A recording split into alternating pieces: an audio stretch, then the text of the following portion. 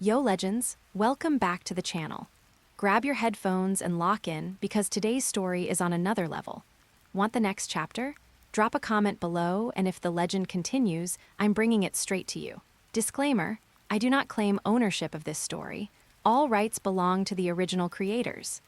Note, I'm constantly tweaking the settings to make it as immersive as possible. Pirate, Kaido's son, will take over Wano Country. Pirate, Kaido's son will take over Wano Country. In his previous life, Guiyue was a corporate cleaner for a top conglomerate. He transmigrated into the body of the strongest creature's son. Looking at his father, Kaido, who only knew how to destroy with violence, and the pleasure-seeking Orochi, Guiyue sighed. The beast's pirates? No, this was just a violent security company on the verge of bankruptcy. In order to avoid sinking with this wrecked ship, Guiyue decided to take over the steering wheel. Father, give me 5 years. I don't want your sake. I want the administrative power of Wano Country. I will return to you an inexhaustible treasury of war funds. Father, I am the ruler of Wano Country, and I call the shots here. Chapter 1, The Actuary by the Execution Platform. Year 1502 of the Sea Calendar, New World, Wano Country. The air was filled with a nauseating stench, a mix of boiling oil, burnt human flesh, and the desperate sweat of countless civilians. In the center of the square, the world-famous giant oil pot was set over a roaring fire. The scorching oil surface bubbled with dark yellow foam, each burst splashing alarming waves of heat. And in that oil pot, hot enough to melt flesh instantly, a man, naked from the waist up, stood proudly. Kazuki Oden. This man, who had once reached the final island with Pirate King Roger, now stood like a furious Vajra, his steel-hard back supporting a massive, thick wooden plank. Upon the plank sat the 9 red scabbards. It's already 58 minutes, someone in the crowd stammered, reporting the time.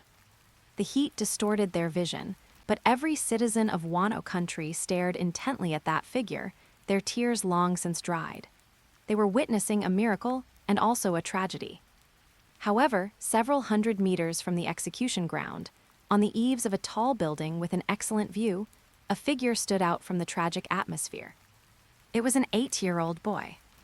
In an era where everyone wore coarse kimonos and carried samurai swords, he was dressed in a perfectly tailored black double-breasted suit, with an exquisite silk scarf tied at his collar, and a pair of gold-rimmed Plano glasses on his nose.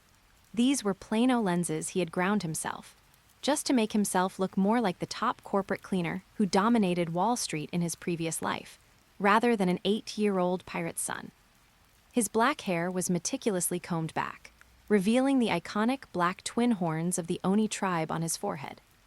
He was Kaido of the Beast's eldest son, Yamato's twin brother Anaitsu. At this moment, he held no weapon, but instead a heavy black leather ledger. Even through hundreds of meters of heat haze, his gaze remained as calm as a precise calculating machine. What a spectacular waste of resources! Anaitsu pushed up his glasses. The carbon pen in his hand rapidly crossed out lines of names in the ledger, his tone as flat as if he were discussing dinner options. Standing behind him was a tall man with black twin wings on his back, clad entirely in a black uniform. That was the Beast's pirate's first mate, King the Calamity King. King looked down at the young master, who barely reached his knees, his brow furrowing slightly beneath his mask. Young Master Anaitsu, that is a heroic sacrifice worthy of being recorded in history. Even as an enemy, Kazuki Oden's willpower is admirable. Don't you think so? As a biological specimen, I give him full marks. Anaitsu didn't even lift his head, his pen flying across the paper with a scratching sound. To endure nearly an hour in boiling oil above 700 degrees means his skin density is more than 50 times that of an ordinary person, and his armament Haki has been cultivated to the point where it can lock in bodily fluids. This is a top-tier biological sample. At this point, Anaitsu's pen suddenly came down hard, drawing a glaring red X through the name Kazuki Oden. But as a ruler, he scores negative points. No, it's negative infinity. Anaitsu closed the ledger and turned to King.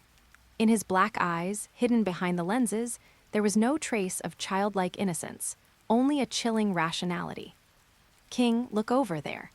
Anaitsu extended a slender finger, pointing to the crying, heartbroken crowd below, and at the very front of the crowd, his twin sister Yamato, her face smeared with snot and tears, shouting, "I am Kazuki Odin."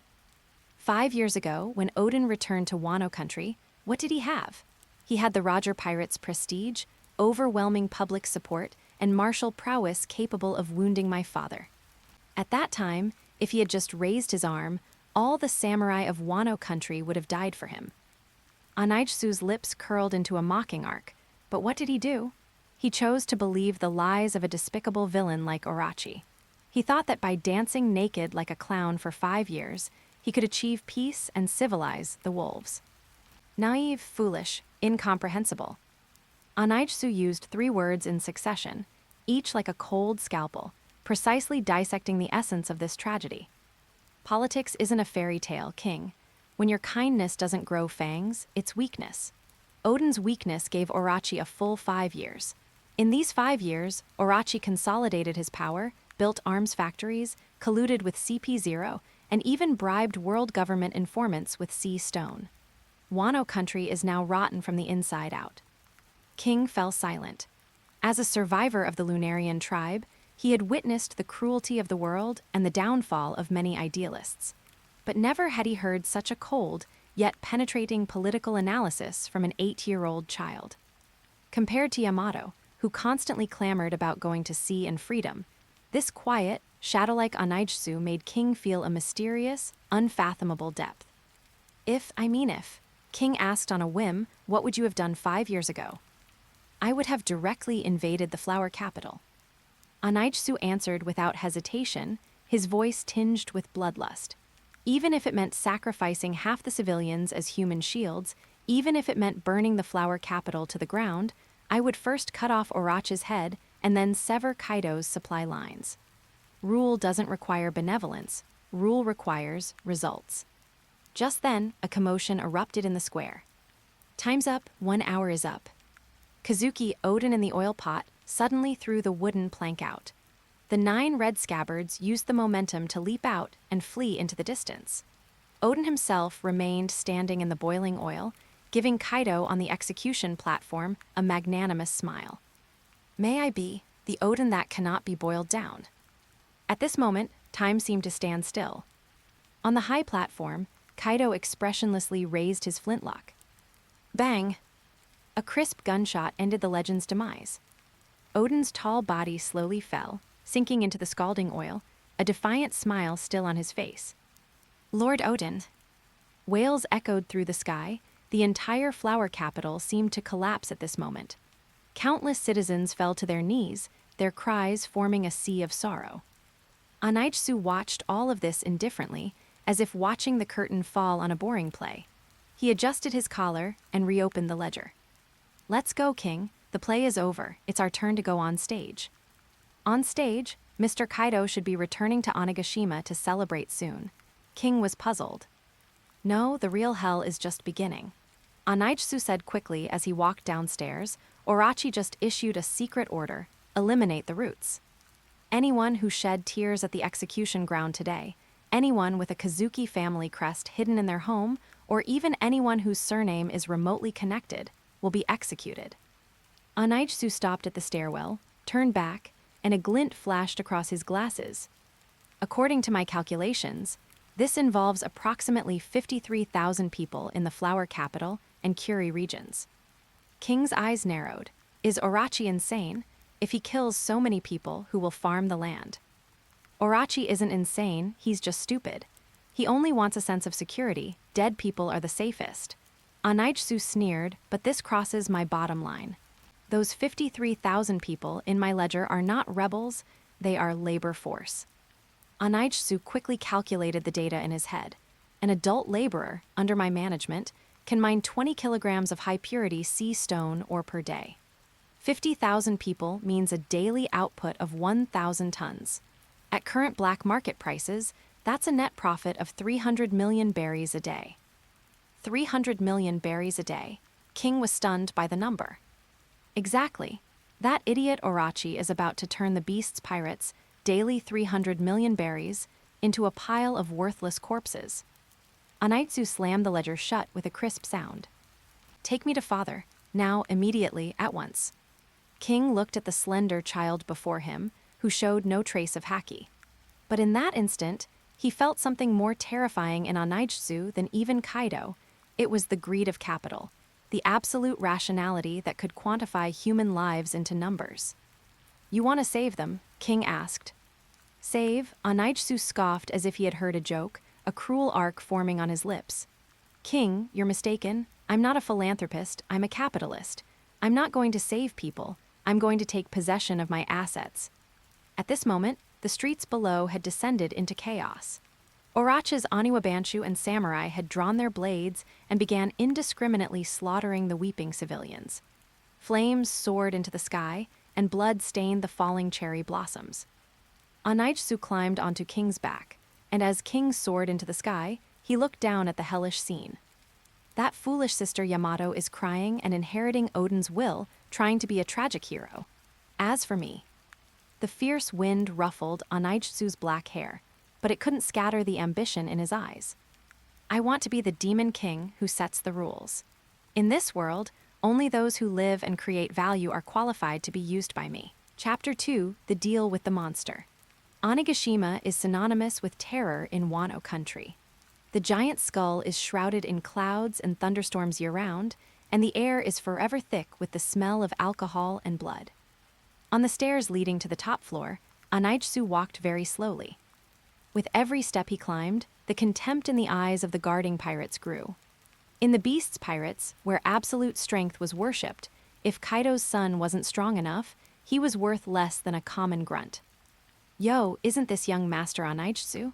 A crocodile-headed gifter stood in the middle of the path with a smirk. "I heard young Master Yamato was locked up for causing trouble. Where are you headed? With those spindly arms and legs, be careful the wind doesn't blow you away."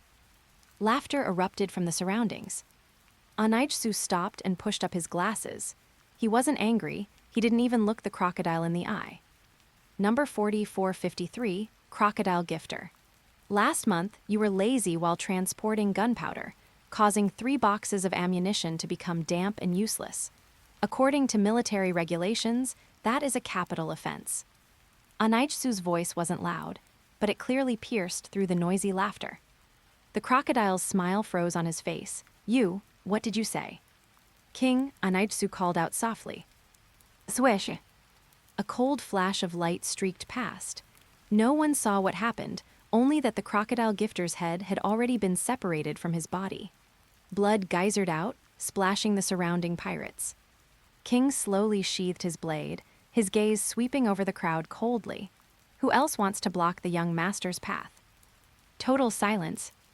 Anaijutsu stepped over the headless corpse, the rhythm of his footsteps not faltering even for a single beat.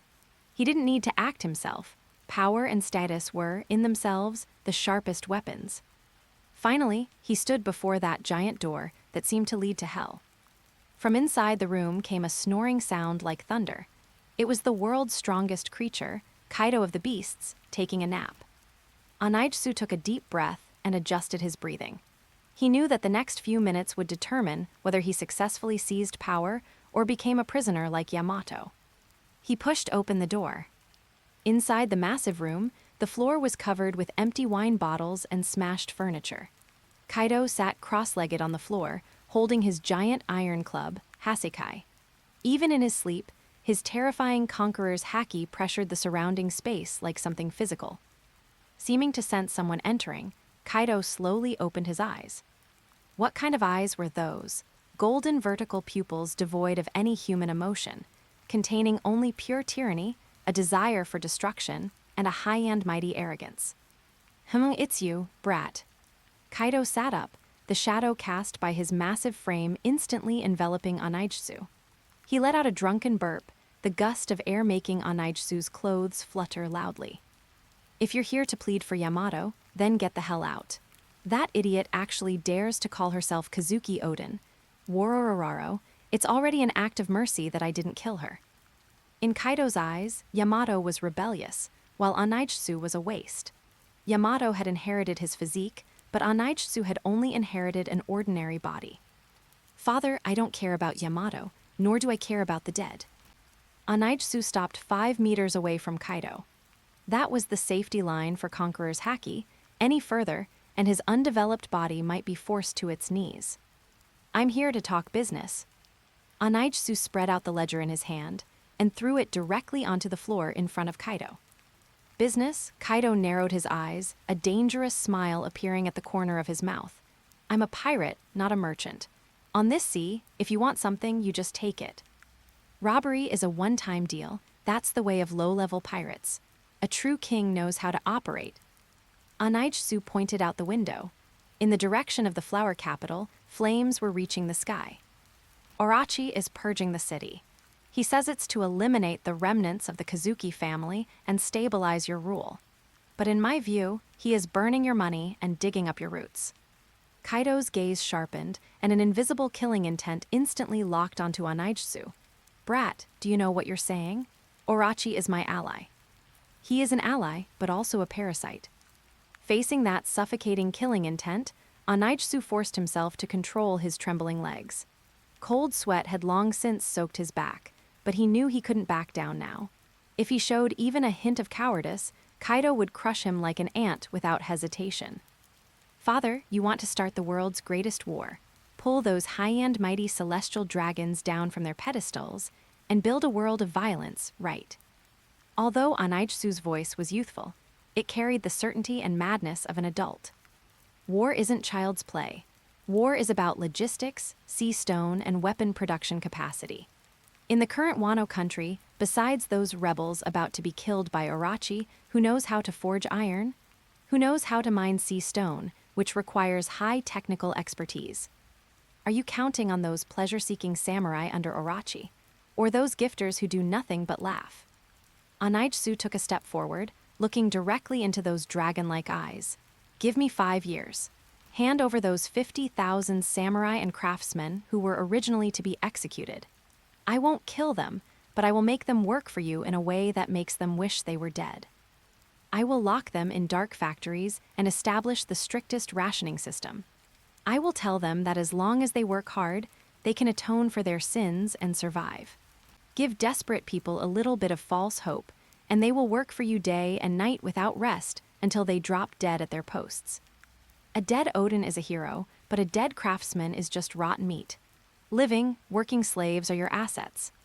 These words, even in the darkest corners of the pirate world, sounded excessively cold-blooded. This wasn't just cruelty. It was an evil wisdom that completely objectified human beings. The room fell into a deathly silence. Kaido stared at his 8-year-old son, as if meeting him for the first time. In those eyes hidden behind glasses, Kaido couldn't see Yamato's hot-blooded stupidity, nor could he see fear of his father. He saw a bottomless blackness, an ultimate rationality that would use anything to achieve an end. Waterararo. Kaido suddenly burst into a wild laugh, shaking all of Onigashima. Good assets indeed, rotten meat indeed. Kaido suddenly leaned forward, his hideous face closing in on Anaijsu, barely 10 centimeters away. Anaijsu could even see the wine stains in Kaido's pores. Anaijsu, you're much more interesting than that fool Yamato. Your heart is harder than mine. Kaido reached out a massive palm and patted Anaijsu heavily on the shoulder. Bang! Anaijsu felt like he had been hit by a rhino. Half of his body went numb instantly, and his knees buckled, nearly sending him to the floor, but he managed to brace himself with his hands. In that case, I'll leave it to you. Kaido's gaze became sharp as a knife. That abandoned udon quarry will be your territory from now on. But, Brat, remember this. I only care about results. If, after 1 year, your factory hasn't produced the weapons I want, or if the output is less than Orochi's, I'll throw you into a boiling oil pot to join that Kazuki Odin. Deal. Enduring the intense pain, Anaijsu bowed slightly in a standard noble salute. Also, as Anaijsu turned to leave, Kaido suddenly asked, Don't you hate me for killing Odin? Yamato wants nothing more than to kill me. Anaijsu turned his head, a cold light reflecting off his lenses in the dim room. The strong live and the weak die. That is the truth of this world. Odin lost because he was stupid. You won because you are strong. Since I was born into the Beast's Pirates family, I will not pity the weak. I only care about who can make me live better. The The moment he stepped out of the room, the giant doors slammed shut. Anaijsu leaned against the cold stone wall, his body slowly sliding down. He gasped for breath, his clothes soaked as if he had been pulled from water. His hands were still trembling violently. That brief few minutes of maneuvering had exhausted all his energy and courage. So this is the strongest creature. Anaijsu looked at his pale, slender palm, an extreme thirst for power flashing in his eyes, a desire even stronger than greed. Just talk and brains are not enough in this world. If Kaido had moved a finger just now, I would have been nothing but a pile of meat. I need power, the kind of power that allows me to truly stand tall and speak in this family of monsters. Chapter 3, White Tiger Fruit. The Udon Industrial Zone was once a desolate quarry, but today, 2 years after Anaijsu took over, it has become the heart of Wano Country, or rather, a massive, precise, life-devouring steel monster. Thick black smoke obscured the sky, and the roar of giant gears never ceased, day or night. Dozens of massive blast furnaces spat tongues of fire, illuminating the dark night like broad daylight. Hurry up, the conveyor belt on line 3 is stuck. 2 of you go clear it. The furnace temperature over there isn't high enough. Increase the airflow. 10-year-old Anaijsu stood on a towering supervisor's platform, megaphone in hand, his voice cold and precise. In 2 years, he had grown a bit taller, but he still appeared somewhat thin. He wore a long black trench coat and those gold-rimmed glasses, still holding that ledger that seemed as if it would never be finished. Beneath his feet were thousands of prisoners, packed as densely as ants. They were once vassals of the Kazuki family, proud samurai, but now they all wore uniform gray prison clothes with explosive collars around their necks. They no longer brandished katanas. Instead, they swung pickaxes and hammers, functioning like machine parts on the assembly line Anaijsu had designed. Anaijsu was not a sadist. On the contrary, he introduced scientific management. He calculated the limits of each person's physical stamina, regulated the calorie intake of every meal, and even established medical stations. But he did all this not out of mercy, but for efficiency. Work until you die, or work until you're dead. This was the slogan hanging over the gates of Udon. Manager Anaijsu. At that moment, a short, muscular old man carrying a basket of ore passed beneath the supervisor's platform. It was the former underworld boss of the flower capital, Hyagoro of the Flower. Hyagoro wiped the cold dust from his face, looking at the youth on the platform with a complex gaze. I've finished today's quota. According to the rules, I want 2 extra rice balls. Give them to him. Anaijsu nodded to the nearby jailer. Uncle Hyagoro, you are a production model here. Your role as an example is more effective than a whip. Hyagoro took the rice balls and took a savage bite, as if it were Anaijsu's flesh. HMPH, though you are a devil in human skin, at least there are rules in your factory. Compared to starving to death without dignity under Orochi, this old man would rather work himself to death here. A rational choice. Anaijsu recorded the data expressionlessly. Your efficiency has increased by 15%, keep it up. Just then, a piercing clamor broke the order of the factory. Move, everyone get out of my way. The factory's heavy iron gates were violently kicked open, and a group of ninjas wearing flashy clothes and strange hairstyles swaggered in. The leader had extremely disproportionate body features, with a head shaped like an eggplant and earlobes that hung down to his shoulders. Orochi's confidant, the captain of the Oniwa Banshu, Fukurokuju. Fukurokuju took arrogant strides, followed by a group of ferocious-looking samurai. They pushed aside the working prisoners along the way, even kicking over several baskets of freshly mined sea stone. Yo, young master Anaijsu, quite the impressive display you have here. Fukurokuju stepped onto the supervisor's platform, looking down at Anaijsu with eyes full of contempt and jealousy. Over the past 2 years, the output of the udon factory had steadily climbed, and Kaido's appreciation for Anaijsu had risen accordingly, which made Orochi, who had always tried to monopolize Wano's economy, extremely uneasy. Captain Fukurokuju. Anaijsu closed his ledger, his tone icy. This is an armory, a restricted military zone. Without Governor Kaido's written order, no one is allowed to trespass. Don't use Kaido to pressure me. Fukurokuju sneered, his signature long head wobbling. This is Wano Country. Shogun Orochi is the master here. The Shogun has ordered that the gold tribute to the Shogun's mansion next month must be increased by 30%.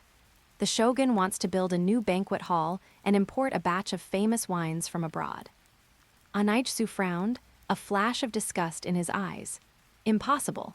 In this quarter's budget, all surplus has already been invested into the construction of new blast furnaces and the research of sea stone purification technology. There is no extra gold on the books for Orochi to squander. No money? Then hand over this factory and let us, the Oniwa Banshu, take over. Fukurokuju revealed his true intentions, suddenly leaning in close to Anaitsu and whispering, "Don't think that just because you're Kaido's brat, I won't dare touch you. In this country, if you don't listen to Shogun Orochi, even a dragon's son will turn into a dead snake." With that, Fukurokuju suddenly struck. He didn't draw his sword, but merely extended a withered hand, seemingly casually pushing toward Anaitsu's chest. This is just a small lesson to teach the beast's pirates young master the meaning of hierarchy. The seemingly light push contained high-level armament Haki. Anaitsu's pupils suddenly contracted. His brain worked at high speed in that instant. Opponent's strike speed 12 ms, target, Tanjong acupoint on the chest. Left dodge success rate 30%, backstep success rate 40%. Optimal plan, lower center of gravity, use the railing to dissipate the force. His brain had reacted. The calculation was flawless. However, his body couldn't keep up.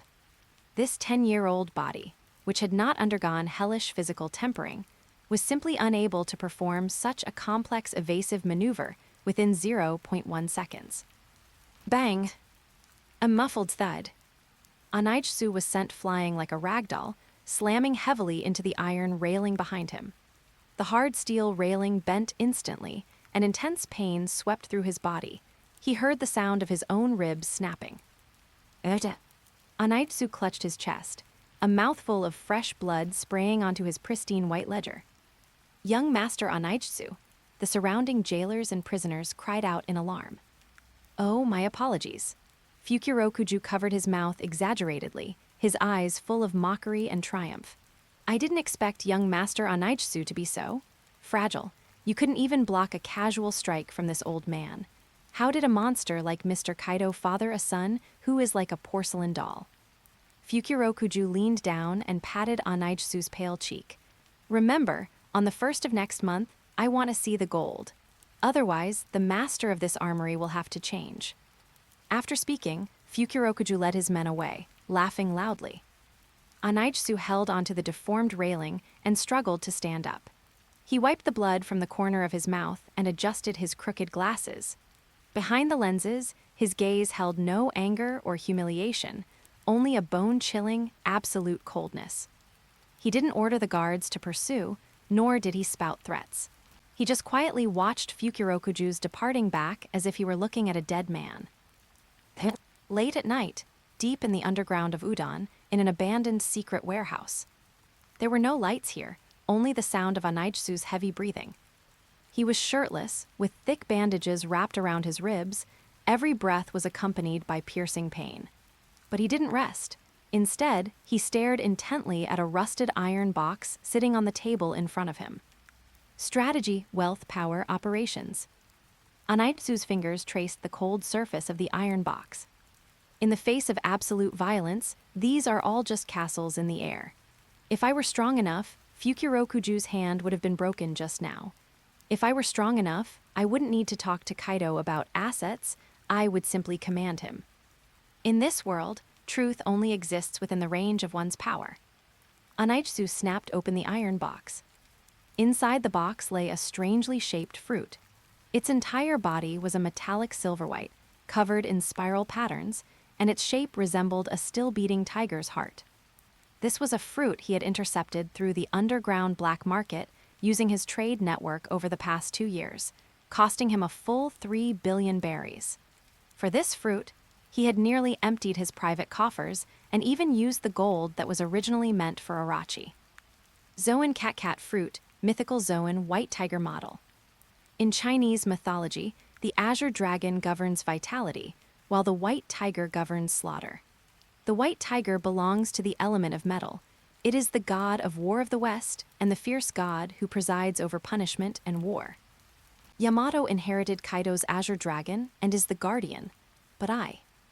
Anaitsu grabbed the fruit, its cold touch seemingly piercing through to his soul. Since I have chosen this path of Shura, and since I intend to establish absolute order, then let me become the executioner. Without the slightest hesitation, Anaitsu opened his mouth and took a large bite. Urgh! An indescribable, disgusting taste exploded in his mouth, as if he were chewing on rotting corpses and rusted iron. But he forced down the urge to vomit and swallowed it all, skin and flesh. The next second, an extremely violent heat burst from his abdomen. Anaitsu curled up on the ground in agony. His bones were clicking and cracking, and his muscles were tearing and reorganizing, as if countless knives were cutting inside his body. His originally thin body began to expand, and pale silver stripes emerged on the surface of his skin. That was a reconstruction at the genetic level, an evolution from mortal to monster. After an unknown amount of time, the screams stopped. In the darkness, a pair of slit pupils glowing with a ghastly white light slowly opened. A murderous, sharp, terrifying aura that seemed capable of slicing the air permeated the small warehouse. Anaitsu stood up, feeling the power surging within him like a tsunami. He casually swung his arm. SSH. The air was torn apart, and the 10-centimeter thick steel plate in front of him was sliced into 5 segments by invisible claw winds, like it was tofu. Anaitsu pushed his glasses, the lenses reflecting those inhuman, beastly eyes. Fukurokuju, Orochi, the countdown to your deaths can now begin. Chapter 4, The Giant Serpent Digging a Hole. In the New World, Wano Country, at Orochi Castle, luxury was the only theme here. Gold leaf-wrapped pillars, mountains of delicacies, and rivers of fine wine.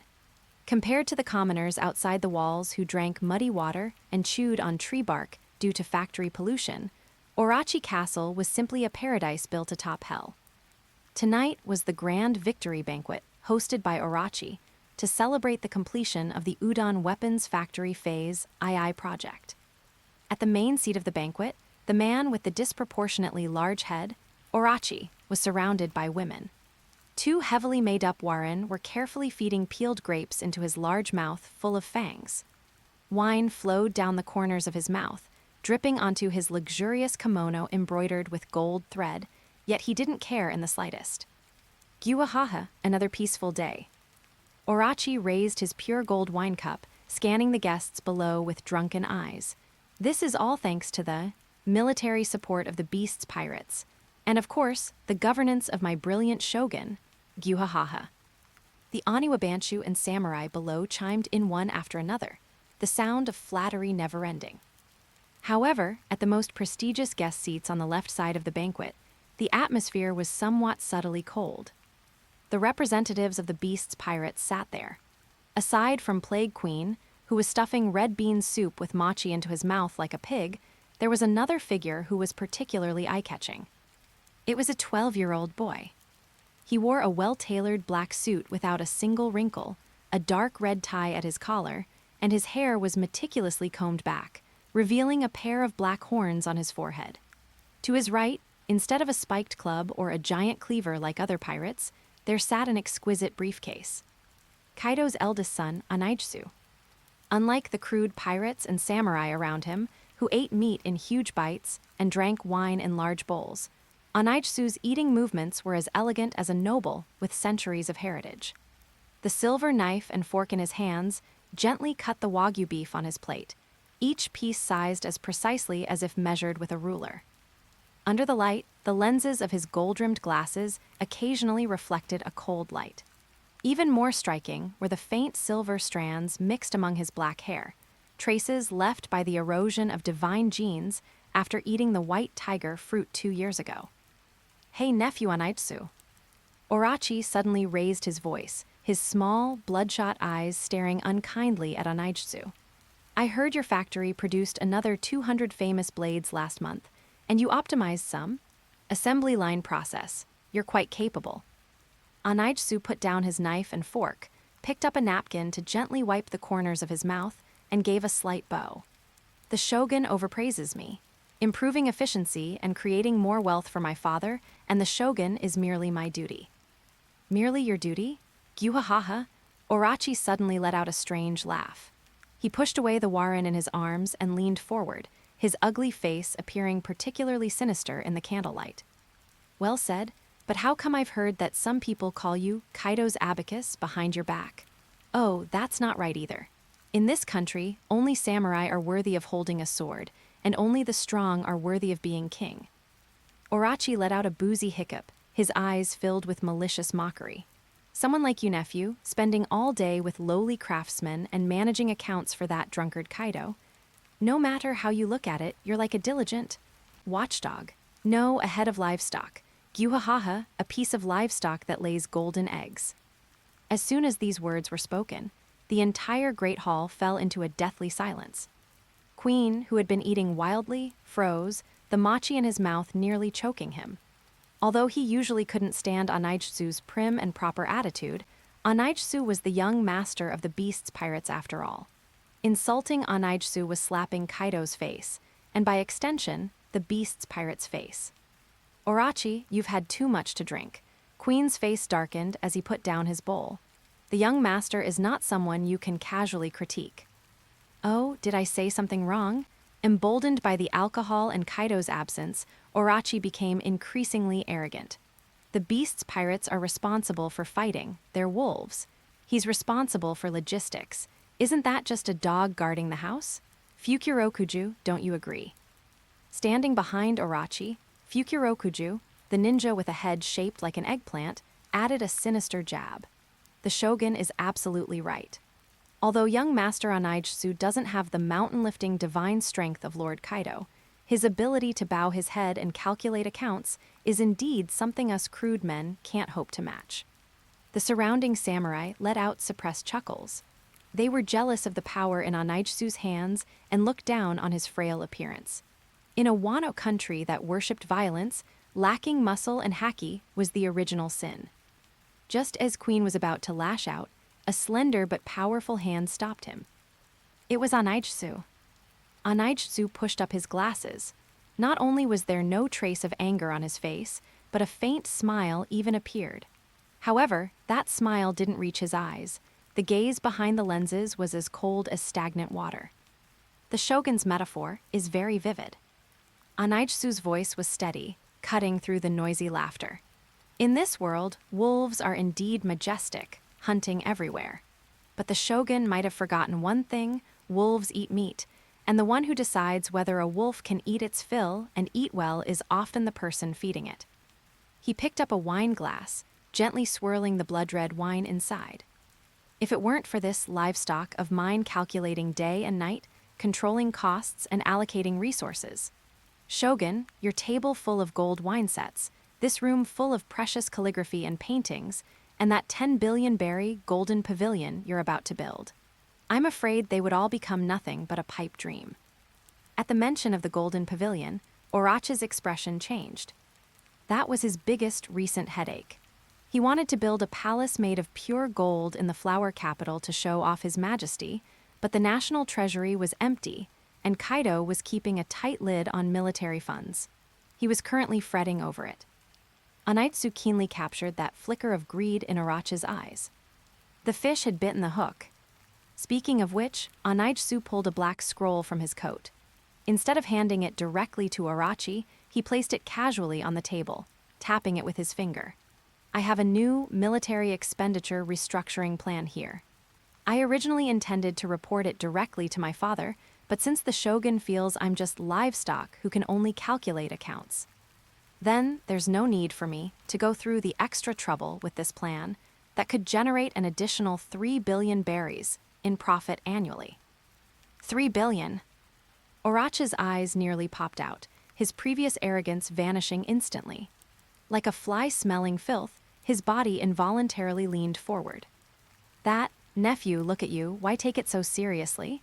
Orochi's face, which changed faster than flipping a page, was now crowded with a fawning smile. That was just your uncle drinking too much and joking with you. We're practically family. Quick, bring it up for your uncle to see." Anaijsu sneered inwardly, but on the surface, he feigned a helpless sigh and waved for an attendant to present the scroll to Orochi. Orochi impatiently unfurled the scroll, and Fukurokuju leaned in as well. Fukurokuju frowned as he looked at the terms. Establishing an intermediary company called Flower Capital Trade. All weapons will no longer be sold directly by the Beast's pirates to the world government, but first sold at a low price to this company, which then resells them at a high price. Exactly. Anaijsu took a sip of wine, his voice full of allure. The CP0 people want the goods.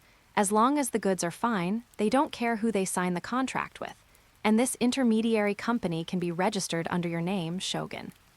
Anaijsu held up 3 fingers, then slowly changed it to 7. The price difference in the middle will be split 30-70. The Beast's pirates take 30% as a transportation loss fee. You, Shogun, take 70% as a channel management fee. 70%? Orochi's hands were shaking. Based on the current output of the Udon weapons factory, 70% of the profit was an astronomical figure. This wouldn't just build 1 golden pavilion, it would be enough for 10. But this is taking food from Kaido's mouth. Although Orochi was greedy, his fear of Kaido was etched into his bones. What if Kaido finds out? Father won't know. Anaijsu stood up, walked over to Orochi, and looked down at the ugly short man. Father only cares about whether he can get the top-tier, devil fruits, and war resources. Specific accounts are the numbers games he hates most.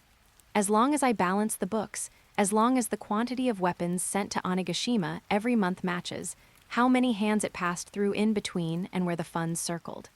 That is the art of operations. Anaijsu's voice was low and dangerous, like a devil signing a contract. Moreover, this company is an internal affair of Wano Country. If the world government ever investigates, it will be your private property, Shogun, unrelated to the Beast's pirates. This both avoids risk for the pirate crew and fills your pockets. A win-win. Orochi stared at the scroll, his breathing becoming more and more hurried. He seemed to see mountains of gold and silver waving at him. Greed finally triumphed over fear and reason. Guhahaha, good, a perfect win-win. Orochi slapped his thigh hard, grabbed a wine pot, and personally poured a glass for Anaijsu. I knew it. Nephew Anaijsu is the killin' of the Beast's family. What watchdog? If anyone dares say that, I'll have their head. Come, nephew, to our win-win, cheers. Anaijsu took the glass, looking at the swaying wine inside, a cold arc curling at the corner of his mouth. Cheers, Shogun. He drained it in one gulp. Only Anaijsu himself knew what kind of fatal landmine was buried in this seemingly perfect profit-sharing agreement. All the capital flow of that Flower Capital Trade Company would have to go through underground banks controlled by Anaijsu for laundering.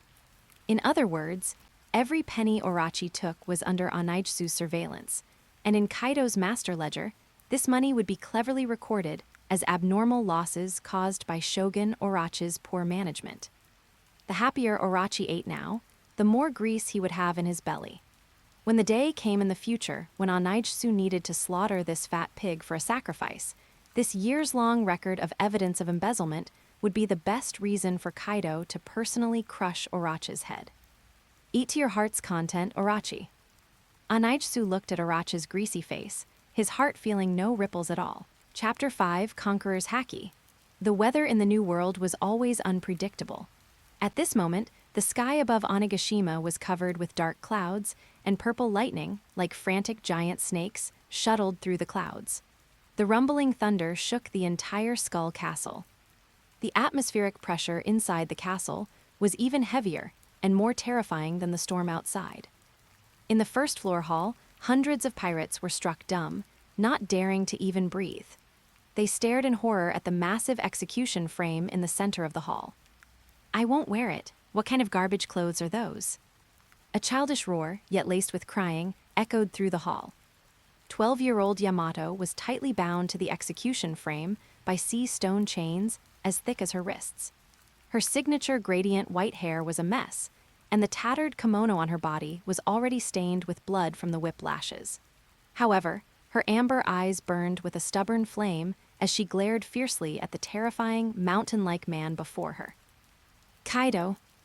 The four emperors held a black sleeveless coat bearing the insignia of the beast's pirates in one hand and the still dripping whip in the other.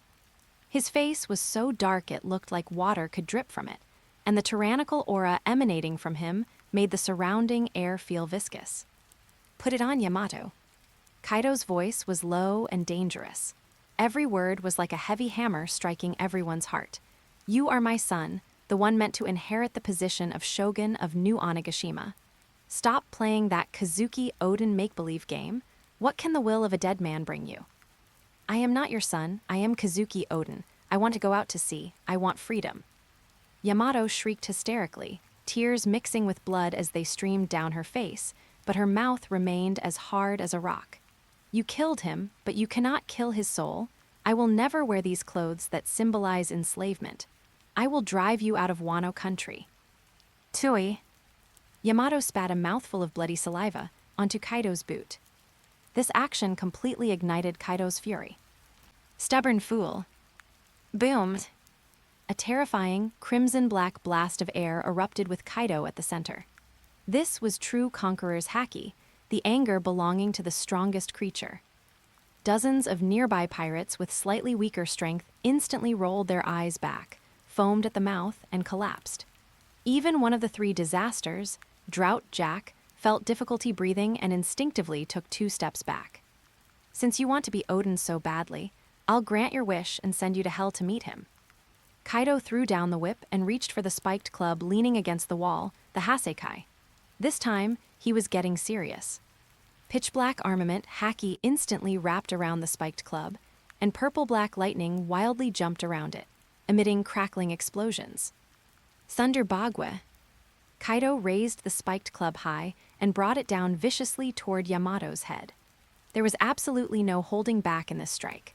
Let alone 12-year-old Yamato, even an adult from the giant race would be smashed to smithereens by this blow. Yamato's pupils constricted sharply. The shadow of death enveloped her. In that instant, she felt true fear. Her body trembled instinctively, wanting to close her eyes, but a strong desire to live forced her to stare fixedly at the descending scythe of death.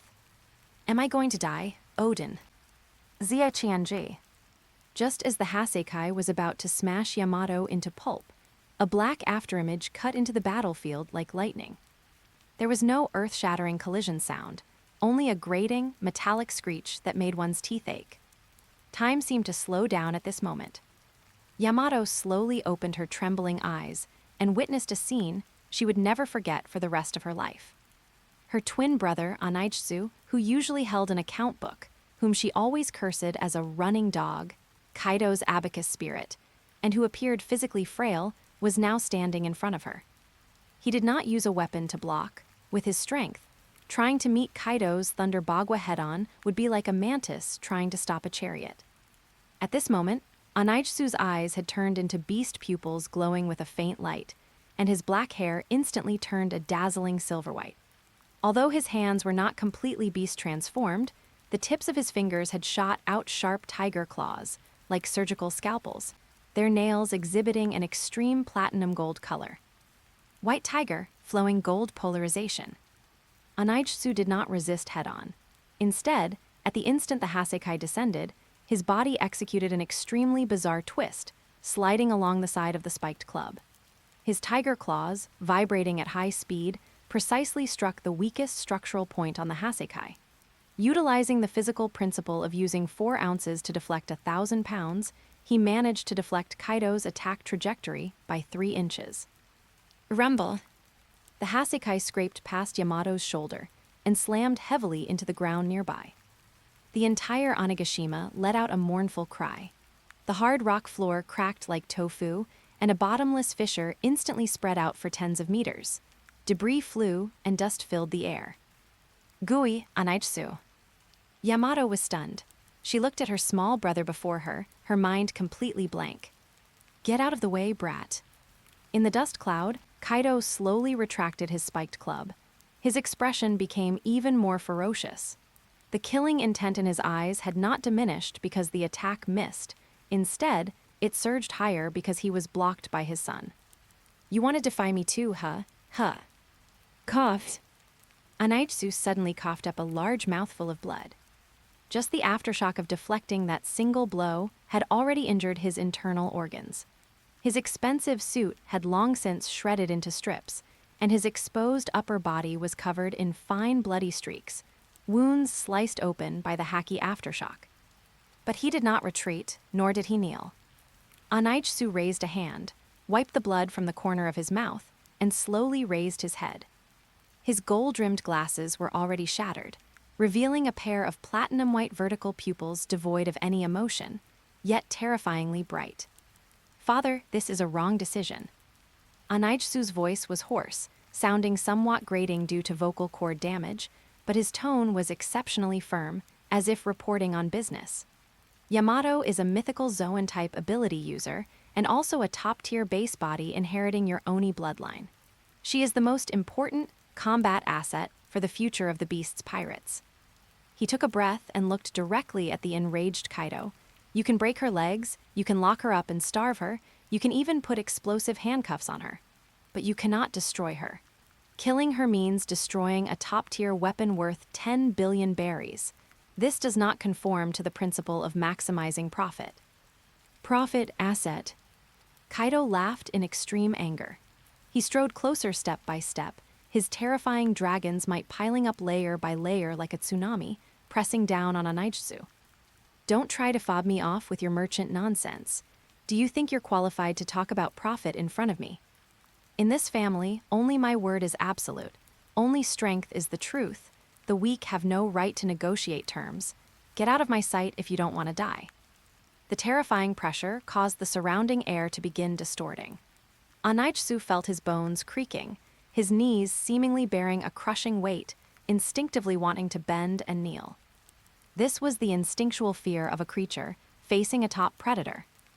But weak.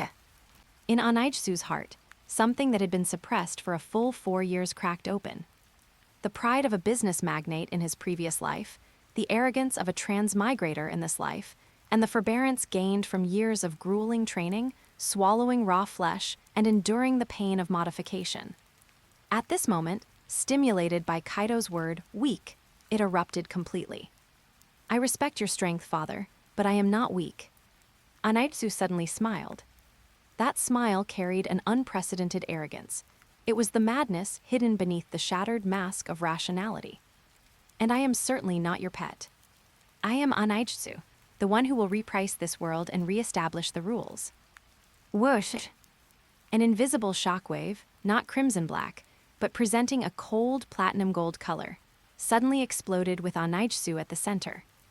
This Conqueror's Haki was different from Kaido's tyranny, dominance, and destruction. It was colder, sharper, carrying an absolute will that seemed intent on incorporating everything into precise calculation and order. It was the supreme killing aura of the divine beast white tiger, and also the declaration of rule by an iron-fisted dictator. Rumble. The two conquerors' Haki violently collided in the air. Black-red lightning and platinum-gold airflow tore at each other. Although Anaitsu's aura still seemed immature compared to Kaido's Haki, which was like an ocean, it was like a small boat facing a towering wave. However, this boat did not sink. The surviving pirates nearby discovered in horror that the gravel on the floor was trembling slightly and floating under the influence of Anaitsu's Haki, then neatly lining up, as if gravity itself had been twisted by this obsessive-compulsive will. Kaido's steps stopped. The spiked club, which was about to be swung down again, also paused in midair. He stared at Anaitsu. In his golden dragon eyes, the rage gradually receded, replaced by emotions named surprise and amusement. Yuro Ororaro. Kaido suddenly threw his head back and laughed, the sound shaking the hall, even drowning out the thunder outside. Conqueror's Haki, and this kind. This annoying Conqueror's Haki, full of calculation and the taste of order. Good, very good, worthy of being my seed. Kaido put away the spiked club, turned, walked to a nearby sake barrel, lifted it with one hand, tilted his head back, and drank wildly. Since you can stand and talk to me, it proves you have the qualifications to play at this table. I will spare this fool's life today. Kaido wiped the sake from his mouth, waved his hand with his back to the two of them, and his tone returned to indifference. Anaitsu, take her and scram. But remember, this is the last time. If she dares to shout Odin's name in front of me again, I'll kill you along with her. Who? The pressure instantly dissipated. Anaitsu took a deep breath, and the vertical pupils in his eyes slowly faded, reverting to black. His body went weak, and he almost fell to his knees, but he desperately gripped the chains on Yamato's body, barely maintaining a standing posture. That short confrontation of a few dozen seconds had consumed all his mental and physical strength. You, why? Yamato looked at the brother standing in front of her, her expression extremely complicated. Her tears were still flowing, but at this moment, she forgot to cry. She had always thought Anaitsu was a self-serving petty person, a running dog of her father. Don't misunderstand, Yamato. Anaitsu did not turn to look at her, merely stating coldly, his voice returning to its usual flatness, I saved you only because it would be too much of a waste for you to die now. Until I recoup my investment in you, your life belongs to me. Also, stop doing those self-moving foolish things. Only by living do you have the right to talk about freedom. With that, Anaitsu picked up the now-deformed briefcase from the ground and limped toward the main door. Looking at that small yet straight back, Yamato did not retort for the first time. She bit her lip, and a certain ingrained impression of her brother completely collapsed along with that platinum gold Haki. Chapter 6, Forming a Secret Force. Udon's third abandoned mine is a gray zone in Wano Country. Even the beast pirates' jailers consider this place ominous. It's filled with toxic slag, caves that could collapse at any moment, and outlaws who were exiled here for resisting Orochi. Late at night, the wild winds howled. Deep within a hidden cavern, however, lay a world of its own. Dozens of modified lamps powered by sea stone scraps illuminated the area brightly. The originally damp ground had been leveled and covered with dry wooden planks. A ventilation system was running, pumping out the stale air. More importantly, this place had the scarcest things in Wano Country, clean water and white rice free of toxins. Young Master Anaitsu, the people have been brought here. A ronin wearing tattered samurai robes and bearing a scar on his face bowed respectfully. Behind him followed over a dozen samurai who were skin and bones and dressed in rags, yet still gripped their sword hilts tightly. These people were once Yakuza elites under the banner of Flower Hyagoro, and some were peripheral retainers of the Kazuki family. Orochi's sword hunt and great purge had cost them their homes, forcing them into exile in the wilderness, living lives worse than stray dogs. When they saw the 12-year-old boy sitting alone on a weapons crate, the vigilance in their eyes instantly turned into hostility. Kaido's son. The leading one-eyed samurai suddenly drew half of a broken blade and gritted his teeth. If you're here to take us as slaves, then do it. A samurai only dies in battle. He never surrenders. Don't be nervous, everyone. Anaitsu was sitting on a pile of weapons crates, printed with the words Beast Heavy Industries, toyed with a freshly forged refined steel katana in his hand. He wore a simple black shirt with sleeves rolled up, revealing several faint scars on his forearms. The newly fitted glasses on the bridge of his nose made him look like a harmless scholar.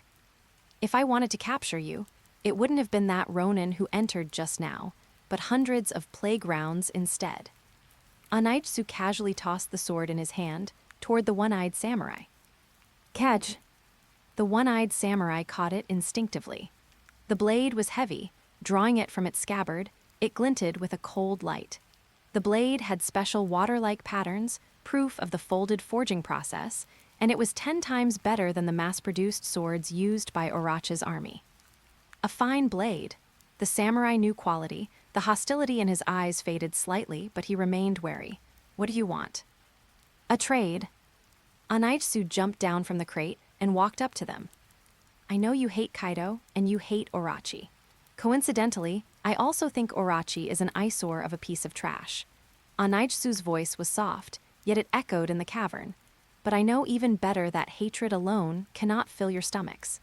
For every extra day you hide in the wilderness, your wives and children hidden in the mountains go hungry for another day. Anaitsu clapped his hands. From the shadows nearby, several masked attendants pushed out 2 carts. The cloths on the carts were pulled back, revealing a mountain of white rice balls on the left and neatly arranged medicine and clean water on the right. Gulp! The sound of swallowing saliva rose from all around. For these people who had been eating lizards and tree bark in the wilderness for months, these items were more precious than gold. Follow me. Anaitsu opened his arms like a generous host. I will give you food, I will give you these high-quality weapons, and I will give you a place to settle down and live. I can even help you bring your families to a safe place. And you only need to give one thing, loyalty. Absurd, the one-eyed samurai roared, though his eyes never left the rice balls. Make us serve Kaido's son? What's the difference between that and being Orochi's dog? We'd rather starve to death. The difference is that Orochi only wants you to die on your knees, while I allow you to live on your feet. Anaitsu suddenly raised his hand, his fingertips instantly covered in a layer of silvery white metallic luster. In today's Wano Country, the so-called Bushido is dead. Odin is dead, and the 9 red scabbards have fled. All that's left is survival. Your so-called persistence has no meaning other than letting your families be buried with you. I don't need you to be loyal to the Beast's pirates, and I don't need you to help Kaido fight his wars. Anaitsu stared into the one-eyed samurai's eyes. That Conqueror's Haki, which had only recently awakened on Onigashima, was controlled by him and precisely pressed down upon these dozen or so people. Although weak, that aura of a superior, those who follow me shall prosper, those who oppose me shall perish, caused these already jittery samurai to feel a sense of suffocation. I only need you to be loyal to me personally, Anaitsu. I will establish a new order. In this order, there is no meaningless slaughter, only the exchange of value. I can promise you that when the time comes, I will give you the chance to personally behead Orochi. Upon hearing the words behead Orochi, the eyes of all the samurai lit up. That was the revenge they had dreamed of. The one-eyed samurai's hand holding the sword trembled. He looked back at his brothers who were skin and bones behind him and thought of his daughter hiding in a cave with a high fever and no medicine. In the face of survival and the hope of revenge, their dignity finally wavered. If you break your word, the one-eyed samurai gritted his teeth, this sword will be the first to take your head. If I break my word, Kaido will kill me before you even get the chance. Anaitsu smiled faintly. After all, privately raising an army is a capital offense. Clang! The old broken blade in the one-eyed samurai's hand fell to the ground. He held up the new sword Anaitsu had given him with both hands and knelt on one knee. If you can really let us have our revenge and let my family survive, what's the harm in selling this life to you? Seeing this, the dozen or so samurai behind him also knelt one after another. Very well. Anaitsu pushed up his glasses, the lenses reflecting a satisfied glint. Welcome to Night Owl. From today on, you are no longer stray dogs or ghosts of the Kazuki. You are my private soldiers, the eyes in the dark. He turned around and looked at this underground base that was currently being expanded. Here, there was not only an armory, but also an information analysis room and a technology R&D room that he had assembled using parts smuggled from overseas. He was using modern special operations concepts from his past life to transform this group of old-era samurai into a highly disciplined and well-equipped Shadow Legion that only obeyed money and contracts. Kaido has his beast pirates, and Orochi has his Oniwa Banshu. Anaitsu thought to himself as he watched the samurai wolfing down the rice balls. And I will have a set of fangs that belong only to me. When the variable named Luffy appears, this army will become my greatest trump card for taking control of Wano Country. This secret seed has been planted, only waiting to be watered with blood and gold. One day, it will grow into a towering tree that will break through the dark clouds looming over Wano Country, and perhaps even topple the monster sitting at the top of Onigashima. Chapter 7, Winning Hearts and Minds. See calendar year 1505, autumn, Wano Country, Kuri, Akabor Town. The sky was like a moldy, tattered rag, pressing gloomily overhead. The air was thick with a mixture of rotting sour stench, the acrid smell of burning trash, and the biting chill of the approaching winter. Ever since the death of Kazuki Odin, the once prosperous Curie had been deemed a land of rebellion by Orochi. In retaliation, Orochi ordered its water supply cut off and turned it into a dumping ground for all industrial waste and domestic refuse from the flower capital. It was no longer a place for humans to live, but a massive landfill. Get lost, I found this, cough cough, that was for my child. On the muddy streets, several emaciated adults with sunken eyes were brawling like wild dogs. Their prize was nothing more than half a moldy, soot-covered rice ball scavenged from a trash heap. In Akabor town, dignity wasn't worth a single grain of rice. Survival was the only purpose here. Clack, clack, clack. A rhythmic and incredibly steady sound of hoofbeats abruptly cut through the chaotic noise. It wasn't the disorganized, curse-filled clatter of Orochi's patrols, but a cadence as precise as a fine machine. The crowd fighting in the mud instinctively stopped, looking toward the village entrance in fear. A troop of fully armed cavalry slowly rode in. They didn't wear traditional Wano samurai armor. Instead, they wore uniform black windcoats, with novel repeating flintlocks and high-carbon steel sabers hanging at their waists. Their faces were covered by black half-masks. In the center of this oppressive formation, a 13-year-old boy sat atop a pure black steed without a single stray hair.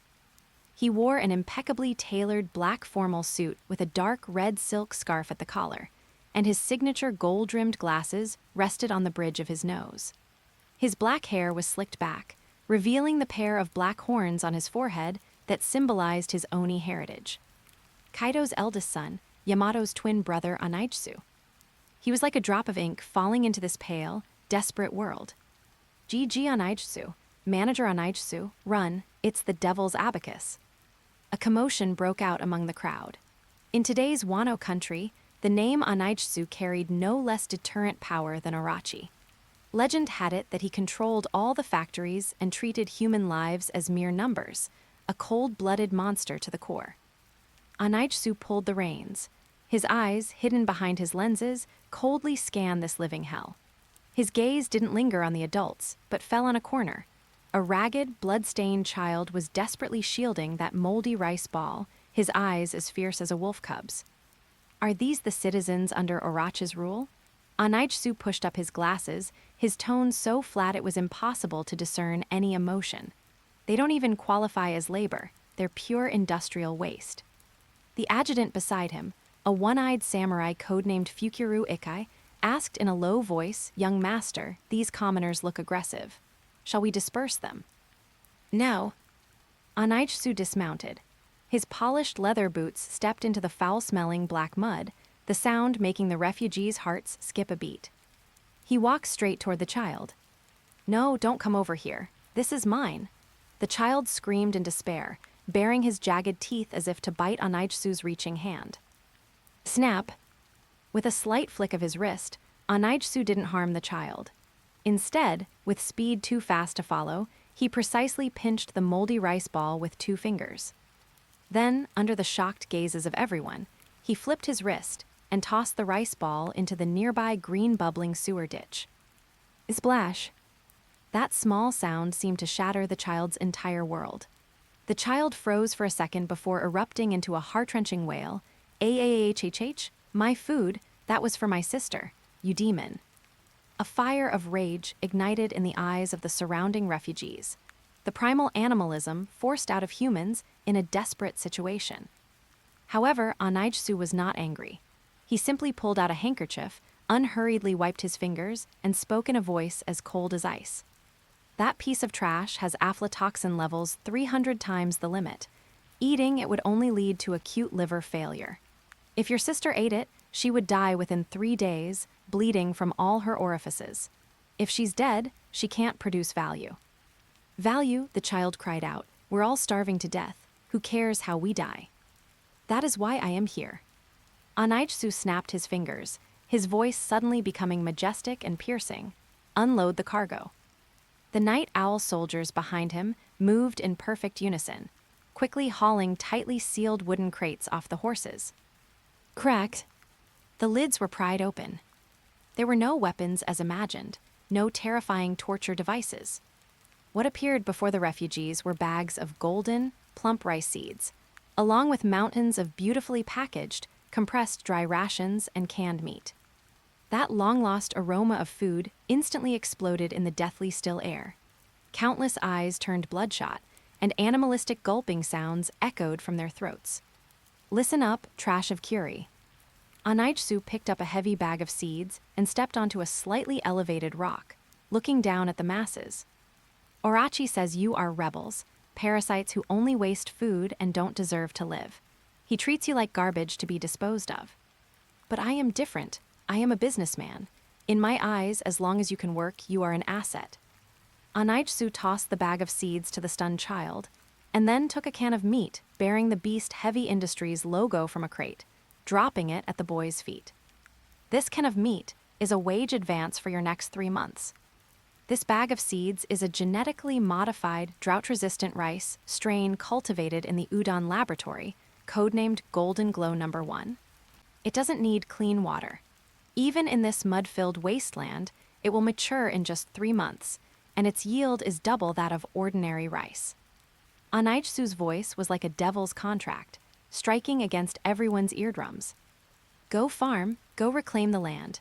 Go dig out the water channels that Orochi blocked. Turn this wasteland back into a granary. In 3 months, I will send a convoy to collect the grain. Half the harvest goes to me as the cost for seeds and protection fees.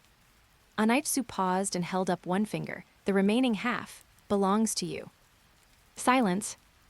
Absolute silence. Even the sound of the wind seemed to stop. No one could believe their ears. In this country where everything had been stripped away and even drinking murky water required the favor of officials, someone was actually willing to give them seeds, give them meat, even allow them to keep half the harvest. Are you serious? An old man with a face full of sores and almost no teeth crawled out from the crowd, trembling. General Orochi's men, they will come to steal it. As soon as they see anything green, they will burn it. This land, from this day forward, is taken over by the Flower Capital Trading Company. Anaitsu coldly scanned the area, and a faint Heishoku haki belonging to a ruler silently spread out. It wasn't a terrifying killing intent, but a reassuring sense of absolute control. This is my asset, raise my flag. In this country, whoever dares to touch my assets, I will cut off their hands. Even Orochi's men are no exception. Tears suddenly welled up in the old man's clouded eyes. It wasn't from fear, but from something called hope. Work once you've eaten. I don't support idlers. With that, Anaitsu turned and mounted his horse with a swift, unsentimental motion. Move out. Only after the black cavalry disappeared at the end of the road did the refugees snap out of it. The child's hands shook as he struggled to pull the ring on the meat can. Hiss! A rich aroma of meat drifted out. The child dug out a large chunk with his dirty fingers and stuffed it into his mouth, wailing even as he chewed. It's real, there's meat. Thank you, Lord Anaitsu. Unsure of who started it, hundreds of refugees knelt in the mud in unison, bowing frantically toward the direction Anaitsu had left.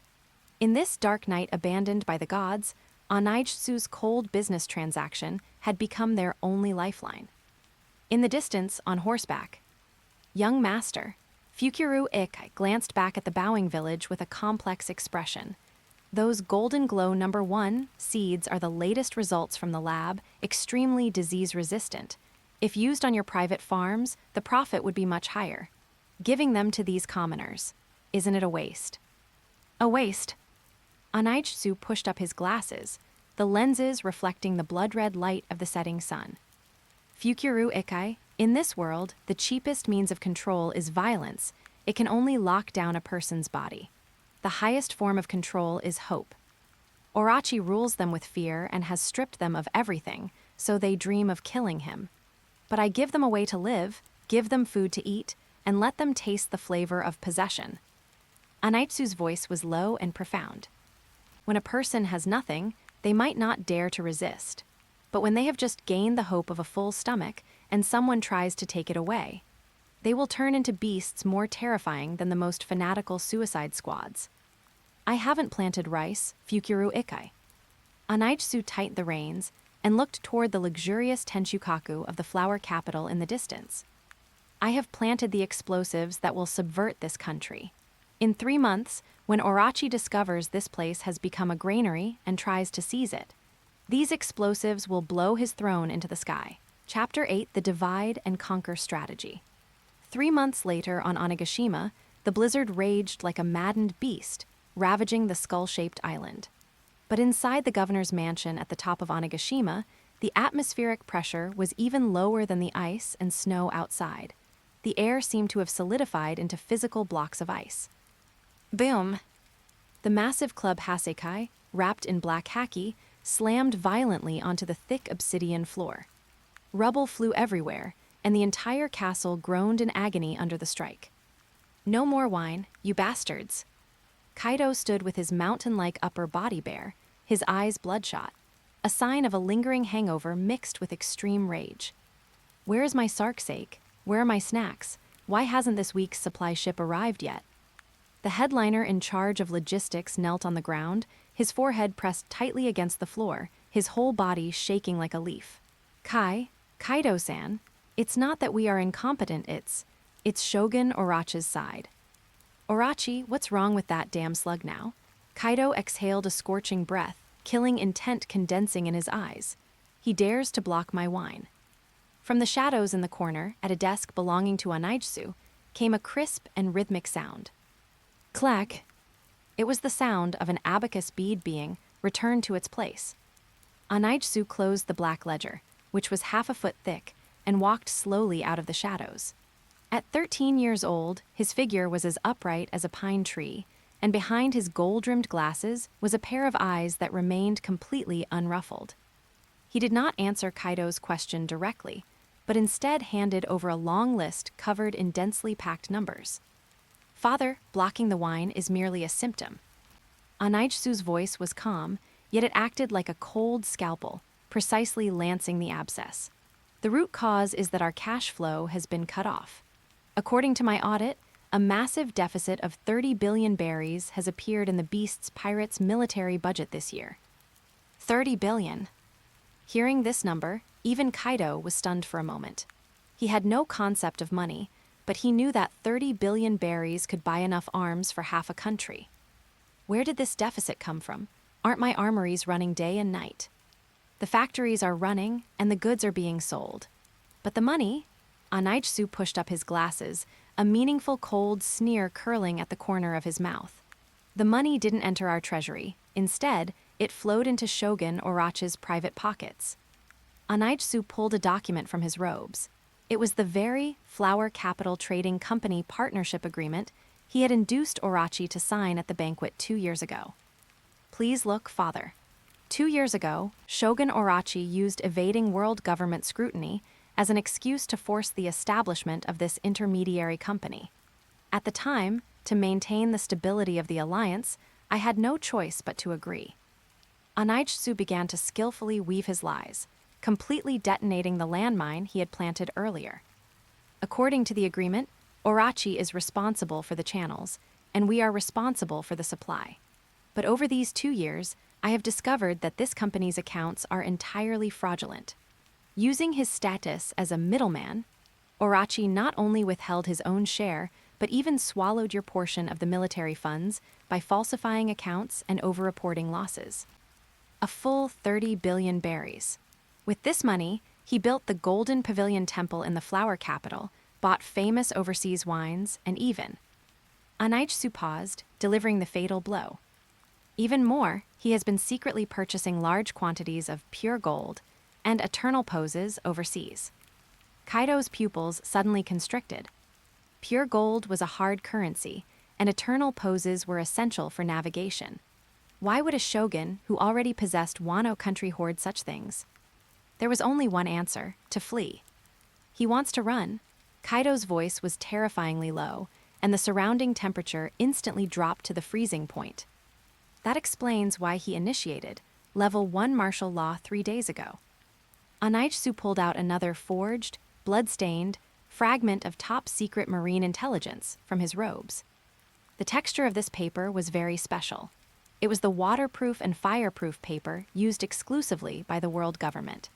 It was stamped with top-secret seals used only by the Marineford Secret Force Sword and high-ranking CP0 members. Of course, this seal was a flawless forgery created by Anaijsu using his knowledge of government documents from his past life and Wano Country's carving techniques. This was recovered from Orochi's incinerator at the cost of the life of my highest-level commercial spy embedded in the Shogun's mansion, codenamed Nightingale. Anaijsu's tone carried a perfectly measured trace of gravity. I lost 3 good men for this. Kaido snatched the paper. It contained only intermittent words, looking as if they had been pieced back together after being shredded. Full takeover of Wano Country, purge the proxy Orochi, no longer of use, support a new puppet, plan to cut the beast's pirates' supply line. These keywords precisely struck the vulnerabilities of both Kaido and Orochi. HMPH, those dogs of the world government. Kaido snorted coldly, not doubting the document's authenticity. It fit the world government's style of killing the donkey once the grinding is done far too well. Shogun Orochi seems to have been terrified by this intelligence. Anaijsu pushed up his glasses, beginning his ultimate induction. According to my analysis, Orochi believes the Marines are about to attack, or he suspects you have already reached a secret agreement with the world government and plan to hand him over in exchange for benefits. So that greedy snake is afraid. Anaijsu pointed at the fake intelligence. His frantic embezzlement of your military funds over the past few years was all for this day. Now, he has blockaded the country's roads and cut off your supply lines to recall all resources and troops to the flower capital. It isn't to guard the capital at all, but to pack up his treasures and prepare to escape to the sea. He is using your money to pave his own way out. And before he flees, he intends to take the last bit of profit from Wano Country, the wine you haven't drunk yet, and the ore that hasn't been shipped out. Boom! A terrifying burst of Heishoku Haki erupted instantly, directly shattering the crystal chandelier overhead. Good, very good. Kaido laughed out of sheer rage, a laughter filled with the tyranny of being betrayed. I've protected him for 20 years. Let him live like a king. This dog didn't just steal my meat to eat, now he wants to smash my pot and run. For an emperor of the sea like Kaido, an ally's greed could be tolerated, and even an ally's incompetence could be endured. Only betrayal and stealing war funds were absolute capital offenses. Furthermore, that was a full 30 billion berries. That was enough money to arm an entire army of gifters. Anaijsu watched the enraged Kaido quietly, his heart unperturbed. Every piece of meat Orochi had swallowed was attached to one of Anaijsu's strings. Now, it was time to pull them in. Father, seeing that the time was ripe, Anaijsu stepped forward appropriately, his tone respectful yet full of ambition. Orochi has gone mad. An ally preparing to abscond with a massive sum of money is no longer an ally, but a liability. If he is allowed to escape with those 30 billion, it would not only be a loss for the beast pirates, but would also make you lose face in the new world. Furthermore, his very existence is a form of inefficiency.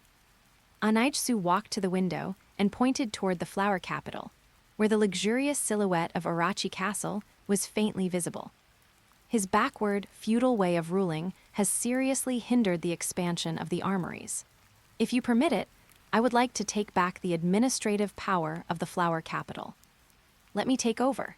I am confident I can recover those embezzled funds within 3 days, restore the supply lines within a month, and double the arms production within half a year.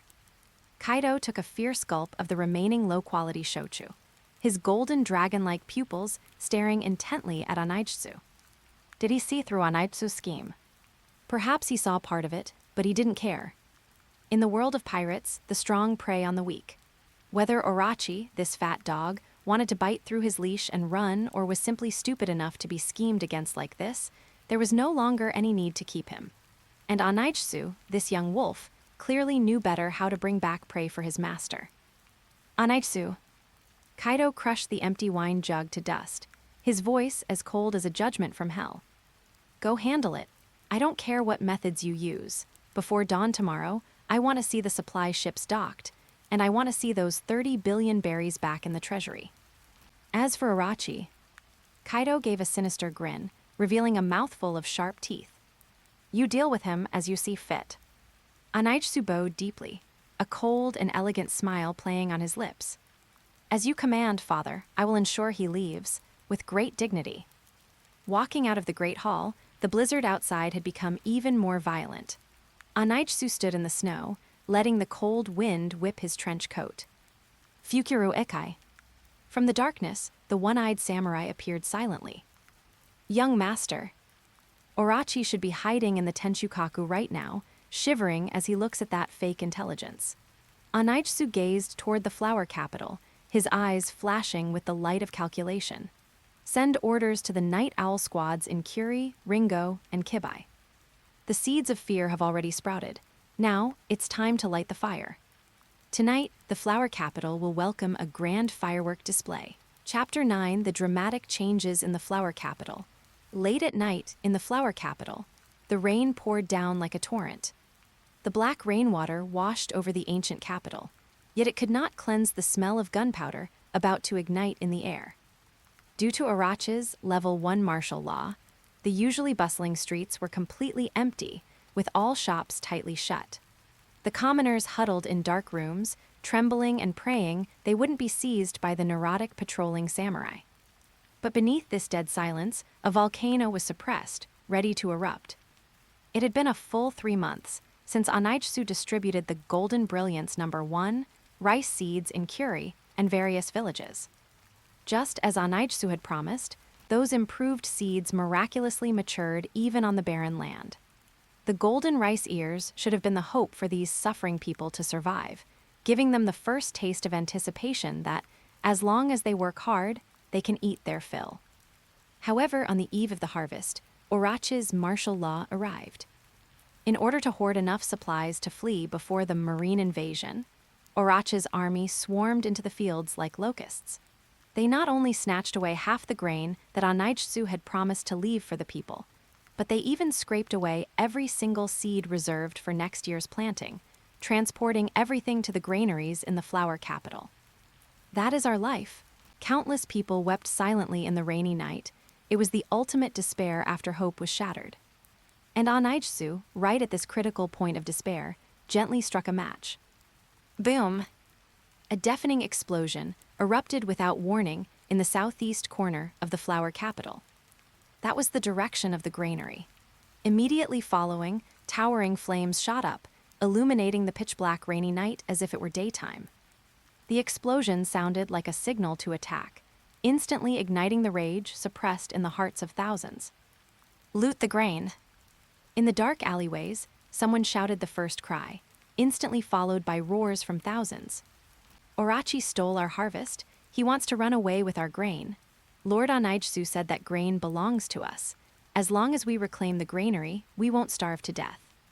Thousands of rioters, who had already been lying in ambush within the city, poured onto the streets. Among them were the death warriors Anaitsu had brought from Jianlu town, samurai whose families had been destroyed by Orochi, and countless commoners driven completely insane because their hope was stolen. They clutched crude bamboo spears, hoes, or even stones they had picked up, their eyes bloodshot, charging recklessly toward the granary and the outer defensive lines. This was a meticulously planned riot, and even more so, an experiment on human nature. Anaitsu not only gave them weapons, but more importantly, he first gave them hope, and then manipulated Orochi into personally extinguishing that hope. That night, Orochi's greed finally turned into the noose that strangled him. What is happening? In the shogun's mansion, Orochi, who couldn't sleep while clutching his pillow, rolled off the bed in terror, not even bothering to put on his shoes. Did the Marines break in? I knew it. They're here. No, General, it's a riot. Those lowly people are rebelling. Fukurokuju rushed in, drenched in sweat, his hat askew. They are attacking the granary at the east gate. There are too many people, at least 5,000. The outer guards can't hold them back. 5,000 people? Are these lowly people insane? Orochi shrieked, his ugly face contorted by fear. They've turned against me. They all turned against me. They want to kill me. They want to steal my gold. Quick, send out all the Oniwabanshu and the samurai corps from Ninamaru. You go personally and kill them all. Absolutely do not let them get within a step of the shogun's mansion." Under extreme fear and the misleading of false intelligence, Orochi made the most foolish decision. He believed this was a large-scale rebellion aimed at his life and had to be suppressed with the strongest force. Thus, he dispatched the elite forces closest to him, including his only top-tier combat power, most of the Oniwabanshu and his personal samurai to the granary in the southeast corner. He didn't know this was exactly Onichisu's, luring the tiger away from the mountain. Shortly after the main force of the Oniwabanshu left, in front of the main gate of the shogun's mansion, that vermilion lacquered gate symbolizing the supreme power of Wano Country. In the curtain of rain, a black umbrella appeared. Cracked. There was no sound of a battering ram. That heavy gate, 1/2 meter thick and clad in iron sheets, was easily torn open like a piece of thin paper by a pair of hands covered in platinum gold metallic luster. Onichisu held the umbrella, his leather shoes stepping into the standing water, making an elegant tap, tap sound as he slowly entered the shogun's mansion. Behind him were only 50 people. But these 50 people were the top assassins of the Night Owl unit, elites trained by Onichisu with vast sums of money and modern special warfare tactics. They were clad in uniform black bulletproof combat suits, wearing thermal imaging goggles, and carrying silenced semi-automatic firearms and fine steel battle swords custom-made by Onichisu's armory. Kill. Onichisu spoke only one word. The sound was as light as a drop of rain hitting the ground. Thud, thud, thud. This was a silent slaughter, asymmetrical, like a dimensional strike. The samurai loyalists of Orochi, left guarding the corridors of the shogun's mansion, hadn't even drawn their swords, or even seen where the enemy was, when they were either pierced through the brow by precise bullets or had their throats slit by blades extended from the darkness. Blood mixed with rainwater gathered into rivers in the exquisite courtyard of the shogun's mansion. Onichisu walked through the pool of blood. His umbrella was not stained with a single drop of blood, nor were his trouser cuffs even wet. "Stop it!" A fierce cry filled with rage suddenly came from the roof to the side. Boom! A white figure descended from the sky, smashing heavily in front of Onichisu, splashing a huge wave of water and blocking his path. It was Yamato. 14-year-old Yamato was already quite tall. She held a massive spiked club, wearing the clothes imitating Kazuki Oden. Looking at the piles of corpses, her amber eyes were filled with anger and disbelief. "Onichisu, what are you doing?" Yamato had originally been locked up on Onigashima, but upon hearing about the riot in the flower capital, she assumed the samurai of the Kazuki clan were counterattacking. She knocked out her guard and secretly slipped out. What she saw instead was her own younger brother leading people to massacre the shogun's mansion. "You are slaughtering. Although these people are Orochi's subordinates, many were just ordinary samurai acting under orders." Yamato angrily swung her spiked club. Oden said he would protect the people of this country. What's the difference between what you're doing and what Kaido or Orochi do? Onichisu stopped walking and slightly lifted the brim of his umbrella, revealing those shattered glasses that gleamed coldly in the rainy night. "Move aside, Yamato. I am working." "Working is killing people work." Yamato gritted her teeth, tears welling up in her eyes. "You are destroying this country." "Look closely." Onichisu suddenly interrupted her, pointing the tip of his umbrella at a fat corpse in luxurious clothes on the ground. This man was the chief guard of the Rakshasa town prison. He is responsible for at least 300 innocent civilian lives, and he enjoyed collecting the severed fingers of his prisoners. Onichisu pointed to another corpse. That person was the tax collector responsible for the head tax. Last month, because one household couldn't pay the 2 gold coin tax, he forced the parents to death and sold the 2 daughters to the pleasure quarters. And that one was Orochi's poison taster.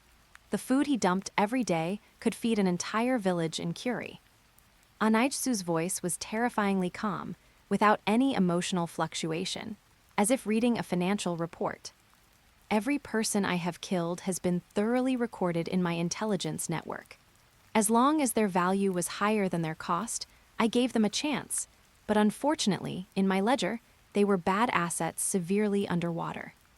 They are the cancer cells of this country, parasites feeding off the malignant tumor that is Orochi. Removing cancer cells certainly causes bleeding, but that is called surgery, not slaughter. Yamato froze. She looked where Anaitsu's umbrella tip pointed. Those villains who usually lorded over and oppressed the common people were now lying like dead dogs in the mud and water. But you still shouldn't. Yamato's conviction wavered. Her justice was pure, passionate, and black and white. Anaitsu's justice was gray, calculated, and result-oriented. There is no but. Anaitsu walked past Yamato and continued forward. Yamato, if you want to be a hero, go outside and put out the fires, go placate those rioters, go stop the looting, go stop Orochi's men from massacring civilians. That is the superficial work you need to do. Anaitsu's voice drifted away in the rain. This is the slaughterhouse of power. It is not suitable for idealists like you. I am going to give this country a new heart. Watching Anaitsu's thin yet resolute back, Yamato's hand gripping the spiked club slowly loosened. She looked at the raging fires and the rain, listening to the distant cheers of "Long live Lord Anaitsu" from the commoners and the battle cries of the samurai corps. For the first time, she felt a deep sense of confusion. Was her brother's action wrong? If it was wrong, why were the commoners cheering? If it was right, why were the methods so chilling?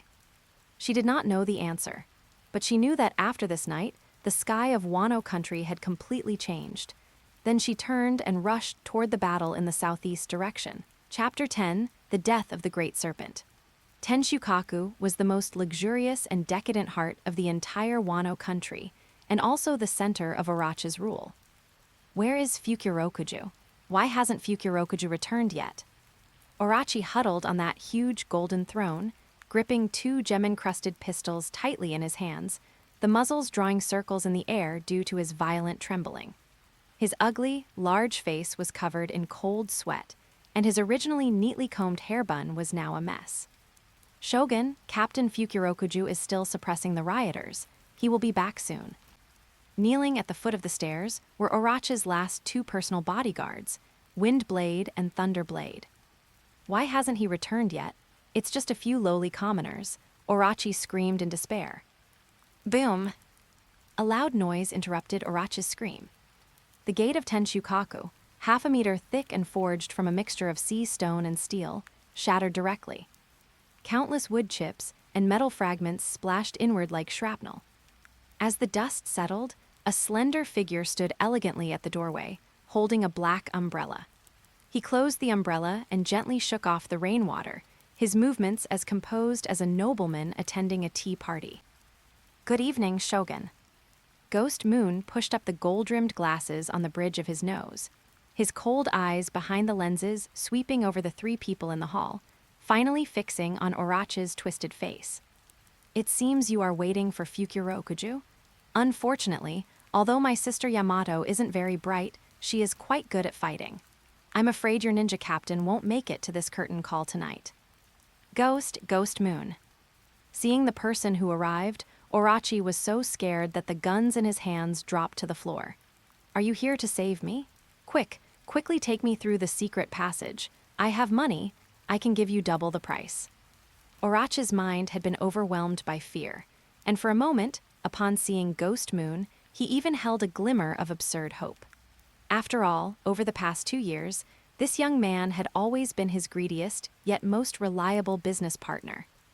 However, Windblade and Thunderblade, standing at the foot of the stairs, were much more clear-headed than their master. As elite ninjas, they keenly smelled the rich, lingering scent of blood on Ghost Moon, as well as the undisguised killing intent directed at everyone present. Shogun, wake up. Thunderblade, a burly giant, said in a low voice, "This young master is not here to rescue you. He is here to conduct a funeral." How sharp. Ghost Moon tossed the black umbrella aside, making a crisp sound. Since you've realized it, why not run? With your ninja skills, jumping out of the window might give you a 1 in 10,000 chance of survival. We eat the Lord's food, we do the Lord's work. The lean-wind blade sneered. Although Orochi is a foolish lord, we are not cowards who flee without a fight. Thunderblade, attack. Thunderblade's burly body erupted with astonishing speed, and the huge electric dual blades in his hands slammed violently into the ground. These were electrical weapons crafted using Wano Country's artisan techniques, and blue electric arcs slithered along the red carpet like venomous snakes toward Ghost Moon. Meanwhile, the lean figure of Windblade leaped high, his legs stepping continuously in midair, and countless special shuriken wrapped in vacuum slashes sealed off all of Ghost Moon's escape routes. This combination was extremely tricky. Lightning paralyzed the body, and vacuum blades sliced flesh. Even top-tier samurai of Wano Country would find it hard to parry. If it were 2 years ago, this would indeed be a problem. Facing this lethal strike, Ghost Moon stood in place, neither dodging nor evading, not even taking his hands out of his pockets. Zzzzzz. The blue current hit his leather shoes, but disappeared like a stone into the ocean. The mythical Zoan, white tiger fruit, channeled the current instantly into the ground. The sharp shuriken collided with his seemingly thin black trench coat, surprisingly emitting the crisp sound of metal clashing, only to be deflected by the fabric hardened with armament Haki. What? Windblade and Thunderblade were horrified. How is it possible to be unscathed? Ghost Moon slowly raised his right hand. His palm was already covered in a layer of white gold metallic luster. It wasn't just armament Haki. It was the metal manipulation ability granted by the white tiger fruit, his fingertips hardened like diamonds, with a density comparable to sea stone. Electricity is energy, but in physics, as long as you are properly grounded, a conductor is safe. Ghost Moon's voice was as cold as if he were teaching a physics class. As for the wind, in the face of absolute density, air currents are just tickling.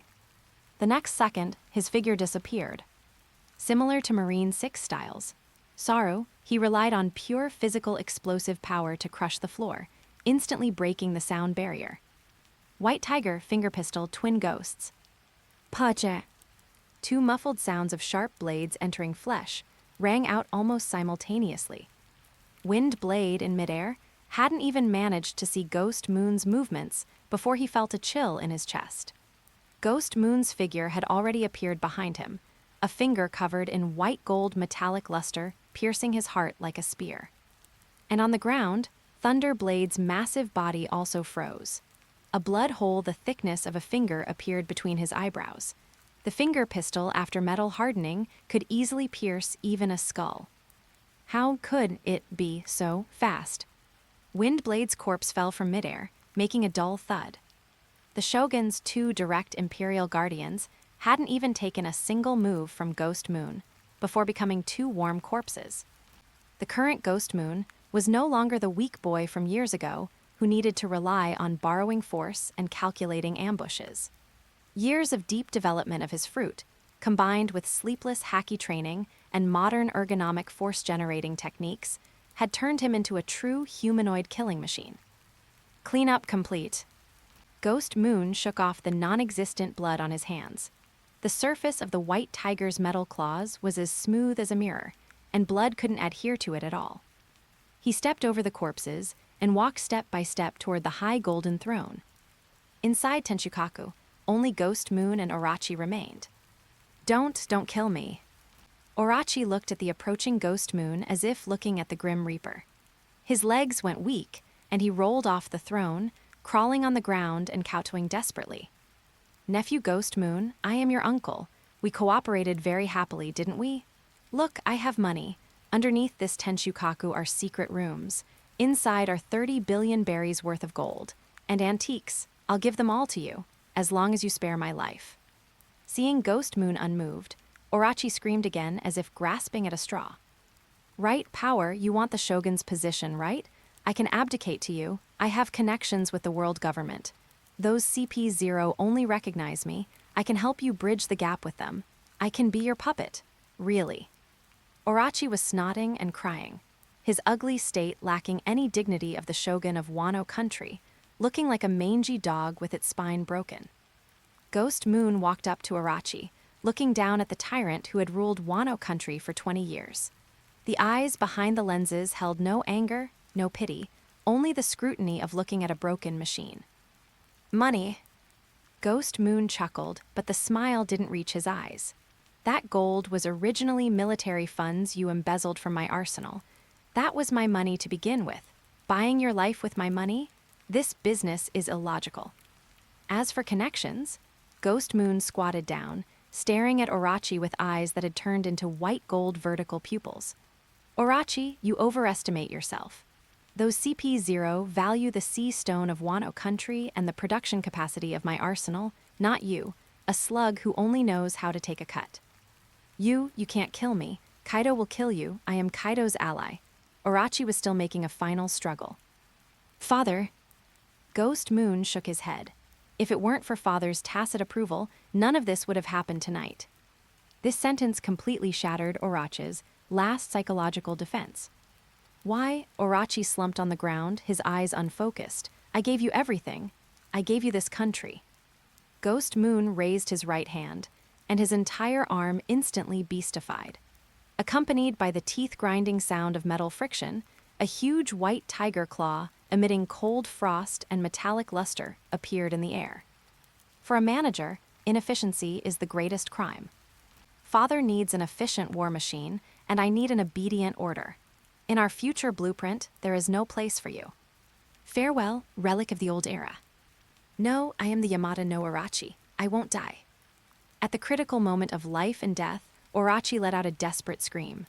The Zoan, snake fruit, mythical Zoan, Yamada no Orochi model instantly activated. Boom! 8 huge, hideous snake heads burst out from his body, bringing venomous fangs, crazily biting toward Ghost Moon, wanting to make a final death struggle. Stupid biological instinct. Ghost Moon was expressionless, not even stepping back half a step. He just gently waved that white gold claw. White Tiger's secret skill, Jeng Metal Killing. The West belongs to metal, dominating killing and warfare. The White Tiger is the divine beast of metal. At this moment, the air seemed to freeze. A white gold slash line, beautiful to the extreme, sliced through space silently. No explosion, no roar. Only a soft kai sound. Time seemed to stand still for 2 seconds. Immediately afterward, Orochi's 8 hideous snake heads, along with his fat body, were neatly misaligned and slid off in this instant. 16 pieces. The cut was as smooth as a mirror. Because the speed was too fast, the blood didn't even flow out immediately until the corpse pieces hit the ground and the blood erupted like a fountain. The treacherous hero of a generation, Orochi, fell right here without even a chance to regenerate. Ghost Moon retracted his claws, looking at the mess on the ground, his eyes without a ripple. He took a clean handkerchief from his pocket, gently wiped his fingers that weren't stained with blood, and then threw the handkerchief onto Orochi's corpse, as if throwing away a rag to cover his shame. He walked to the blood-stained golden throne. That was the position Orochi had sat in for 20 years, symbolizing the highest power in Wano Country. Ghost Moon did not sit on it. He looked with disgust at the cushion that had been polished shiny by Orochi's sitting, and then raised his foot. Boom! With a loud noise, the golden throne was kicked over by him, rolling down the steps, deformed from the fall. Sitting on this kind of decadent chair for too long will give you hemorrhoids. Ghost Moon stepped over the wreckage of the throne and walked to the balcony. The heavy rain outside had stopped at some point. A hint of white appeared on the horizon. That was the radiance of dawn. He overlooked the scene below.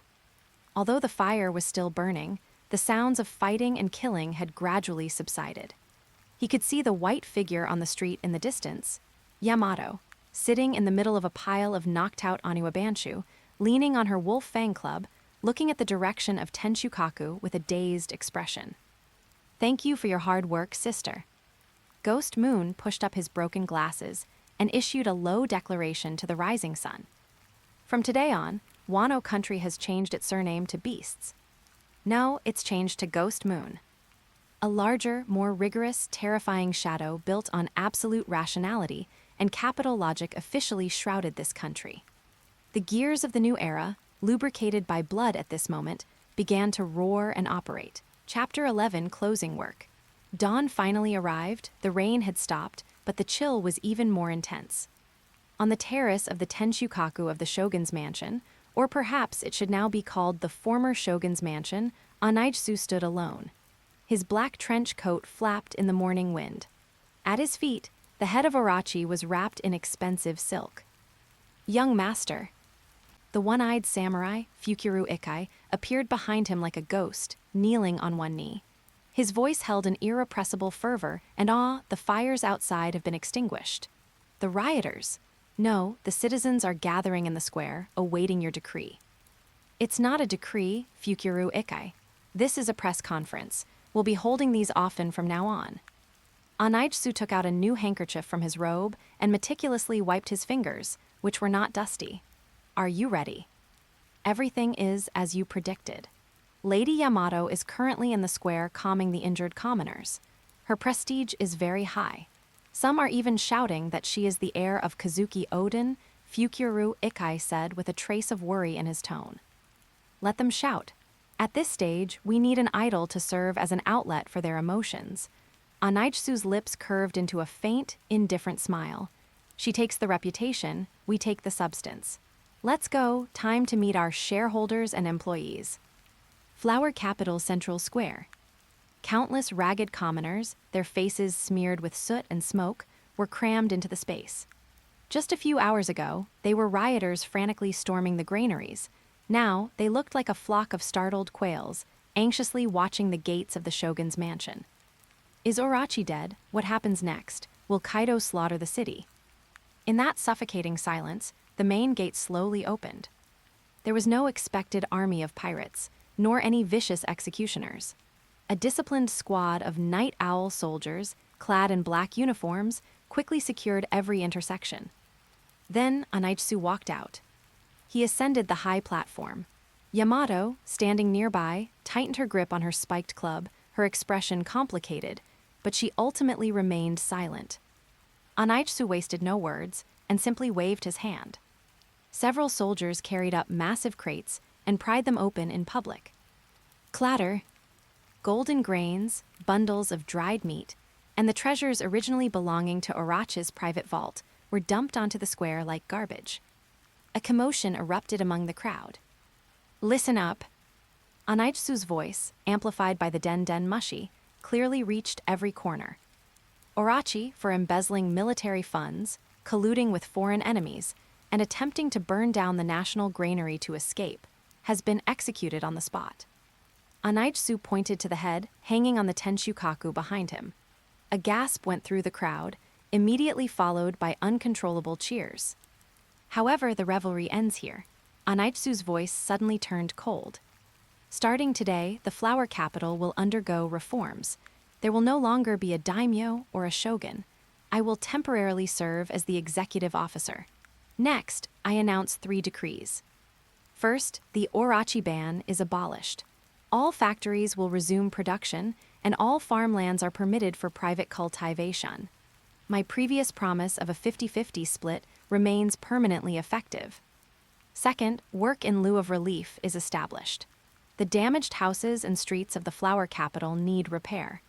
As long as you work, you will receive 3 full meals a day, plus a salary of 300 berries. Third, Anaitsu adjusted his glasses, his gaze sharp as a knife.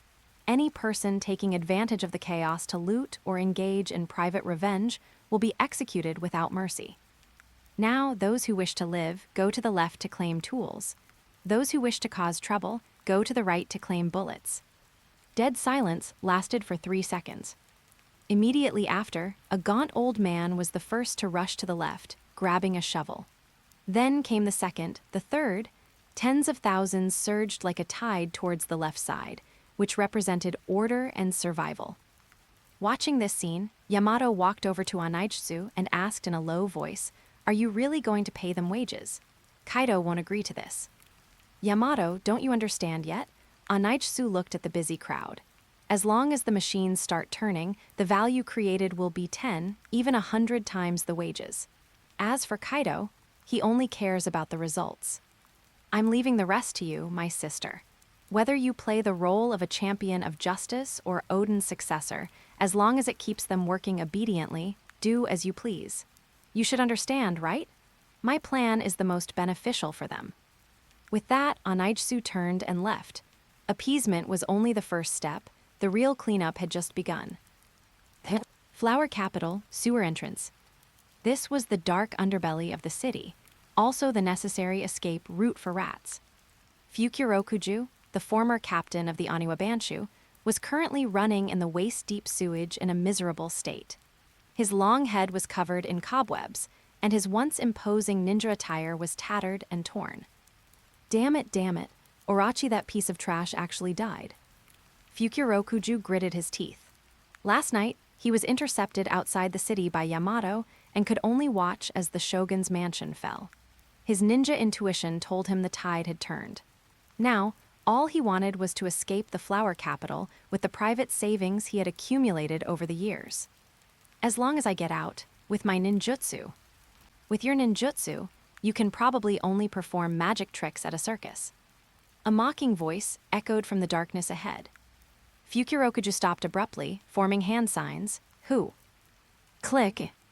Several high-intensity spotlights suddenly illuminated, turning the dark sewer into daylight. Fukurokuju's pupils constricted. At the exit ahead, 2 neat rows of black-clad soldiers holding firearms stood at attention. And among the soldiers, Anaijsu sat on a comfortable genuine leather sofa, legs crossed, holding a cup of still-steaming black tea. Captain Fukurokuju, where are you in such a hurry to go? You haven't completed your resignation procedures yet, Anaijsu said lightly after taking a sip of tea. Anaijsu, a desperate, fierce glint flashed in Fukurokuju's eyes. You think these firearms can stop this old man? Ninjutsu. Earlobe. Bang! A gunshot rang out. Fukurokuju's hand, mid-seal, froze in midair. A bullet grazed past his long earlobe, hitting and bursting a water pipe behind him. That's not an ordinary bullet. It's a special round coated with sea stone powder. Anaijsu put down his teacup. Although the content is low, the bullet's penetration power is greatly enhanced. Your armament Haki might not be able to block it. Fukurokuju was stiff all over. He looked at the dense array of gun muzzles in front of him. What do you want? Fukurokuju was a smart man, and the biggest trait of a smart man is fear of death. I'm short-staffed. Anaijsu stood up, walked to the edge of the water channel, and looked down at the wretched ninja leader. Orochi is dead, but the mess he left behind remains. His informants in various villages, his overseas smuggling channels, and those rats hiding in the shadows. You need to help me clean it all up. You want me to betray my former master? Fukurokuju gritted his teeth, trying to maintain a shred of dignity. Stop acting. If you were truly loyal, you should be committing seppuku to follow Orochi right now, instead of crawling through the sewers here. Anaijsu mercilessly exposed him. The Aniwa Banshu are tools. Tools have no allegiance, only users. Anaijsu pulled out a document from his robe and threw it into the sewage in front of Fukurokuju. This is a new labor contract. Your position will be the Action Squad Captain of the Flower Capital Intelligence Bureau, reporting directly to me. Your salary will be 3 times what Orochi gave you, plus the instructor allowance for the Night Owl unit. Of course, Anaijsu pointed to the surrounding gun muzzles. You can also choose to refuse. In that case, I will cut off your head and sew it onto Orochi's. Fukurokuju, trembling, picked up the soggy contract, triple salary, and a chance to live. Without any hesitation, the ninja leader who once swore allegiance to Orochi kowtowed heavily. This subordinate is willing to serve Lord Anaijsu like a dog. Very good, Anaijsu turned. Take your men and round up all the remaining Orochi remnants in the city. Remember, I want them alive. The mines are short on laborers. Chapter 12 agreement reached. Compared to the flower capital, which was waiting to be rebuilt, the atmosphere on Onigashima remained oppressive and terrifying. Inside the massive skull dome, Kaido sat on his throne, holding a sake gourd that contained no sake, his expression as gloomy as the sea before a storm. Below the steps, King of Disaster King, Queen, and Jack stood on either side, not daring to even draw a full breath. The great doors were pushed open. Ghost Moon strode in, wearing a coat still stained with the scent of last night's gunpowder. followed by 4 night owl soldiers carrying 2 heavy iron chests. "Father." Ghost Moon walked to the foot of the steps and bowed slightly. "You are late." Kaido's voice was low, carrying a dangerous nasal tone. "I heard that you burned down the flower capital and slaughtered Orochi.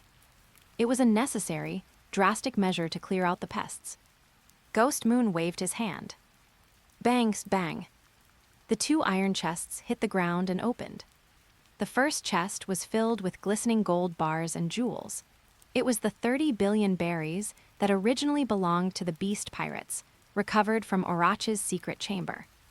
The second chest contained Orochi's ugly head and a blood-stained marine invasion plan.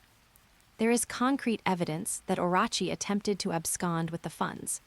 I have recovered all 30 billion berries, returning them to their rightful owner. Ghost Moon pointed to the gold, his tone calm. Kaido glanced at the gold, the killing intent in his eyes fading significantly, but he still snorted coldly. "HMPH, I suppose you were thorough. But you took over the flower capital without permission and started giving orders there. Aren't you looking down on me a bit too much?" "Quite the contrary, father. This is for the great war of the beast's pirates." Ghost Moon walked up the steps and pulled out a prepared Wano Country new policy plan from his coat. Orochi's rule was too backward. He treated Wano Country as his private property, while I treat it as a factory. "Father, I request to establish 3 ground rules with you." Ghost Moon raised 3 fingers, not flinching in the slightest under Kaido's terrifying dragon aura. "First, the separation of military and government. You and the beast's pirates are responsible for external warfare, defending against the marine, and plundering devil fruits. I will be fully responsible for all administration, economy, and production in Wano Country. Members of the beast pirates must not kill, rob, or disrupt the production order in the flower capital at will. If anyone violates my laws, I have the right to handle it myself. Second, resource exchange. I guarantee to provide Onigashima with twice the amount of weapons and sea stone provided during Orochi's time each year. In exchange, I will not pay you any monetary taxes. I will invest all fiscal revenue into factory expansion and technological research. Third, the handling of Yamato. Yamato will exist as the guardian deity of the flower capital and be responsible for maintaining order. This will utilize her combat strength while also appeasing those samurai who miss the Kazuki family. Please allow her to leave Onigashima temporarily." The Great Hall was deathly silent. Queen opened his mouth wide, not even noticing his cigar falling to the ground. This was practically splitting the household with Kaido. "What a raro." Kaido suddenly laughed, the laughter making the Great Hall buzz. He stood up abruptly, his massive shadow looming over Ghost Moon. "Brat, do you know what you're saying? You want to be the king of this country." "No, father." Ghost Moon looked up, his lenses reflecting a flash of white light. "I want to be the chief of logistics. You are the embodiment of war, and I am the pipeline delivering fuel for you. If the pipeline is blocked, the flames of war will be extinguished." Kaido stared at Ghost Moon for a full minute. He saw an ambition in this son that even startled him. It didn't seem to be for usurping the throne, but for some kind of even greater, more precise desire for control. As long as weapons could be provided, as long as it could support him in launching the greatest war in the world, Kaido didn't care at all who managed this broken country. Twice the weapons and sea stone. Kaido kicked the sake gourd in front of him away. "As long as you can make more guns and cannons for me, and more sea stone, you can do whatever you want with this broken country. But..." Kaido suddenly leaned close to Ghost Moon, his vertical pupils contracting. "If the output doesn't meet the requirements, I will throw you and Yamato into the oil vat together." "Deal." Ghost Moon smiled slightly and bowed again. "Wait, your foundation in the flower capital is unstable. Take King back with you to help you handle troublesome matters." "Thank you for your concern, father. Then, please allow me to take my leave. There are still many ruins in the flower capital that need to be cleared." The moment he turned to leave the Great Hall, a cold arc curled onto Ghost Moon's lips. The negotiation was a success. Although there was now a thorn by his side, he also gained a top-tier combatant. Orochi was dead, and the old order had collapsed, and he had finally legitimately obtained the management rights to this country. From this day on, Wano Country would no longer be a land of samurai, nor a paradise for pirates. It would become a precisely operating, cold-blooded, existing solely for the production of violence, Guiyue heavy industries. Walking out of the Skull Dome, Ghost Moon did not rush to board the ship back to the flower capital, but stopped and pulled a box of cigars from his coat. He rarely smoked, unless his brain was running at high speed. Snap! A flame ignited at his fingertips. But before he could bring it closer, a large hand wearing a black glove reached out, and 2 fingers easily snuffed out the flame. In the shadows behind him, the tall King of Disaster King stood silently. His sharp eyes stared fixedly at Ghost Moon through the slits of his mask. "I don't like the smell of smoke." King's voice was cold and low, also, young master. "Although the Governor General handed you over to me for supervision, this does not mean I will listen to your orders. If you do anything that harms the interests of the Beast's pirates, I will not hesitate to cut off your head." Ghost Moon was not annoyed. He casually tossed the expensive cigar into the snow, pushed up his glasses, and turned to look directly at this first mate of the Beast pirates. "King, you are a smart man and a survivor of the Lunarian tribe. You should know better than anyone that in this world, only value is the eternal talisman for survival." Ghost Moon's voice was so calm that it didn't seem like he was facing a monster that could kill him in an instant. "Father sent you to monitor me, but it is also a deterrent. Although I have taken the flower capital, those old nobles, remnants of the daimyo, and lurking gangs are still stirring in the shadows. They don't fear me, this illegitimate son, but they definitely fear the King of Disaster." Ghost Moon's lips curled slightly, revealing a standard fake business smile. "So, for the next period of time, please lend me your fearsome reputation. In return, I will show you a war machine you have never seen before, one so efficient it will make you shudder." King was silent for a moment, and a flash of obscure light flickered in his eyes beneath the mask. "I hope your ability can match your ambition." Chapter 13, The Great Construction of Wano Country. Flower capital, Central Plaza, the cold morning mist had not yet dispersed. The plaza, once used for celebrations, was now divided by barbed wire into strict queues, and the air was filled with the smell of printer ink. Next, sitting behind the registration desk, was a young man from Curie who had once been regarded as an outcast. He was now wearing a crisp black uniform, with a badge reading Flower Capital Municipal Hall Household Registration Department pinned to his chest, his gaze cold and businesslike. Standing before him was a middle-aged man wearing a Montsuki Heiori hakama. Although his sword had been confiscated, he still wore an empty scabbard at his waist. His attire was somewhat worn, but his upturned chin and disdainful gaze revealed his former noble status. "I am of the Yajiu clan, Yajiu Jubei." The middle-aged man haughtily announced his name. "My grandfather was once a retainer to Lord Kazuki Odin, and my family owns 3 streets of fiefdoms in the flower capital. Give me one of those, damn cards, and have my special rations sent to my home." The clerk didn't even look up, tapping his fountain pen against the form. "Name." "I already told you, I am of the Yajiu." "I asked for your name, not your family tree." The clerk coldly interrupted him. "In the new household registration system, there is no Yajiu clan, only citizens. Your occupation." "Occupation? I am a samurai, a noble samurai." Yajiu Jubei was so angry that his beard trembled. "You outcast, how dare you?" "Occupation? Unemployed." The clerk quickly wrote a few words on the form, then tore off a gray card and tossed it on the table. "This is your temporary ID card. With this card, you can only collect a bowl of thin porridge at the relief station each day. No medical quota, no coal quota for heating." "What did you say?" Yajiu Jubei grabbed the gray card as if he had received a grave insult. "A bowl of porridge. Are you trying to starve a samurai to death?" "Don't want to starve." The clerk pointed to the huge billboard nearby. On the billboard, there were several red job postings. Beast Heavy Industries, 3rd Refinery Recruiting Level 1 Fitters. Daily wage, 800 berries, includes 3 meals with meat. Flower Capital Underground Pipeline Recruiting Excavators. Daily wage, 500 berries includes 2 meals. Night Owl Security Force recruiting security personnel. Monthly salary, 200,000 berries, requires assessment. If you want to eat meat, go to work. The clerk pointed to the commoners queuing up behind him. See that old man who used to clean your latrines? He is now a team leader at the fertilizer plant. That is his gold card, and he gets 2 caddies of beef every day. Yaju Jubei turned his head. Sure enough, the latrine cleaner who used to kneel in the mud when he saw him was now holding a golden card with his head held high, picking up a large piece of fresh red beef and 2 bottles of sake from the VIP lane. This scene was more painful than killing him. This is chaotic governance.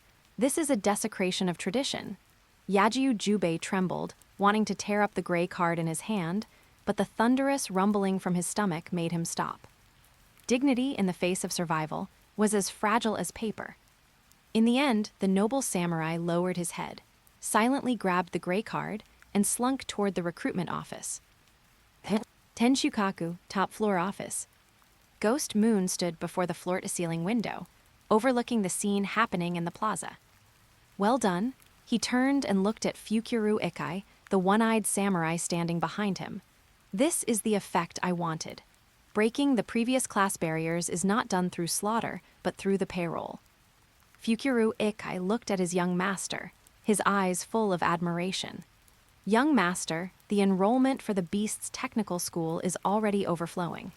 Many samurai, for the sake of that senior technician certificate, have even started selling their heirlooms to pay the tuition. Very good. Next, it's time to give these workers a place to spend their money. Ghost Moon glanced at the wall clock. It's about time. That heavyweight partner should be arriving.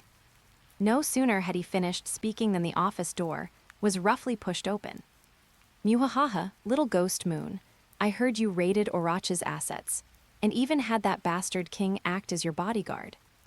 A man with a body as huge as a ball, smoking a cigar, and wearing long golden braids walked in swaggeringly. Beast's Pirates lead performer played Queen. This former MADS scientist was currently eyeing Ghost Moon with a scrutinizing gaze. Uncle Queen, Ghost Moon smiled and signaled his subordinates to serve tea, not tea, but a large bowl of extra-thick red bean soup with machi. Why trouble yourself to come all this way for such a small matter? Cut the crap, I suppose you're sensible, kid. As soon as Queen saw the red bean soup, his eyes went straight, and he downed it in one gulp. Tell me, you said in your letter that you found Vegapunk's relics. How could I dare to lie? Ghost Moon waved his hand, and Fukuru Ikai immediately presented a rusty metal file box with a special logo. I found this when I was sorting through Orochi's treasury, among the tributes from a smuggler. It is said to be a discarded draft that was lost when MADS disbanded. Ghost Moon pushed the file box toward Queen. Queen suspiciously opened the box and took out the yellowed blueprints inside. After just one glance, his pupils contracted sharply, and his previously casual expression instantly became ferocious and fanatical. This is G5 Energy Furnace, that old bastard's discarded design. Exactly. Ghost Moon adjusted his glasses, accurately grasping Queen's psychology. I had someone appraise it. It records a technology that uses high-purity sea stone waste for energy conversion. However, Vegapunk wrote in the annotations, extremely unstable, high radiation, discarded. Pa, what unstable? Queen spat fiercely. That old stubborn fool is just too conservative. He is always obsessing over things like safety and ethics. Muhahaha, this is clearly a genius concept. That is why I invited you here. Ghost Moon leaned forward, his voice full of seductive power. What Vegapunk dared not do, you dare to do. The technology he abandoned because of safety, if you can perfect it and build it. Wouldn't that prove that in this field, Lord Queen has surpassed Vegapunk? This sentence precisely struck Queen's G-spot. The thing he hated most in his life was people saying he was inferior to Vegapunk and Judge. Surpass him? Muhahaha, that's right. That old geezer just didn't have the guts. Queen slapped the table excitedly, the fat on his face trembling wildly. As long as I add my biochemical bacteria as a stabilizer and modify the cooling system, this thing can definitely run. Not only can it run, but it can also power the entire flower capital. Ghost Moon cast the bait at the right time. Uncle Queen, I will provide the money, the venue, and the raw materials, see stone waste. You provide the technology. After this power plant is built, it will not only prove your genius but also. Ghost Moon pointed to the red bean soup nearby. I will build an exclusive mechanical laboratory for you in the flower capital, equipped with a full set of equipment and unlimited red bean soup with machi. Queen's Adam's apple bobbed. A chance to surpass Vegapunk and unlimited red bean soup. Deal. Queen grabbed the blueprints, his eyes flashing with a crazy light. Muhahaha, kid, you have a good eye. Just wait, I'll turn that old bastard's discarded draft into reality. I will let the whole world see who the #1 scientist really is. A month later, tonight in the flower capital, there was no moon, but the streets were packed with people. Tens of thousands of citizens, including those samurai who had just finished work, students in new uniforms, and the night owl soldiers maintaining order, were all looking up at the towering black iron tower in the center of the city. That was the newly completed Beast's #1 energy tower. Its core was the sea stone fission furnace that Queen had improved based on Vegapunk's manuscript. The huge chimney did not emit black smoke. Instead, it passed through Queen's biochemical filtration system and emitted a faint green fluorescent steam. Although it looked a bit eerie, Queen guaranteed it was absolutely safe. At least it wouldn't kill anyone in the short term. On the balcony of Tenshukaku, Ghost Moon and Queen stood side by side. Are you ready, genius scientist? Ghost Moon asked, wearing sunglasses. Ready anytime. Let these bumpkins witness MADS technology. Queen excitedly pressed the red start button in front of him. Hum. A low humming sound instantly spread throughout the city. It was the heartbeat of the reactor beginning to operate at full speed. The next second, light that pierced the darkness. First, a dazzling blue light lit up at the top of the energy tower. And then, the current flowed to every corner of the city at the speed of light along the newly laid underground cables. Pop, pop, pop. The street lamps on both sides of the main road lit up instantly, like two fire dragons running through the flower capital. Then came the shops, izakayas, bathhouses, and even the factories in the distance. Colorful neon signs flickered in the night. Beast's Bathhouse, open 24 hours. Night Owl Izakaya, half price today. Golden Glory Casino, fair and just. The originally dead and dark feudal capital, at this moment, seemed to have traveled through time and space, becoming a cyberpunk-style city that never sleeps. Wow, it's lit, it's really lit. Is this picking the stars from the sky? The crowd in the plaza erupted into deafening cheers. Children ran excitedly under the streetlights, chasing their shadows. The elderly were moved to tears, thinking a miracle had descended. And those young samurai and workers looked at the flashing signs with unprecedented longing in their eyes. They had their newly issued wages in their hands and unprecedented prosperity before their eyes. A flame called consumer desire burned fiercely in everyone's hearts. It is truly spectacular. Queen looked at this brilliant sea of lights and couldn't help but sigh. If that old geezer Vegapunk saw his discarded draft turned into such a miracle by me, his expression would definitely be wonderful. Muhahaha. The scenery is just a byproduct, Uncle Queen. Ghost Moon took off his sunglasses, his eyes reflecting the lights of the entire city, but they were hotter than the lights. You see the victory of technology, but what I see is the sound of money flowing. He pointed to the commercial street below that had instantly become crowded and noisy. With lights, the night is no longer time for sleeping, but time for spending. Izakayas can stay open all night, workers can go to the bathhouse to spend money after work, and the casino's roulette wheels can spin until dawn. Before, they hid their money under the bed to rot. Now, I want them to spend it, to buy happiness, to buy enjoyment, to get drunk. Ghost Moon turned around, his back to the 10,000 lights, and opened his arms as if embracing the rolling wealth. Only consumption can generate circulation. Only circulation can generate tax revenue. This is the highest realm of rule, to let them willingly hand over every penny in their pockets to me, while in a state of happiness.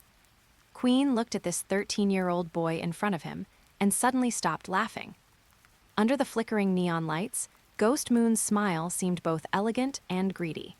Compared to Kaido's pure, violent plunder, this method of harvesting everything with light and heat was simply hair-raising. "Muhahaha, you really are a monster," Queen commented sincerely, with a little less disdain and a little more wariness in his tone this time. "No, I am a capitalist." Ghost Moon corrected him with a smile. The night wind blew, and the light of the neon signs fell on him, stretching his shadow long. Above this newly born city that never sleeps, a new era had officially arrived, accompanied by the humming of electric current. Chapter 14, Educational Reform. In the morning mist, the wooden buildings that once hung signs for XX-style dojo or XX private school were now all covered with glaring white seal tapes. Replacing them were rows of modern building complexes that had sprung up, their exterior walls painted a cold, grim gray, the Beast Comprehensive Academy. At the main gate, instead of tablets honoring martial gods or daimyo, stood a massive stone stele engraved with the school motto written in Ghost Moon's own hand: Loyalty, Utility, Efficiency. Inside the spacious and bright tiered auditorium, the air was filled with the smell of fresh paint. 500 school-age children, selected from the slums of the flower capital, Curie and Udon, sat upright, dressed in uniform dark gray stand-collar school uniforms. Ghost Moon stood on the podium. He wasn't wearing his signature black trench coat, but had changed into a form-fitting, military-style uniform, with a metal badge symbolizing Beast Heavy Industries pinned to his chest. "Heads up," Ghost Moon's voice carried clearly throughout the hall through the loudspeakers. "I know your elders taught you that a samurai's sword is for committing seppuku or for pledging loyalty to a certain clan. But here, that is trash from a bygone era." Ghost Moon picked up a pointer and struck the blackboard behind him heavily. On the blackboard was drawn a massive pyramid structure diagram. "From today on, you no longer belong to any clan, nor to any school. You belong only to this country and to me. The Beast Comprehensive Academy will be divided into 3 departments. After assessment and streaming, you will enter one of these 3 departments. This is the only path for you to change your destiny." Ghost Moon pointed to the base of the pyramid. "First, the engineering department. You will study arithmetic, mechanical principles, and chemical engineering. You will become engineers, technicians, and factory managers. You are the heart of this country, responsible for making machines roar and wealth flow." Ghost Moon pointed to the middle layer of the pyramid, where a sword and gun were crossed. "Second, the martial arts department. In this department, you will learn swordsmanship, taijutsu, marksmanship, and the basic theory of Haki. But remember, the swordsmanship here is not for performance, but for killing. We will abolish flashy styles and teach uniform military close quarters combat. After graduation, top performers will directly enter the Night Owl Security Force or the military, becoming the fangs of this country." Finally, Ghost Moon pointed to the top of the pyramid, where a cherry blossom was drawn. "Third, the arts department. Music, painting, dance, literature. Do not think these are useless. I want you to use art to praise the new era, to soothe the fatigue of the workers, and to make everyone believe that the current Wano Country is the best era in history. In the future, your creations will go beyond Wano Country and out to the whole world, promoting our Wano Country." The children below listened in stunned silence. In the old Wano Country, a blacksmith's son could only forge iron, and a samurai's son could only practice swordsmanship. But here, Ghost Moon had opened up all the paths for advancement, while also holding them all firmly in his own hands. However, Ghost Moon's tone turned cold, and his gaze swept across the room like a blade. "Regardless of which department you choose, there is one course that is compulsory for everyone, and it is the most important subject." He turned and wrote 4 big characters in the center of the blackboard: Ideological and Moral Education. Every morning for the first class, you will study a general history of the new Wano Country. You must figure out 3 questions. First, who gave you food to eat? Second, who ended the 20 years of chaos? Third, when foreign enemies, such as the marine or remnants of the old daimyo, try to destroy your current happy life, what should you do? I want to hear the answer. Ghost Moon looked at a little boy in the front row. The boy stood up nervously and recited the words from the admission handbook loudly. It is Lord Ghost Moon who gave us food to eat. The old daimyo only knew how to make us starve. We must swear to defend Lord Ghost Moon's new order to the death. Very good, sit down. Give him an extra egg on his tray at noon. Ghost Moon nodded with satisfaction. This simple reward and punishment mechanism was more effective than any grand theory for hungry children. As long as you repeat a lie 1,000 times, it will become the truth. Looking at the young yet fanatical eyes below, Ghost Moon knew that this was his true arsenal. 10 years later, this batch of children would grow up. They would become the most efficient engineers, the coldest warriors, and the most captivating artists.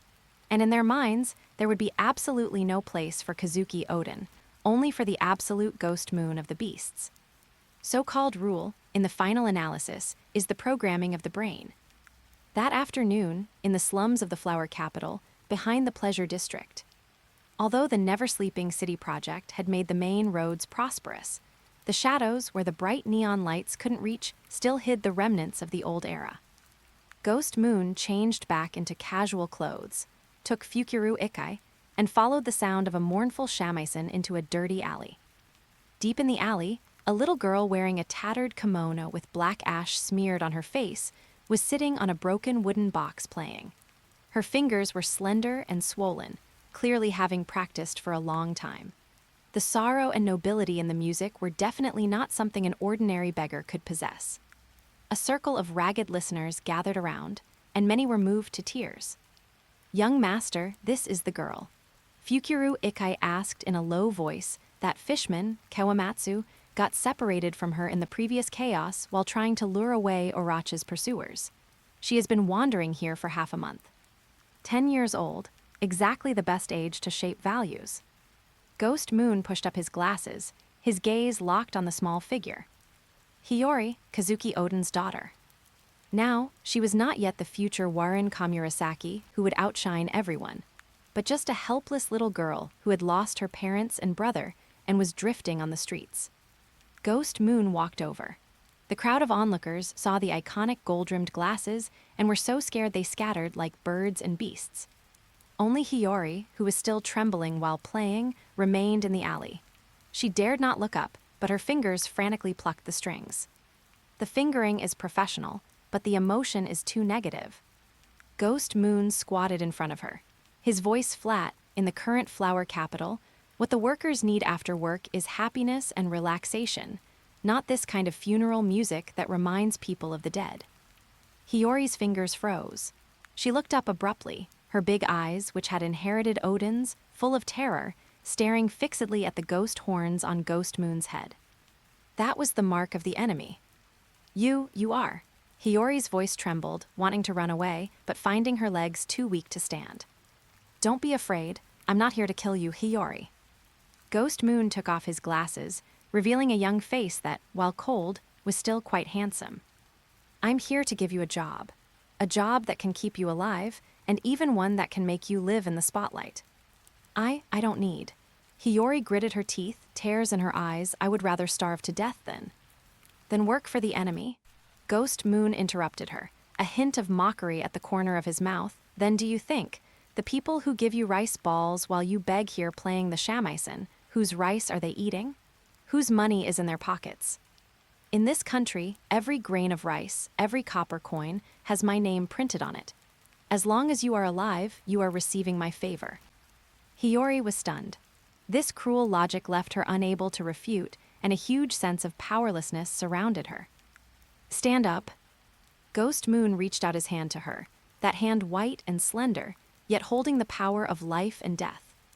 I have engineering talent, I have military talent, but I lack a cultural symbol.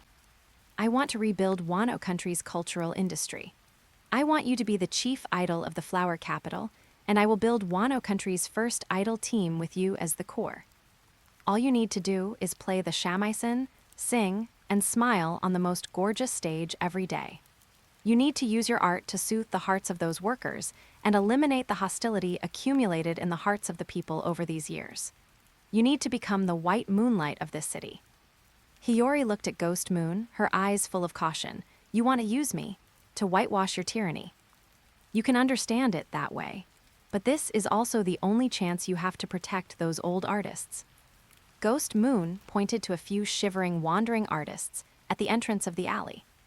If you agree, I can incorporate all these wandering artists into the Academy of Arts, give them positions, give them wages, so they don't have to freeze to death on the streets. Wano Country's traditional songs, dances, and paintings can thus be passed down. If you refuse, they will be sent to dig coal tomorrow. And you can only continue to be a beggar here until you freeze to death one day. This was a naked conspiracy. A kidnapping that used survival and cultural heritage as bargaining chips. 10-year-old Hiyori looked at the old artists who had almost frozen to death this winter, and then looked at Ghost Moon's unquestionable eyes. She remembered her mother's last words, "Live on, Hiyori." Only by living can there be hope. Only by standing in the center of the stage can she be seen by her brother. I agree. Hiyori, trembling, extended her small hand covered in chilblains and placed it in Ghost Moon's palm.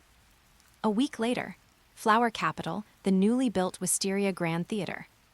On the huge stage, the lights were dazzling. Thousands of workers who had just finished work, women with children, and even some samurai who had put down their swords, were all obsessively watching the center of the stage. Sitting, there was a little girl as exquisite as a porcelain doll. She went by the alias Kamurasaki, wearing a priceless purple furosode kimono, holding a shamisen. But she was no longer playing the sorrowful Moon Princess, but a new track adapted under Ghost Moon's personal guidance, with a cheerful and bright rhythm, Dawn of the Flower Capital. Wah, Lady Kamurasaki, so cute, this is our angel, for Lady Kamurasaki's smile. A tsunami-like cheer erupted from the audience. In the box on the second floor, Ghost Moon held a wine glass, watching the scene coldly. Young master, her talent is astonishing. Fukuru Ikai sighed, in just 1 week, she has become the talk of the whole city.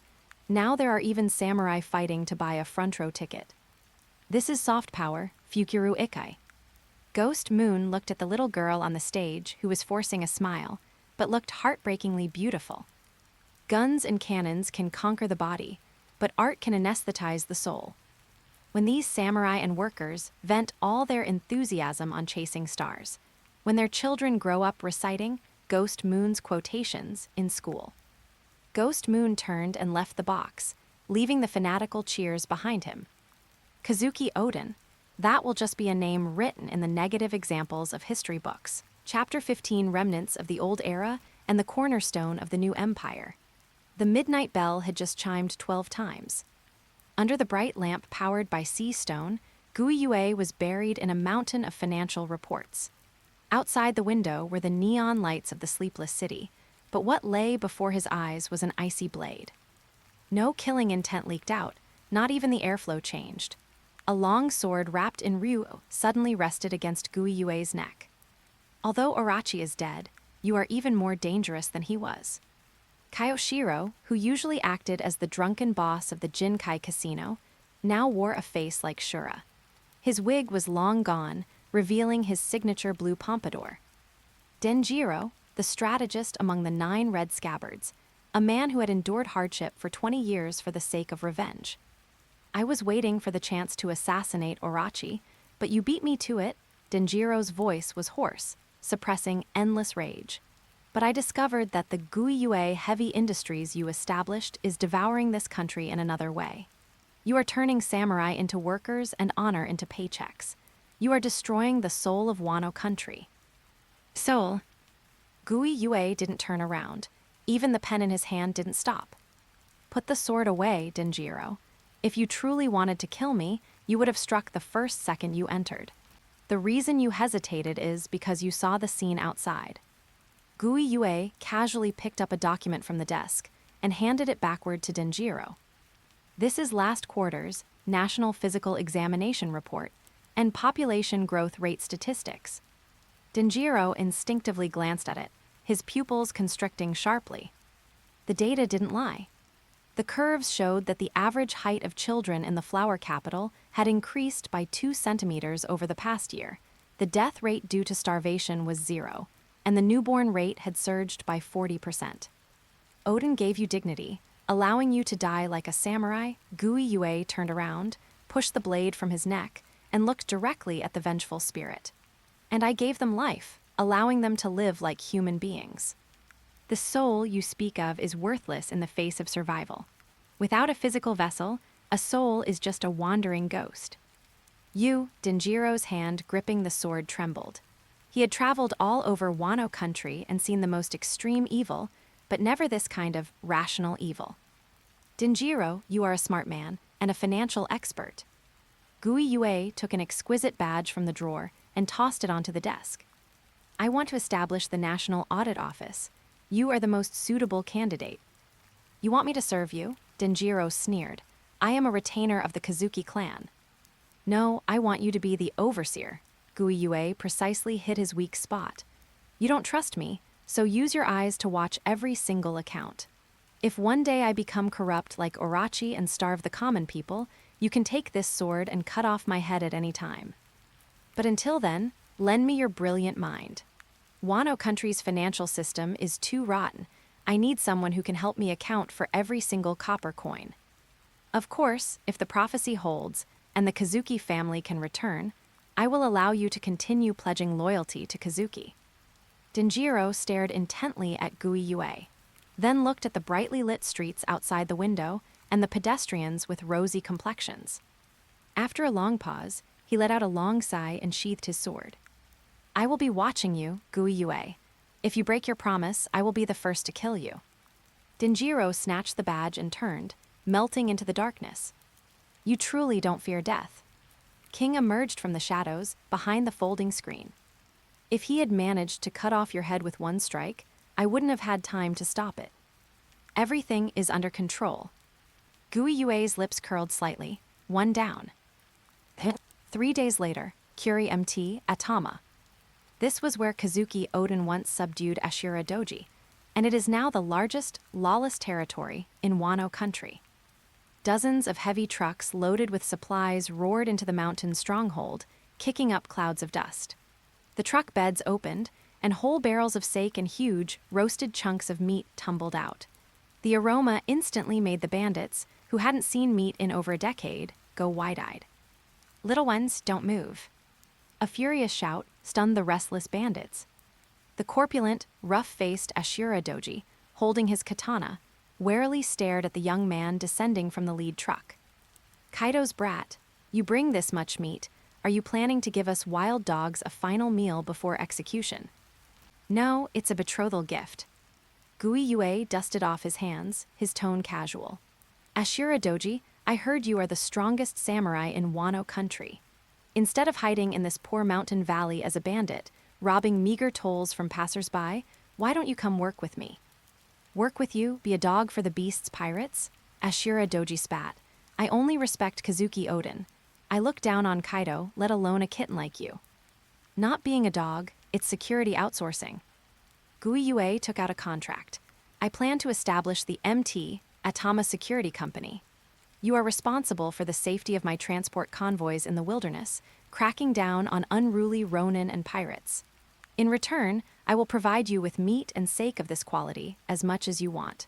Moreover, you can still retain the title of MT, Atama Bandit Group, nominally not being responsible to me.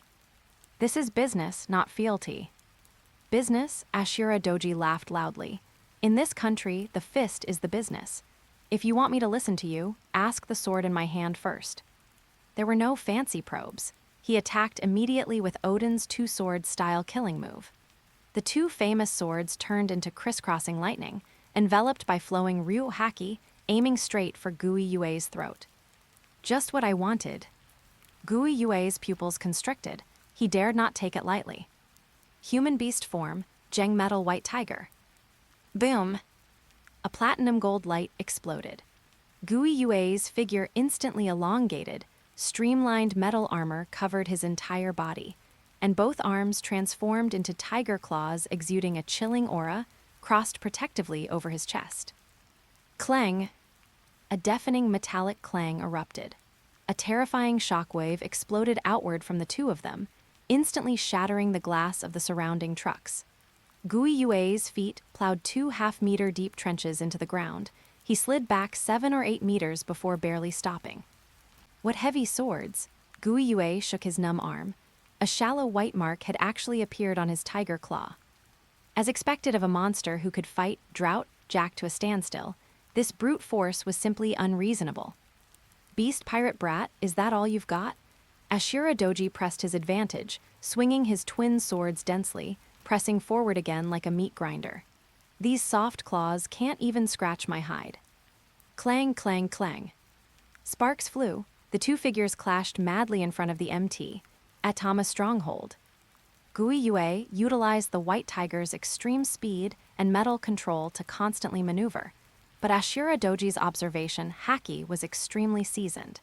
He could predict Guiyue's landing spots every time, forcing Guiyue to engage in direct confrontation. Ashura.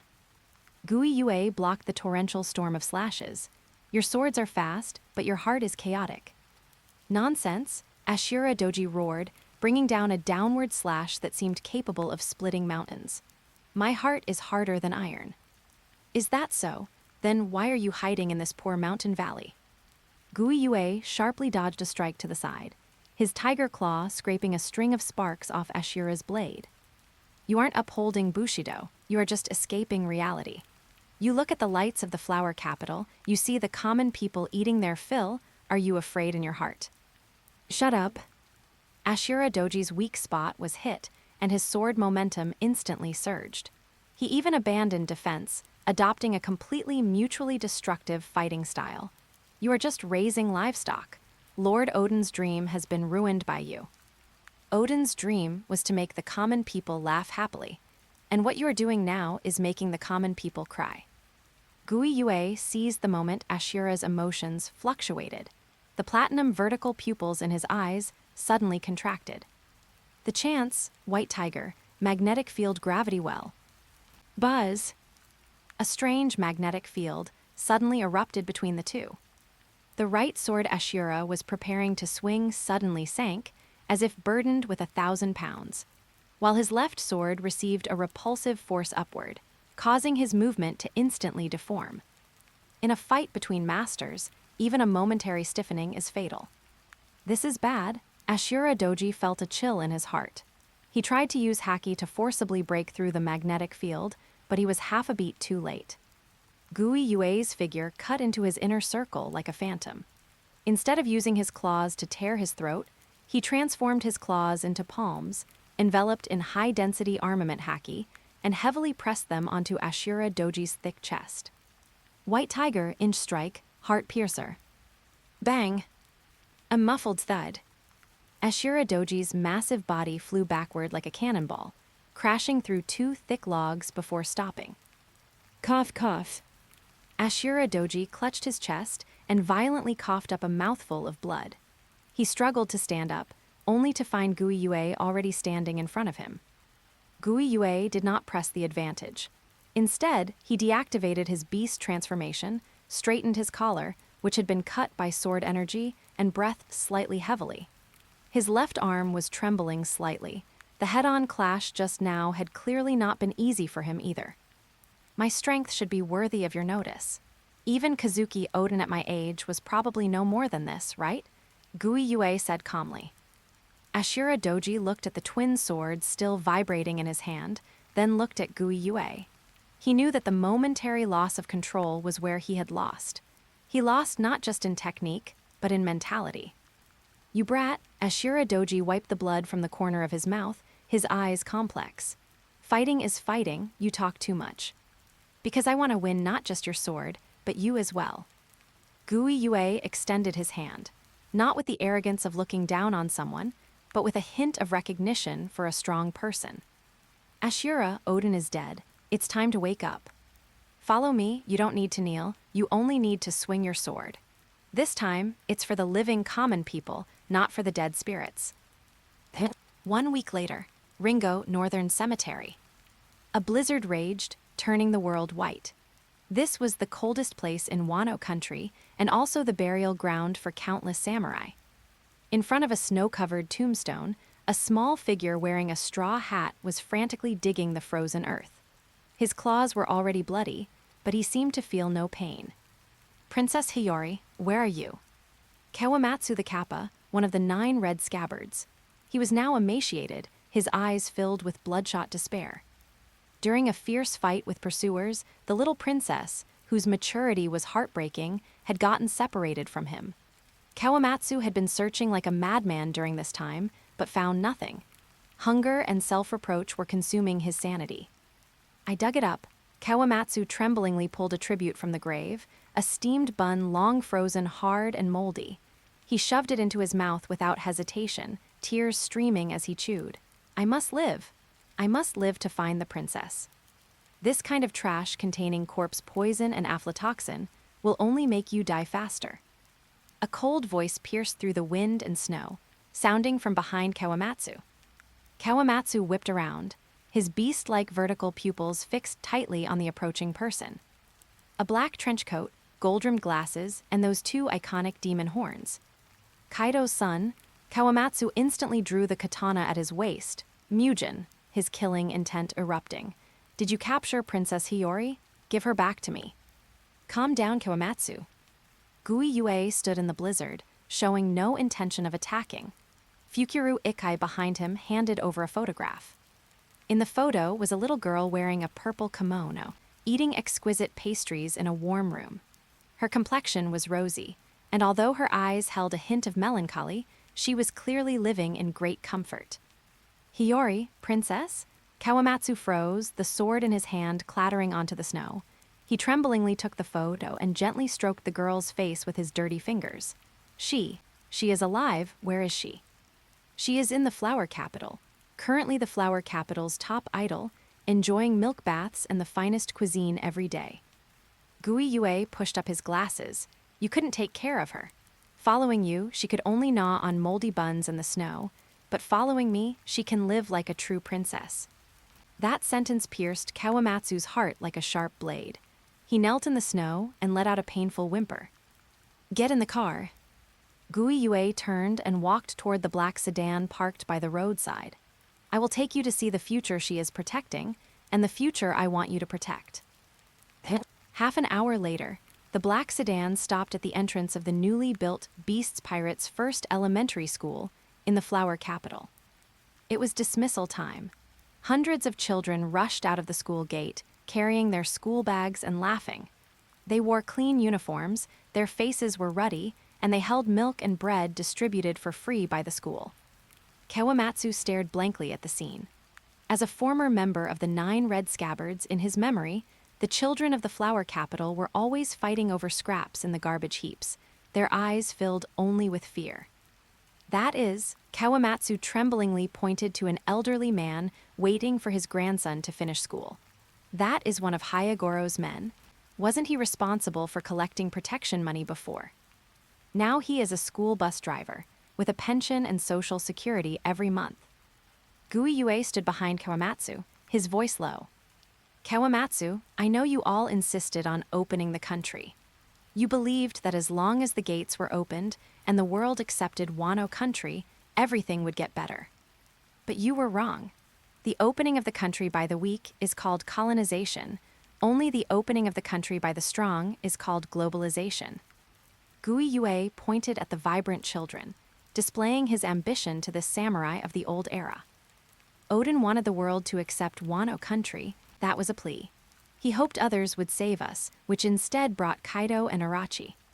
"What I intend to do is arm this country with my armories, my sea stone, and my capital." Guiyue turned his head, looked at the tearful Kawamatsu, and extended his hand. "I don't want Wano Country to integrate into the world. I want Wano Country to devour the world. I want these children, when they grow up, to walk out to sea not as the protected, but as conquerors." Kawamatsu looked at the domineering youth before him. In a daze, he seemed to see Odin standing before a pot of Odin many years ago, yet he was completely different. Odin was the sun, warm but easy to burn oneself, eventually burning out, whereas the one before him was a black hole, cold and profound, yet capable of absorbing everything to construct a new order. "Princess Hiyori, is she really safe?" Kawamatsu wiped away his tears and asked the final question. She is now the idol of the people, the cultural symbol of this country. No one dares to touch her, including my father, Guiyue replied. Then that is good. This loyal Kappa samurai bowed deeply toward the school, the direction of the future, and the direction where Hiyori was. Then he turned to Guiyue, knelt on one knee, and picked up the katana from the ground. Since you can ensure Princess Hiyori is fed, and these children have schooling, this, Mugen, is willing to cleave a path forward for you. Deputy Minister of Education, Kawamatsu reports for duty. Thus, the strongest legacies left by Kazuki Odin, the strategist, the strongest military power, and the strongest guardian were all put in place. Chapter 16, The Fated Moonlight Totem. Flower Capital, Underworld Headquarters. Now, it bore a brand new, industrial-style metal plaque, Wano Country Labor Union General Association. The meeting room was thick with smoke. Dozens of Yakuza bosses and gambling den owners who once ruled the flower capital were sitting straight, not daring to breathe loudly. They were used to speaking with blades, but now, facing the young man with gold-rimmed glasses sitting at the head of the table, they felt a fear deeper than when facing Orochi. To Ghost Moon's left sat a short old man with blue hair that burned like flames. Although his body had shrunk due to years of imprisonment, his eyes still held a chilling majesty. Hayagoro of the Flower. The former Yakuza boss of Wano Country, after being brought out of Udon prison by Ghost Moon and recuperating for a month, had recovered 70% of his vitality. Gentlemen. Ghost Moon tapped his fingers on the table. The sound wasn't loud, but it made the noisy meeting room instantly silent. Orochi is dead, and the old rules should change. I heard that yesterday at the Third Foundry, a few blind Ronin went to collect protection money, injured 2 senior technicians, and caused the production line to halt for 3 hours. Ghost Moon's gaze swept across the room and finally rested on a burly man covered in tattoos. That was the boss of the Ronin gang. That was a misunderstanding. Lord Ghost Moon, the man was sweating profusely. That's the convention. We've always collected money like that. Convention. Ghost Moon sneered. In my factory, the only convention is efficiency. In this country, I am the only one who can collect taxes. Your primitive methods of extorting merchants and oppressing workers are too low-level and too inefficient. Ghost Moon pushed a thick document in front of Hayagoro.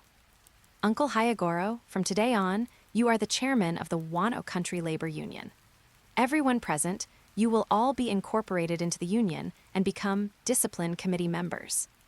Union, Hayagoro flipped through the document, his brow furrowed. What does that do? It's simple. Ghost Moon stood up and walked to the huge map of the flower capital. Currently, the flower capital has 200,000 industrial workers. When there are many people, there will be disputes, laziness, and drunken brawls. The night owl troops alone cannot manage it all. What are you Yakuza best at? Being loyal, following rules, and making people obey. Ghost Moon turned around and spread his arms, as if describing a grand blueprint. From today on, I forbid you from collecting a single penny of protection money from merchants. Your income will be deducted directly from the workers' wages. This is called union dues, 200 berries per person per month, which is legal. In exchange, your duty is no longer to collect money, but to serve. If a worker is lazy in the factory, you are responsible for educating them. If a foreman withholds wages, you are responsible for helping the workers collect their pay. If workers fight over trivial family matters, you are responsible for mediation. In short, you must use your Yakuza prestige to maintain factory discipline. I want these 200,000 workers to be as obedient as an army and as precise as a machine. The room was in an uproar. The Yakuza bosses looked at each other. This was turning them from robbers into security captains, and it was legal. This is outrageous. A stubborn boss slammed the table and stood up. We are chivalrous warriors. We are Yakuza, not dogs guarding the house for capitalists. Then what do you want to be? A dead man. Hayagoro suddenly spoke. His voice was old and powerful, with Haki leaking out. Shut up, all of you, a bunch of idiots. Hayagoro stood up, bowed deeply to Ghost Moon, and then turned to glare at his subordinates. Don't you see it yet? Lord Ghost Moon is saving your lives. In current Wano Country, even samurai are screwing bolts in factories. If you bunch of thugs who only know how to collect protection money don't transform, you would have been swept into the trash heap by Night Owl long ago. Hyagoro looked at Ghost Moon, his eyes filled with complex emotions, a longing for the old era and a submission to the new one. Lord Ghost Moon, I understand. True chivalry should not be about bullying the good, but about maintaining order. Since you have given us a livelihood and given us dignity, I will take this union chairman position. Hyagoro made the final decision. From this day on, the underworld of Wano Country underwent a earth-shaking change. Those fierce, tattooed men put on armbands marked Inspector and began patrolling various factories and residential areas. They were still fierce, but this fierceness was no longer directed at civilians, but at the troublemakers who disrupted production order. The Yakuza, this double-edged sword that originally cut both the enemy and themselves, was sheathed by Ghost Moon with money and systems into the waste of the new empire. Meanwhile, in a dilapidated temple in the northern cemetery, a secret meeting was taking place. The Kazuki remnants remaining in Wano Country, or rather, those who had not yet been completely assimilated by Ghost Moon, were gathered here. Leading them was the Kunoichi Shinobu, followed by several old samurai who were still loyal to the Kazuki family. Sitting opposite them were 3 traitors. Denjiro, the chief of finance wearing a suit and gold-rimmed glasses, Ashura Doji, the head of security at MT, Adamayama wearing a security uniform with a walkie-talkie hanging from his waist, and Kawamatsu, the deputy minister of education wearing overalls and holding an elementary school textbook.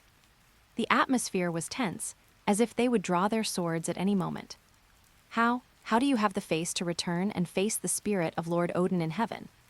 Shinobu pointed at the 3 people opposite, trembling with anger, tears streaming down her face. Denjiro, Ashura, Kawamatsu, look at what you look like now. Is that a dog collar from the Beast Pirates? Especially you, Denjiro. Haven't you always been waiting for an opportunity? Why, now that Orochi is dead, have you become the lackey of that Ghost Moon brat instead? Facing the accusations of his former comrades, Denjiro remained expressionless. He pushed up his glasses, took a document from his briefcase, and threw it by the campfire. This is the financial report for the Flower Capital last month. Denjiro's voice was terrifyingly calm, as if he had been assimilated by Ghost Moon. In the past month, the number of people who died of hunger was 0. The number of deaths from disease dropped by 40%. The average income of workers can afford white rice and meat. Shinobu, tell me, can so-called loyalty let the children in Kuri eat meat? Shinobu was speechless but still stubborn. So what? That is charity. That is fodder exchanged for selling one's dignity. Lord Kinnaman and the others are still on their way through time and space, when they arrive and see you like this. When Kinnaman returns, he will find that he is already an outsider. Ashura Doji took a swig of alcohol and interrupted her gruffly. Shinobu, wake up. Go to the street and ask the common people if they are willing to return to the era when Lord Odin danced naked, or if they are willing to stay in Lord Ghost Moon's city that never sleeps. We are samurai, we can commit seppuku for our lord. But the common people are not, they just want to survive. Ashura Doji pointed to the security badge on his chest. I have 2,000 brothers under my command. They used to be mountain bandits, now they are a security team. They have homes, wives, and children. You want me to take these 2,000 families to their deaths? I can't do that. Kawamatsu sighed, took a photo from his pocket. It was a group photo of him and the children at the elementary school. Shinobu, Lord Odin's dream was to open the country, to make Wano Country strong so it would no longer be bullied. Although Lord Ghost Moon's methods are a bit cold-blooded, he has indeed achieved it. The current Wano Country is becoming stronger at a visible speed, and in the near future, it will definitely make the world tremble. Isn't this the future Lord Odin wanted to see? Although, the person who realized it is Kaido's son. Fallacy, it's all a fallacy. Shinobu covered her ears and screamed, he is Kaido's son. He is an invader. You have been brainwashed. You have betrayed the young master Momonasuk. Momonasuk. At the mention of this name, a glimmer of complex light flashed in Denjiro's eyes. If Lord Momonasuk returns and finds that this country no longer needs him, that would be the greatest tragedy. Denjiro stood up and brushed the snow off his body. Shinobu, we won't arrest you, and we won't stop you. If you want to continue hiding in the gutter and plotting revenge, that is your freedom. But don't expect us to go crazy with you. We have chosen another path, a path that, even if it carries infamy, will allow this country to continue. After speaking, the three turned and left, disappearing into the wind and snow. Shinobu collapsed to the ground, watching their retreating backs, feeling unprecedented loneliness. She had originally thought that as long as Kinnaman and the others returned, as long as the 9 red scabbards assembled, they could call upon everyone to overthrow the beast pirates. But now she despairingly discovered that the strongest fortresses are often broken from within. Ghost Moon didn't even use a single soldier. Just by using prosperity and order, he split the 9 red scabbards into 2 camps. One side guards the loyalty of the past, shivering in the cold wind. The other side embraces the benefits of the present, building the future in a heated room. Flower capital, Tenshukaku. Ghost Moon stood in front of the huge floor-to-ceiling window, listening to Fukuro Ikai's report. Young master, the gathering at the northern cemetery is over. Shinobu didn't make a move, and Lord Denjiro and the others didn't arrest Shinobu. As expected, Ghost Moon swirled the red wine glass in his hand, looking at the brilliant night scene outside the window. No need to arrest. Shinobu represents the past, while Denjiro and the others represent the future. Time is on our side. As long as the lights of the flower capital do not go out, and as long as the workers' wages are paid, that old-fashioned Avenger Shinobu will become a crazy woman that no one pays attention to. This is called peaceful evolution. Ghost Moon turned and looked at the huge map of Wano Country on the wall. It was covered with flags representing factories, schools, and hospitals. The family crest that originally belonged to the Kazuki family had been submerged by the dense beast heavy industry signs. Kinnaman, Momonasuk. When you cross 20 years of time to get here, you will find that there is no place for you here anymore. This country is already surnamed Ghost Moon. Ghost Moon drank the wine in the glass in one gulp. The Yakuza were incorporated, the 9 red scabbards were divided. At this point, the last internal hidden danger of Wano Country had been completely cleared. This precise war machine had finally tightened its last screw, ready to let out a deafening roar toward the vast ocean. Chapter 17, Leviathan. You want to go out to sea? Kaido looked down at Anaijsu below, his voice deep as thunder.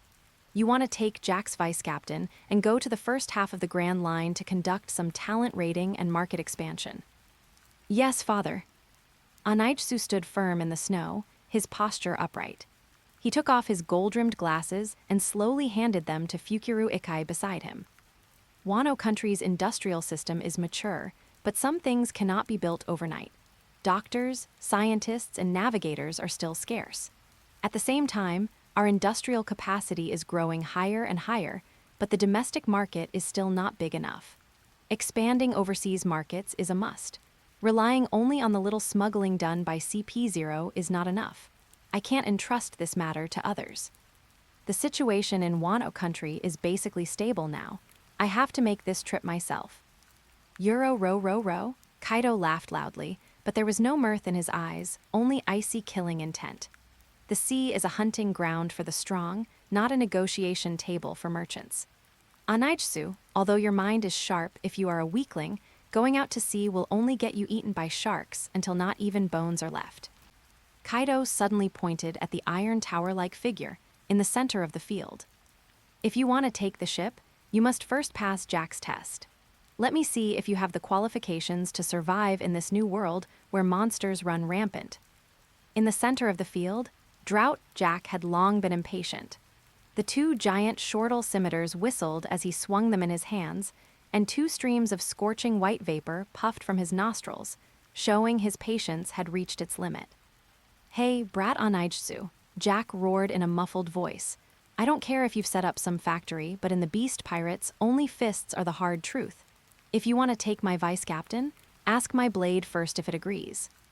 Anaitsu slowly walked up to Jack, hands in his pockets, his expression placid. Uncle Jack, Anaitsu's voice pierced through the snow, there is a concept in physics called ineffective work. It's the most fitting description for your upcoming resistance. Stop the nonsense, die. Jack exploded in rage, his muscles bulging. He instantly activated the Zoan model, mammoth, ancient species form. Boom! A giant mammoth, over 10 meters long, appeared in the arena, charging towards Anaitsu with world-destroying momentum. It was pure force capable of shattering city walls. Too slow. Anaitsu stood his ground. Just as Jack's giant tusk was about to touch him, his eyes turned into platinum vertical pupils. White tiger, magnetic field reverse gravity. Buzz! An invisible wave instantly enveloped Jack. The mammoth, which was charging at high speed, suddenly felt a lightness under its feet. Its heavy metal armor and giant scimitars seemed to gain a consciousness of their own, violently repelled into the sky by a terrifying repulsive force. What? Jack's massive body was actually lifted into the air by his own equipment, his feet 3 meters off the ground, with nowhere to exert force. But having reached the rank of calamity in the beast pirates, Jack relied on more than just his devil fruit ability. This trick of controlling metal is really tricky, but Jack roared, and pitch-black armament Haki instantly covered his entire body, dyeing his metal equipment black as well. The flow of Haki isolated the magnetic field interference from the devil fruit ability. Jack's massive body landed heavily, crushing the ground beneath him. These are just child's play. I am Jack. Before his voice faded, the mammoth, having broken free from the restraint, charged again, gathering even more ferocious momentum toward Anaitsu. Really never learn your lesson. Anaitsu shook his head. He raised his right hand, fingers spread, palm facing the charging Jack, and pressed down hard. Now it's falling time. White tiger pressure 50 times. Rumble. The repulsive force instantly reversed into gravity. The metal on Jack's body became the heaviest shackles, pressing down fiercely on him. Jack felt as if he were carrying a great mountain, and his charging speed inevitably slowed down. In the next instant, Anaitsu's figure vanished from his original spot, appearing on the mammoth's broad back as if teleporting. His right palm transformed into a tiger claw, fingers pressed together, the tips glowing with white gold light. White tiger inch force piercing chill. This seemingly casual strike directly injected high-frequency vibrating force into Jack's body. Feeling the stinging pain from his back, like steel needles fiercely piercing his spine, Jack roared loudly, wildly shaking his massive body, trying to throw the flea off his back. But Anaitsu seemed rooted to the spot, nailed to his back. Thump, thump, thump. 3 more inch force strikes followed, each one precisely hitting the same spot. The forces stacked, causing pain that pierced the bone marrow. Jack finally couldn't bear it anymore. His form rapidly shrank, violently reverting to his human beast form. He used the moment of transformation to spin around, his shortal scimitar, coated in pitch-black Haki, sweeping back in a devastating arc. This strike was fast, accurate, and ruthless, sealing off all escape routes. However, Anaitsu was already prepared. In his perception Haki, the trajectory of Jack's blade was clearly visible. Even the gaps in the Haki flowing over the blade were perfectly clear. Anaitsu merely shifted his body slightly, and the sharp blade grazed past the tip of his nose without even touching a single strand of hair. Just as the momentum of the slash was spent and new force had not yet built up, Anaitsu lunged forward, crashing into Jack's embrace. It's over. Anaitsu shifted his shoulder, delivering a standard close-quarters shoulder tackle to Jack's chest, while his right palm applied force again, the long-prepared inch force erupting completely. Iron Mountain lean collapse. Boom! Jack's iron tower-like body was sent flying backward directly, crashing heavily onto the ground and kicking up a cloud of dust. Father Anaitsu turned to look at the stands. Is this qualification enough? Enough? No, far from it. Kaido on the stands suddenly stood up. A bit of cleverness, Kaido tossed away his sake gourd and walked step by step to the edge of the stands. His golden dragon eyes burned with fanatical fighting spirit. But on Aijutsu, on the sea, this is not enough. Only that which transcends all things is the true ruler. Before his words faded, a terrifying and unparalleled Conqueror's Haki erupted from Kaido as the center, like a tsunami. The dark clouds in the sky were instantly torn apart, and black-red lightning rampaged wildly. This was not a test. This was the full pressure of a Yonko. The several thousand pirates surrounding the training ground didn't even have time to scream before they instantly rolled their eyes, foamed at the mouth, and collapsed like cut wheat, a large swath of them falling. Even King and Queen had to circulate their Haki to resist. Anaitsu, at the center of the storm, bore the brunt of it. Anaitsu's knees suddenly buckled, his bones emitting groaning sounds under the unbearable weight. That pressure wasn't just acting on his body, it was directly bombarding his soul. It was as if a giant dragon was roaring at him. Kneel, submit. This is the Haki of the world's strongest creature. Anaitsu gritted his teeth, cold sweat instantly soaking his combat uniform. In the face of this power, all calculations, all physical formulas seemed pale and powerless. Want to go out to sea? Want to be the one who sets the rules? Kaido's voice echoed amidst the thunder. If you don't have the capacity to surpass everything, then stay well in Wano Country. Father, you've mistaken one thing. Anaitsu took a deep breath and straightened his spine. I am not going out to sea to become the Pirate King. I am going out to sea to bring this chaotic world under my order. My will is the rule. Buzz! A completely different Conqueror's Haki erupted from Anaitsu's body. The two Conquerors' Haki violently collided in the center of the training ground. Although the total amount of Anaitsu's aura was far less than Kaido's, its texture was terrifyingly tough, managing to tear open a territory of platinum gold within Kaido's black tsunami. The sky cracked. The clash of mere spirit alone caused visible cracks in the air. Kaido stared at his son, who had not only refused to kneel under his pressure, but had also unleashed an astonishing counterattack. Euro row row row row. Kaido threw his head back and laughed, his laughter shaking Onigashima. Kaido retracted his Haki, and the surrounding pressure instantly vanished. Go pick a ship from Jack's fleet and take it. Go do what you want to do. If you can swallow this world with your order, then show it to this old man. Anaitsu turned around and pointed at the largest, heavily armored battleship in Jack's fleet, anchored at the port of Onigashima, the Mammoth Tusk. I only want that one. That ship's keel is hard enough, and its cargo hold is large enough to withstand my modifications. This ship will henceforth be called the Leviathan. I will recruit my crew out on the sea.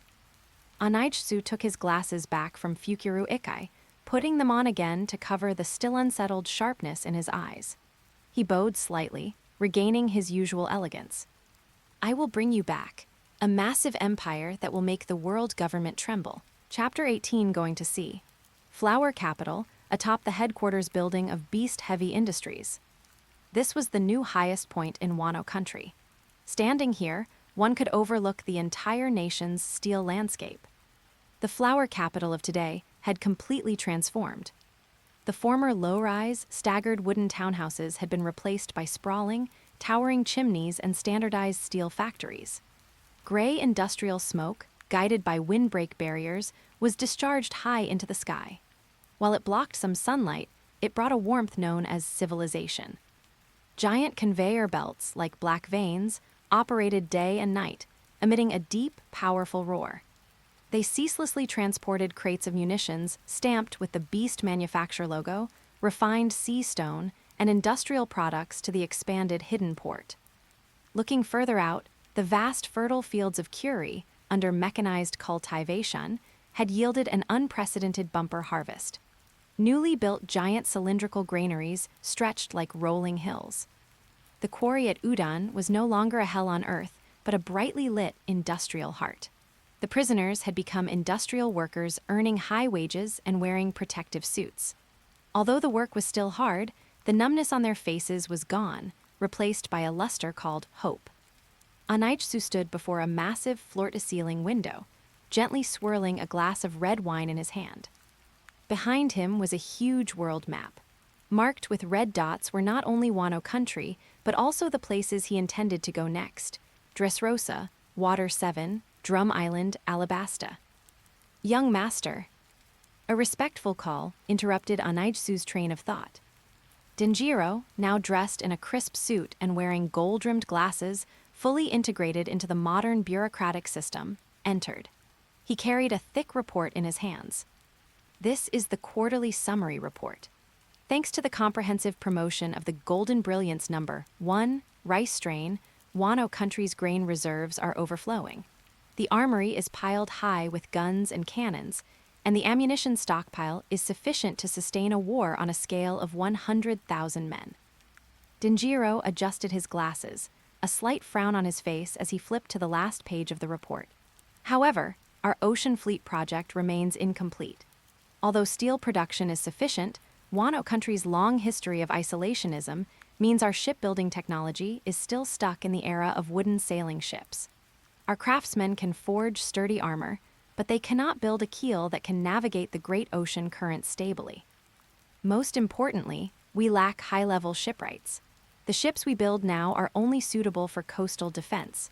Once they enter the complex climate zones of the Grand Line, the risk of disintegration is very high. "It's fine, Denjiro." Anaitsu took the report, but did not open it, merely placing it gently on the table. He turned to look at the former strategist of the 9 red scabbards. "Technological barriers exist precisely to be broken. Since we don't have it, we'll take it from those who do. I will bring back the talent we need on this voyage, not just shipwrights. You all should stay behind this time." "Wah, what?" Denjiro was stunned, his usually calm expression now one of shock. "But who will ensure your safety? Although the first half of the Grand Line is not as dangerous as the New World still. Wano Country is my foundation, the heart of this war machine." Anaitsu pointed out the window at the billowing smoke of the industrial district, his tone leaving no room for argument. "Father Kaido is a warmonger. He doesn't manage a country. King and queen are strong, but one only knows torture, the other only biochemical experiments. If we all leave, who will maintain this intricate industrial system? Denjiro, you stay and continue overseeing finance and administration. Ashura Doji is responsible for public order and national defense, Kawamatsu for education. I want you to watch over this home for me, ensure that even in my absence, this money-printing machine operates day and night without ceasing. Besides, the first stop on this voyage is Tato Land. We need to pay a visit to my aunt, that true monster, Big Mom." "Meet Big Mom," Denjiro gasped. That was a sea emperor on par with Lord Kaido, a capricious, gluttonous monster. "In the presence of the Queen of Tato Land, neither your swordsmanship nor Ashura's brute force would likely be of much help." As he spoke, Anaitsu pressed the summoning bell on his desk. "Rather than an army, I think my aunt would prefer to see this." The door opened, and several chefs in white sterile suits pushed a massive food cart inside. Leading them was the former royal pastry chef of the flower capital, now trembling as he lifted the red cloth covering the cart. An intensely dizzying sweetness instantly filled the entire office.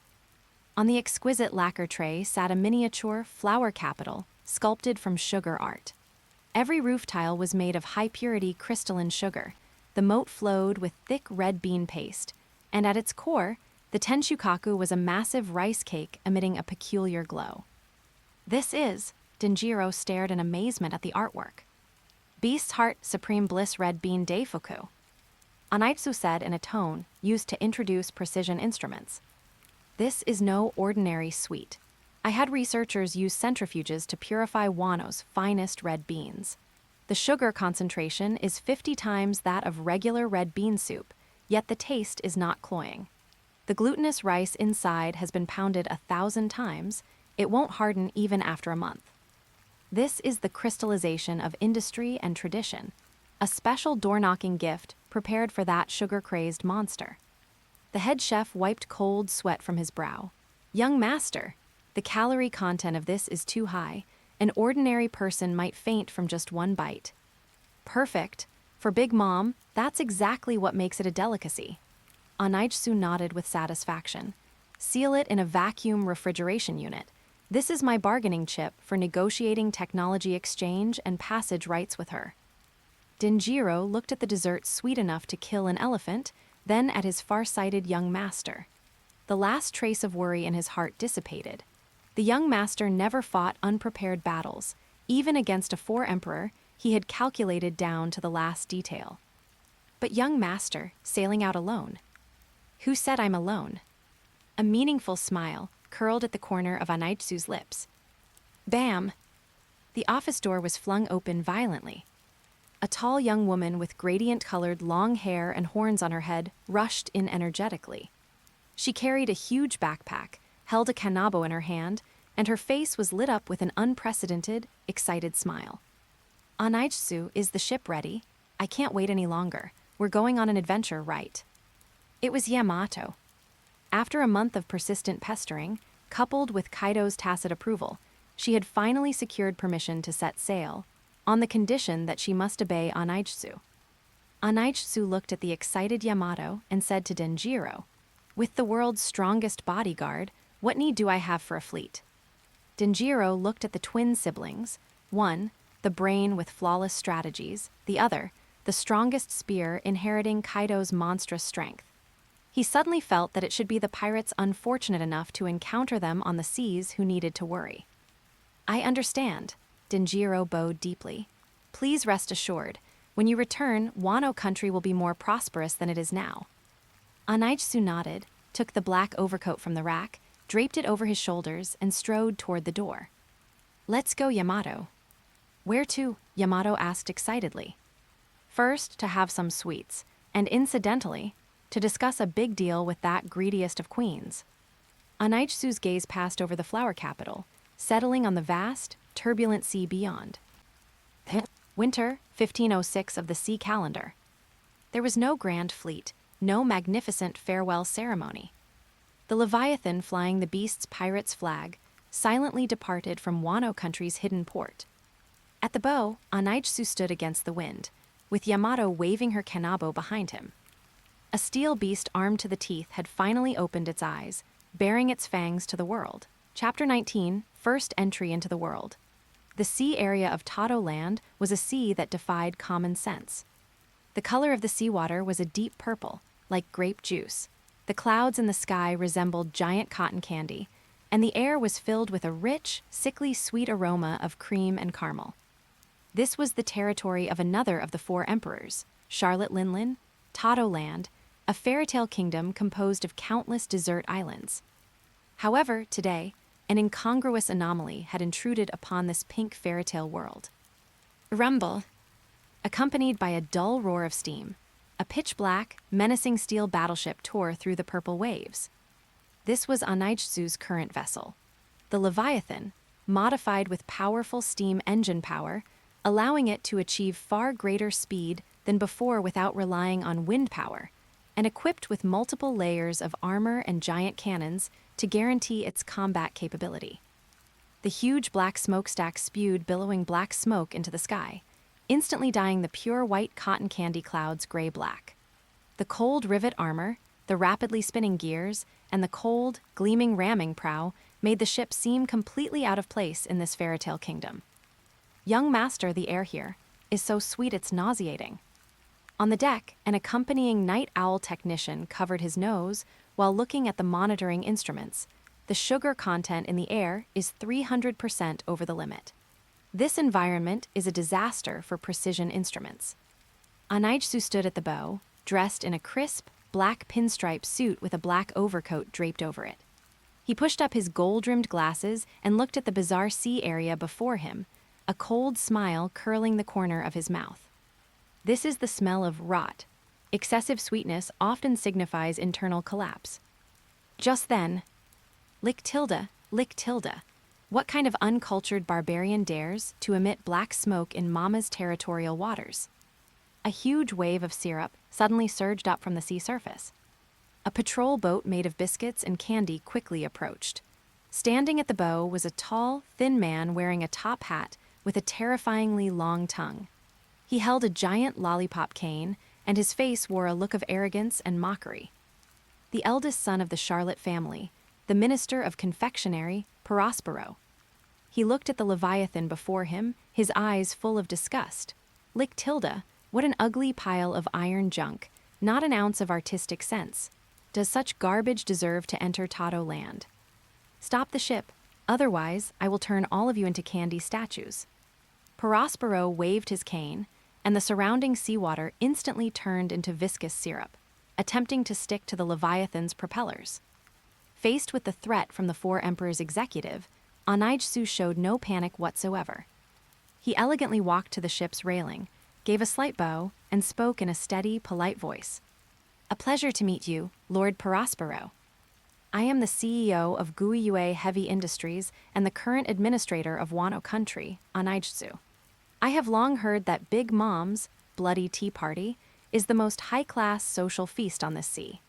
I have specially prepared a small gift and hope to be granted a cup of tea. Anaijsu, Kaido's drunken son. Prospero narrowed his eyes, then let out a piercing sneer, like Tilda. If Kaido himself had come, perhaps I would have shown some respect. But you, a mere brat who hasn't even lost his baby teeth, piloting a hunk of scrap metal, you think you can attend Mama's tea party. Stop dreaming. Mama hates things that smell like machine oil. Sink it for me. Prospero didn't give Anaijsu a chance to speak. Candy Maiden, Iron Maiden. He waved the lollipop in his hand, and a massive surge of syrup shot into the sky, transforming into countless sharp candy spears that poured down upon the Leviathan like a torrential rain. This attack, capable of easily piercing steel, would turn the entire ship into a honeycomb if it landed. Anaijsu stood in place, not even raising a hand. Is this candy? It looks delicious. An excited female voice suddenly came from the top of the ship's cabin. Boom! A white afterimage instantly shot out. There were no flashy moves, only pure violence. A black spiked club, carrying black and red lightning, swung out in a fan-shaped shockwave in the air. Thunder Bagua. Crack, crack, crack. The sky full of candy spears were as fragile as glass under the single strike, instantly pulverized into sparkling powder that drifted down like snow. What? Prospero's eyeballs nearly popped out. As the smoke cleared, Yamato was seen standing on the steel ramming prow of the Leviathan, her long hair whipping wildly in the wind. She was clearly hungry at the moment, her eyes glowing green as she stared at the lollipop in Prospero's hand. I am Kazuki Oden. Yamato swung her spiked club and shouted at Prospero. Since you are the Minister of Confectionery, you must have chocolate, right? Hand it over. The compressed biscuits and emergency rations on the ship taste terrible. I want chocolate. Huh, Kazuki Oden. Prospero was stunned, that samurai who followed Roger and Whitebeard. Is this woman insane? Don't speak ill of Oden. Yamato became angry, and her stomach let out a thunderous protest. If you don't give me chocolate, I'll beat you flat. Looking at the madwoman radiating Conqueror's Haki, Prospero broke out in a cold sweat. This aura was exactly the same as Kaido's when he was young. Kaido's daughter, what a monster. Just as Prospero was grit his teeth, preparing to unleash his ultimate move, with swords drawn and battle imminent between the two sides. Woo woo. From the direction of Cake Island in the center of Tato land, a piercing, highest-level alarm suddenly sounded. Immediately following, a terrifying Conqueror's Haki that made souls tremble swept across dozens of nautical miles. The purple grape juice on the sea began to boil furiously, and the cotton candy clouds in the sky were instantly scattered. Ow, I want to eat. A scream like a demon god's roar echoed throughout the entire Tato land sea area. Prospero, who had been aggressive just moments before, instantly turned as pale as paper upon hearing that sound, nearly dropping the lollipop in his hand. This is bad, licked Tilda. Mama's soporific craving has struck again. Prospero trembled, his voice distorted by fear, and judging by this aura, the level of Mama's episode this time is catastrophic. At that moment, a den mushy wearing a chef's hat rang urgently. Lord Prospero, it's bad. Mama's soporific craving has broken out. What does she want to eat? Hurry up and have the long bread make it, Prospero roared into the den mushy. The head chef's despairing cry came from the other end of the den mushy. We can't do it. What Mama wants to eat this time is that ultimate dessert that makes people see hallucinations. She said if she doesn't get it within half an hour, she will completely destroy Cake Island. A dessert that makes people see hallucinations. Prospero fell into despair. Where can we find such a thing? Should we put poisonous mushrooms in the cake? We'll be killed for that. It's over. Tato Land is finished.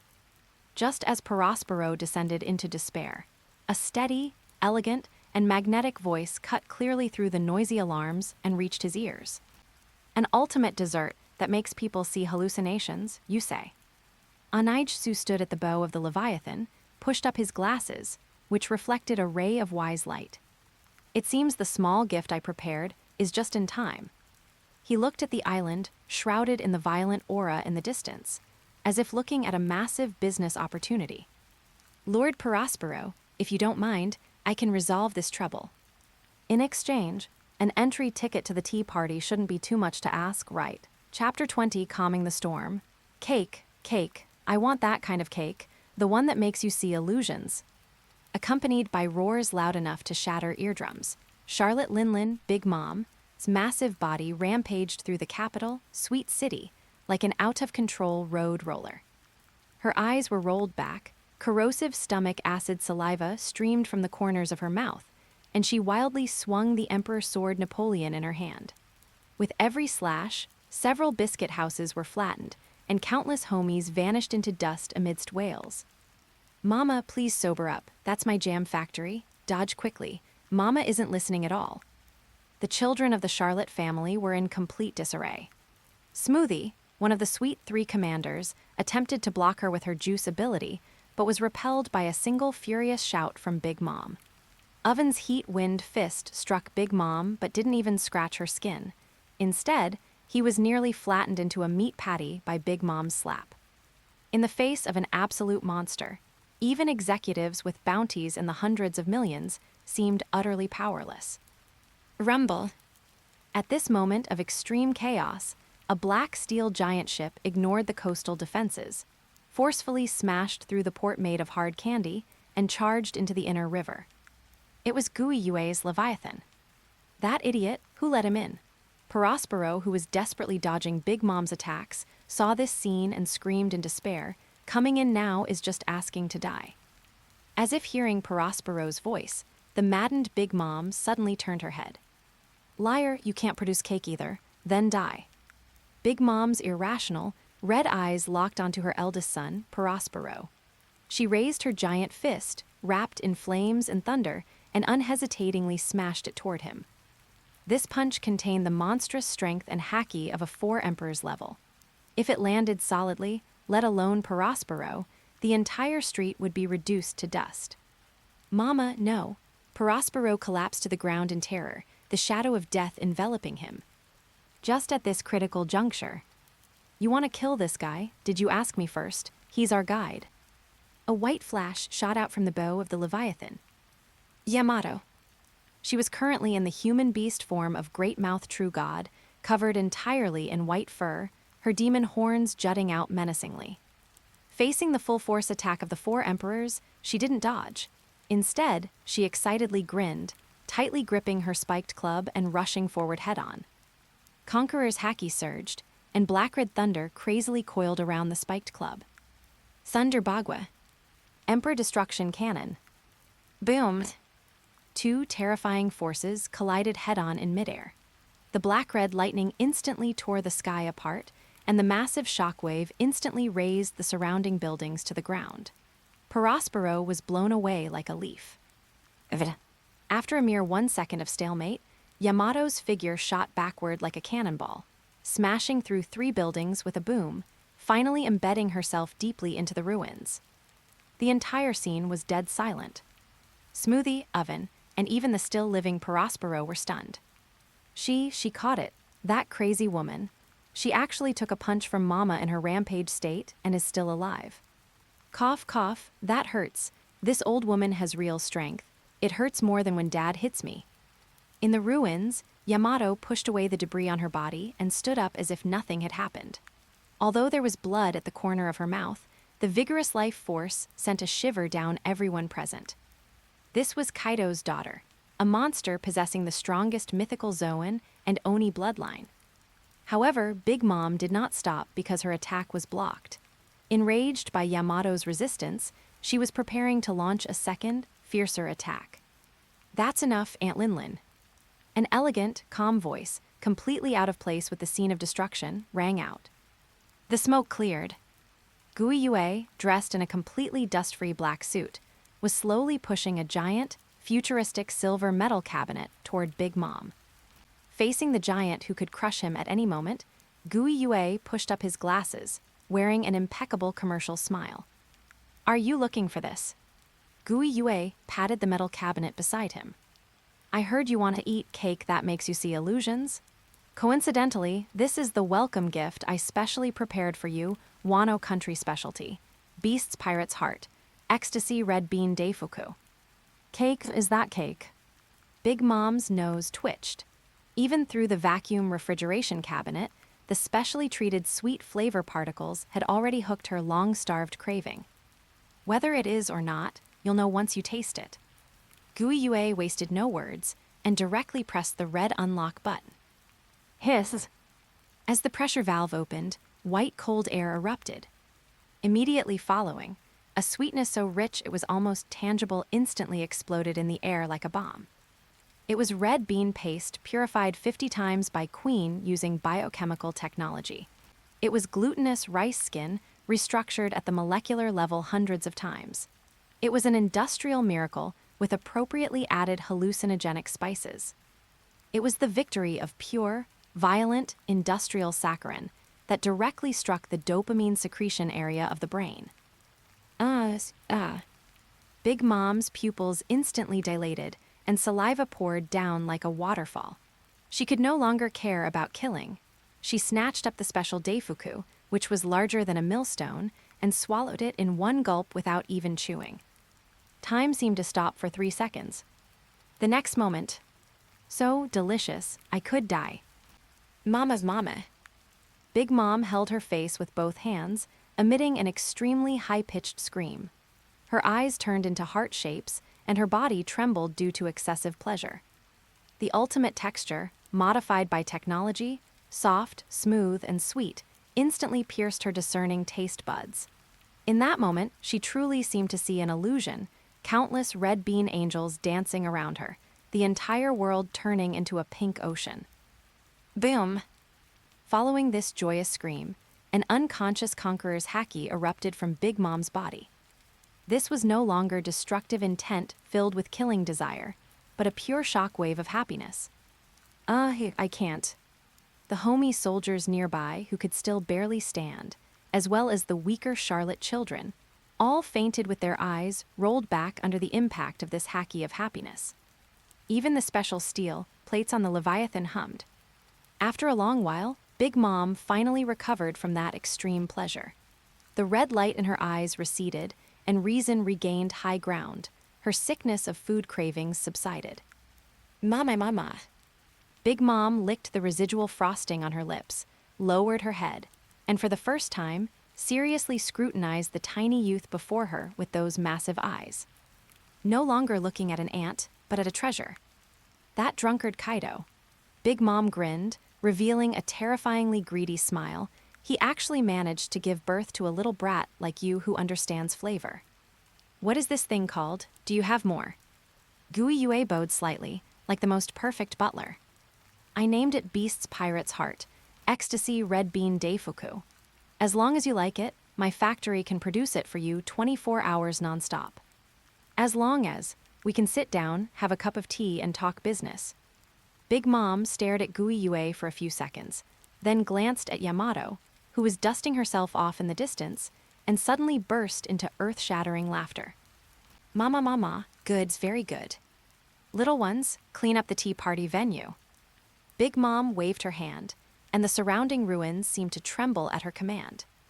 "Prepare a seat of honor for Kaido's son. No, for Mr. Guiyue." The corner of Guiyue's mouth curved slightly as he adjusted his tie. First stage cleared. Chapter 21, An Unexpected Blind Date. Tado Land, Cake Island Castle Terrace. Cake Island, having just experienced a catastrophe, was now filled with cheerful music once again. The homies sang strange yet cheerful ballads, not only repairing the damaged grounds, but also quickly setting out mountains of desserts and tea. This was the tea party of the four emperors, Charlotte Linlin. One second it was hell, the next it was heaven. However, this heaven was filled with a suffocating sense of oppression. As the saviors who had calmed her food cravings, Ghost Moon and Yamato were seated at the main table, right at Big Mom's right hand. Delicious, this is delicious too, that's mine. Yamato had no self-awareness as a guest.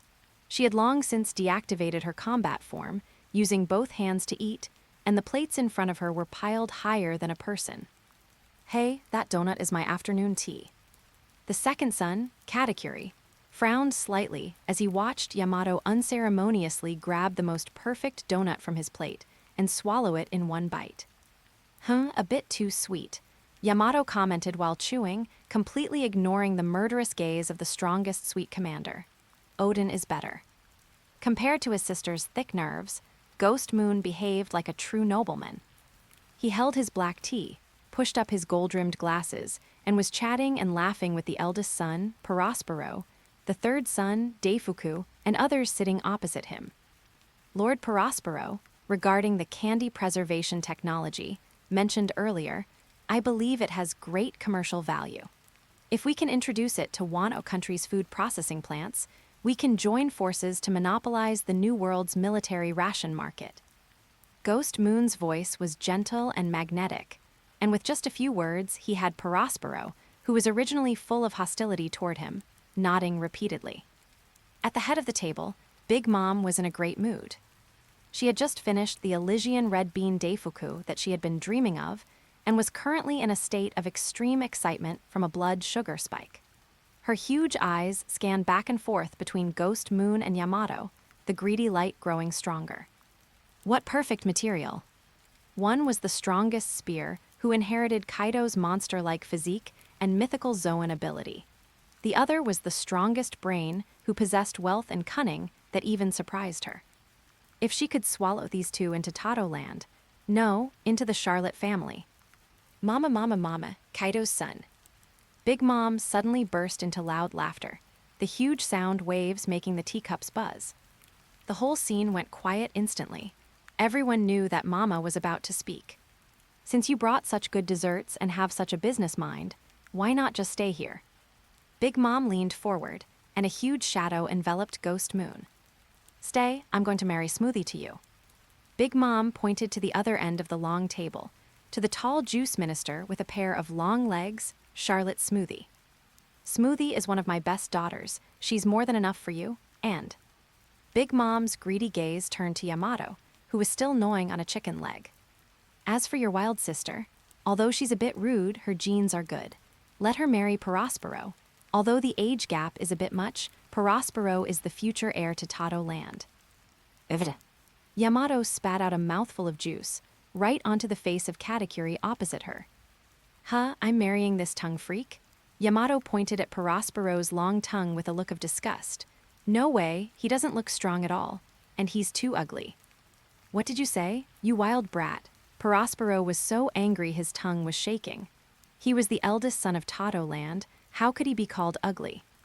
Mama. Objection overruled. Big Mom's laughter carried a hint of unquestionable dominance. This is what I want. We will marry into each other's families and merge the beasts, pirates, and Tado Land. By then, we will become the strongest power on the sea. The atmosphere instantly dropped to freezing. The previously cheerful homies stopped singing, and the surrounding sweet commanders, Katakuri, Cracker, Smoothie, Oven, instantly put down their teacups. Dozens of cold-killing intents locked onto Ghost Moon and Yamato. This was a death trap. In Tado Land, there was only one outcome for refusing Big Mom's marriage proposal: death. Everyone stared at Ghost Moon, waiting for the young CEO's reaction. Would he be scared into kneeling and begging for mercy, or would he be forced to agree? However, Ghost Moon was not panicked. He slowly put down his exquisite bone china teacup, picked up his napkin to elegantly wipe the corner of his mouth, and then habitually pushed up the gold-rimmed glasses on the bridge of his nose. The reflection on his lenses hid his eyes. "Auntie Linlin, your proposal is very tempting. Miss Smoothie's beauty and strength are indeed heart-stirring." Ghost Moon's voice was terrifyingly calm, as if he wasn't facing a life-or-death threat, but merely discussing the weather. "However, this transaction would lead to a severe devaluation of myself. Therefore, I must refuse." "Devaluation?" Big Mom paused, then her face darkened. "What nonsense are you spouting? Does my Charlotte family not match up to you?" "No, it is precisely because the Charlotte family is too strong." Ghost Moon stood up, hands in his pockets, and spoke eloquently. "If I become the Charlotte family's son-in-law, I will be labeled as part of the Big Mom Pirates. The world government will immediately cut off orders with me, the Marine will put a bounty on my merchant ships, and Whitebeard will blacklist me. My market share would instantly shrink by 70%. For a businessman, this is an unacceptable loss of assets." Big Mom frowned. Although she didn't understand what market share was, she understood less money. "Moreover, there is a business proverb: don't put all your eggs in one basket." Ghost Moon looked directly into Big Mom's terrifying eyes, not flinching at all. "Father Kaido and you are already in a pirate alliance. This alliance is based on force and is inherently unstable. If we force a tie-up through marriage, it will only increase the risk of internal friction. A true alliance should not be a low-level blood tie, but a high-level industrial chain complement. I remain independent, acting as an external supplier for Tato land, providing you with a steady stream of weapons and technology. This is a win-win, but marriage." Ghost Moon spread his hands, a mocking curl at the corner of his mouth. "That is an outdated method, used only by feudal landlords." Silence. The entire tea party scene was deathly silent. Perospero's mouth hung open, unable to believe someone dared to speak to Mama like that. Katakuri took another look at Ghost Moon, a hint of admiration flashing in his eyes. But Big Mom clearly didn't have the patience to listen to any capital. To her, only 2 words in Ghost Moon's speech were jarring: refusal. "You said outdated method." Big Mom's face instantly became ferocious and terrifying. The previously sunny sky suddenly clouded over, and the thundercloud Zeus and the sun Prometheus appeared on both sides of her, emitting a world-destroying aura. "Mama, mama, mama. What capital, what devaluation, I don't understand. I only know that you refused me. You dare to refuse my kindness." Boom! The violent Conqueror's Haki, like a tangible hurricane, instantly overturned the tea table. Exquisite desserts scattered all over the floor. Big Mom stood up, looking down at Ghost Moon like a demon god, strange ripples rotating in her eyes. "Since you won't be my son-in-law, then leave your life behind." Life or treat. The rule-based ability of the Soul fruit was activated. An irresistible sense of fear instantly enveloped Ghost Moon. The surrounding homies let out shrill, strange laughs, waiting to harvest this young man's soul. In this domain, as long as one felt even a trace of fear toward Big Mom, their lifespan would be instantly extracted. Ghost Moon remained standing in place, expressionless, without a shred of fear, and his own Conqueror's Haki burst forth as well. "Who gave you permission?" A low roar, like the howl of a wolf, suddenly shattered Big Mom's soul field. "Who gave you permission to touch my brother?" Boom! A white figure blocked in front of Ghost Moon like a teleportation. Yamato. At this moment, she had completely beast-formed, turning into the legendary Great Mouth True God form. White fur danced wildly in the wind, white cold flames burned behind her, and her golden beast pupils burned with a rage even more violent than Big Mom's. Conqueror's Haki full power. Centered on Yamato, a black and red Haki shockwave erupted, forcefully holding back Big Mom's soul pressure. Merging with Ghost Moon's Haki, the 2 sides Heishoku rubbed violently in the air, making a teeth-aching sizzling sound, and even the space began to distort. "You damn old hag."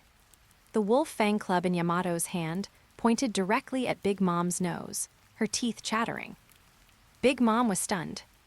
She looked at the white divine wolf in front of her, looked at that gaze that would stop at nothing to protect her family, and in a trance, she seemed to see Kaido from 40 years ago, on the rock ship, equally arrogant, equally like a mad dog. Mama, mama, mama. The killing intent on Big Mom suddenly paused. Kaido's daughter, huh? That look, it really is alike. Ghost Moon stood behind Yamato, looking at his sister's broad back, and gently pushed up his glasses, hiding a trace of warmth in his eyes. The negotiation table had been flipped. Next, it was time to show some muscle. Only by surviving this wave would his capital be worthy of being put back on the table. Chapter 22 concludes successfully. The air seemed to have frozen. On one side stood the furious four emperors Big Mom and the homies flying all over the sky, while on the other was Yamato, who had transformed into the great-mouthed true god. Two terrifying waves of Conqueror's Haki clashed violently in the air, black and red lightning shattering the tables and chairs of the tea party. If that palm of Big Mom's, imbued with soul fire, were to fall, it would be an all-out war to the death. Just at this critical moment, "Wait a moment, Mama." A deep, calm voice suddenly cut into this violent battlefield. Big Mom's hand stopped in midair. It was the second son, Katakuri, who had appeared in front of Big Mom before anyone realized it. His face, always wrapped in a scarf, was incredibly serious at this moment, and the distinct red glow of observation Haki flickered in his deep red eyes. "Katakuri, are you trying to stop me?" Big Mom narrowed her eyes, her killing intent undiminished. "No, Mama, I have seen the future." Katakuri turned his head and took a deep look at the young man standing behind Yamato, who remained calm even in the face of the four emperors' rage. "Mama, if you kill him now, that ultimate delicacy will disappear from this world forever." Katakuri precisely struck Big Mom's weak spot. Moreover, the value of this man is far greater than that of a dead person or a puppet son-in-law. Value? The red light in Big Mom's eyes flickered. That depends on whether he can prove his worth.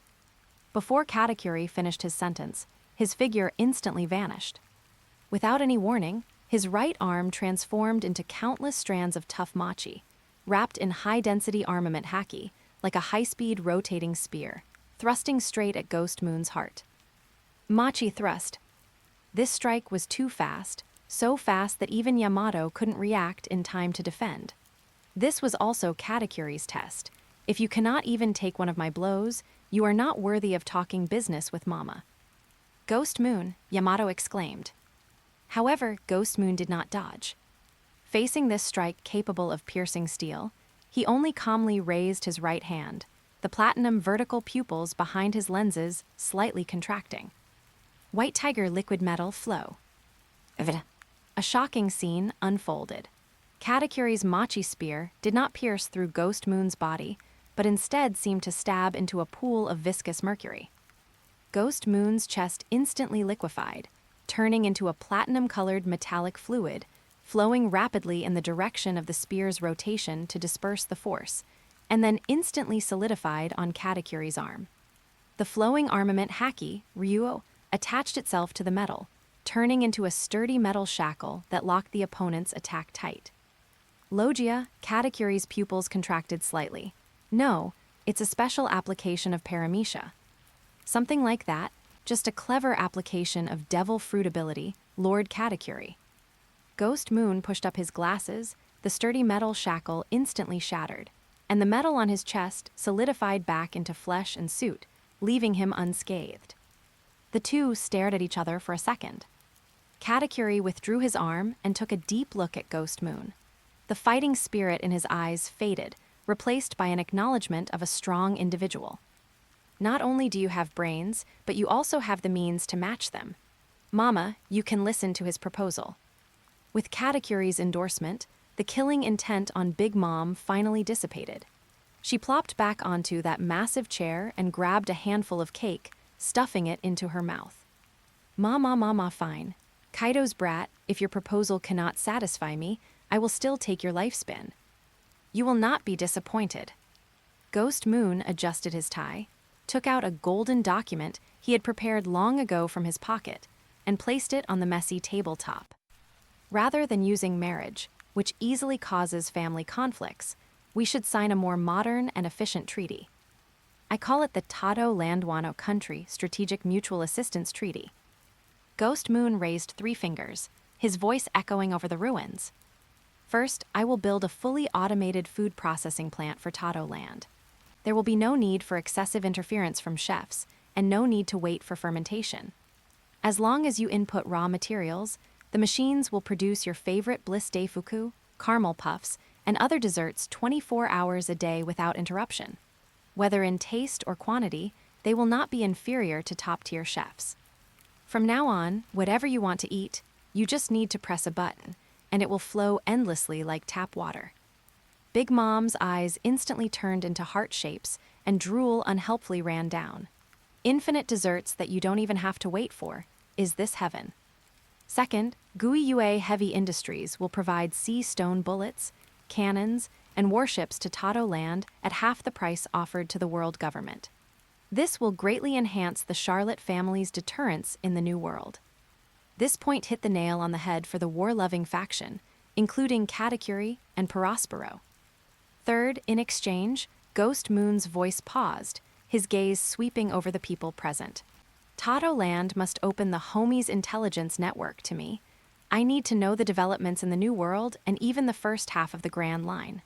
And Ghost Moon pointed at the girl with 3 eyes in the distance, then pointed at the port. I want to borrow the ability of this 3-eyed tribe young lady.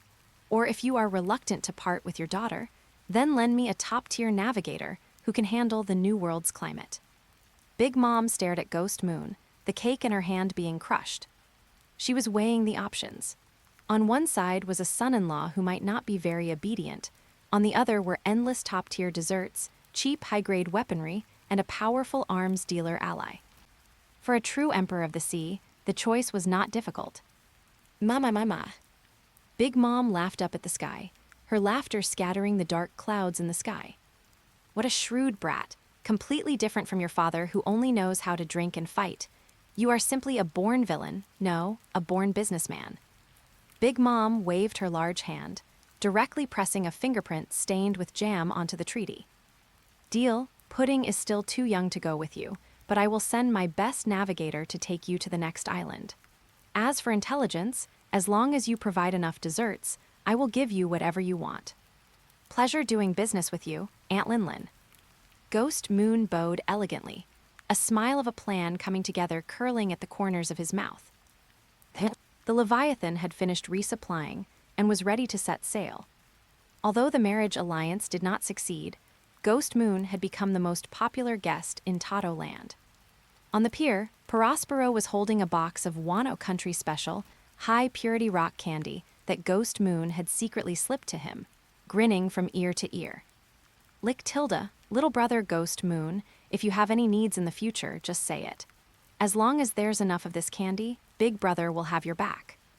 This greedy eldest son had been completely corrupted by Ghost Moon's sugar-coated shells. Meanwhile, on the other side, at the training ground.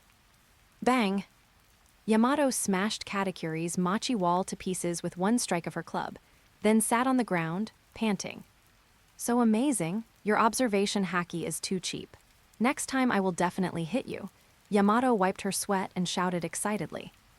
Katakuri leaned against the wall, and although he remained expressionless, there was a hint of softness in his eyes as he looked at this simple and straightforward opponent. Your Conqueror's Haki has great potential. Come back next time, and I'll save the best donuts for you. Really, it's a deal. As the steam whistle blew long and loud, the Leviathan slowly sailed away from the port. Ghost Moon stood at the bow, watching Cake Island gradually fade into the distance. It was still filled with song and dance, as if the crisis of destruction from just a moment ago had never happened. Young master, are we really going to build a factory for that crazy woman? The accompanying technician asked, puzzled. Of course. Ghost Moon looked at the New World Sea chart in his hand, as well as the multiple log poses for the Grand Line provided by Tato Land.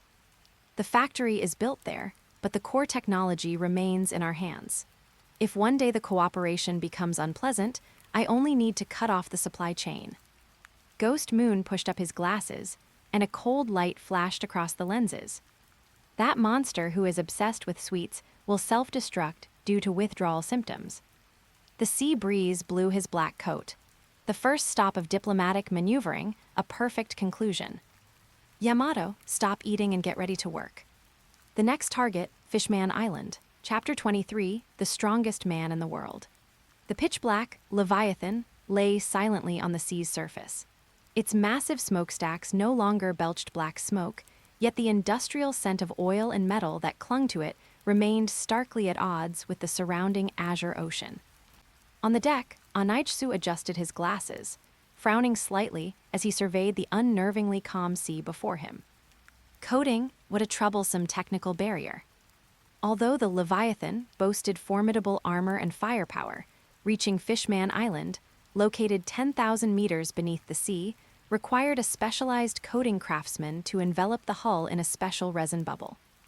Wano Country, having been closed off for many years, lacked this technology, leaving the ship's engineers utterly stumped.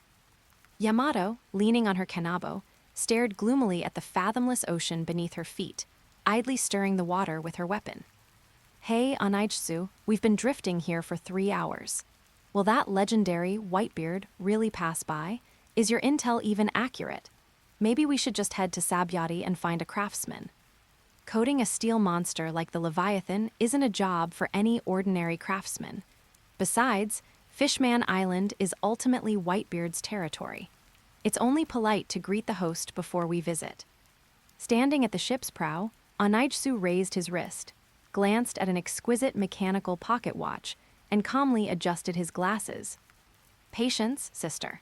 Based on Morgan's latest news reports and the ocean currents in the New World these past few days, this location is on the Whitebeard pirates' route today. Anaitsu closed the pocket watch, a confident curve lifting the corner of his mouth. No sooner had he spoken. They're here. As if in response to Anaitsu's prediction, a massive current suddenly surged from the horizon of the previously calm sea. A legendary warship, shaped like a colossal white whale and several times larger than the Leviathan, parted the waves and slowly sailed into view. From its towering mainmast, a skull flag adorned with a crescent moon mustache fluttered in the wind, emanating an overwhelming, kingly pressure. The Moby D **K. The vessel of the world's strongest man, Whitebeard Edward Newgate. That's Whitebeard. Yamato's eyes instantly lit up. She vaulted onto the gunwale, trembling with excitement. That's Whitey-chan from Odin's Journal, the monster who could fight Roger to a standstill. I want to fight. Anaitsu, I'm going to test if his fists really have the power to shatter the world. Yamato, already starting to transform to charge over, was stopped by a calm hand on her shoulder. Calm down, Yamato.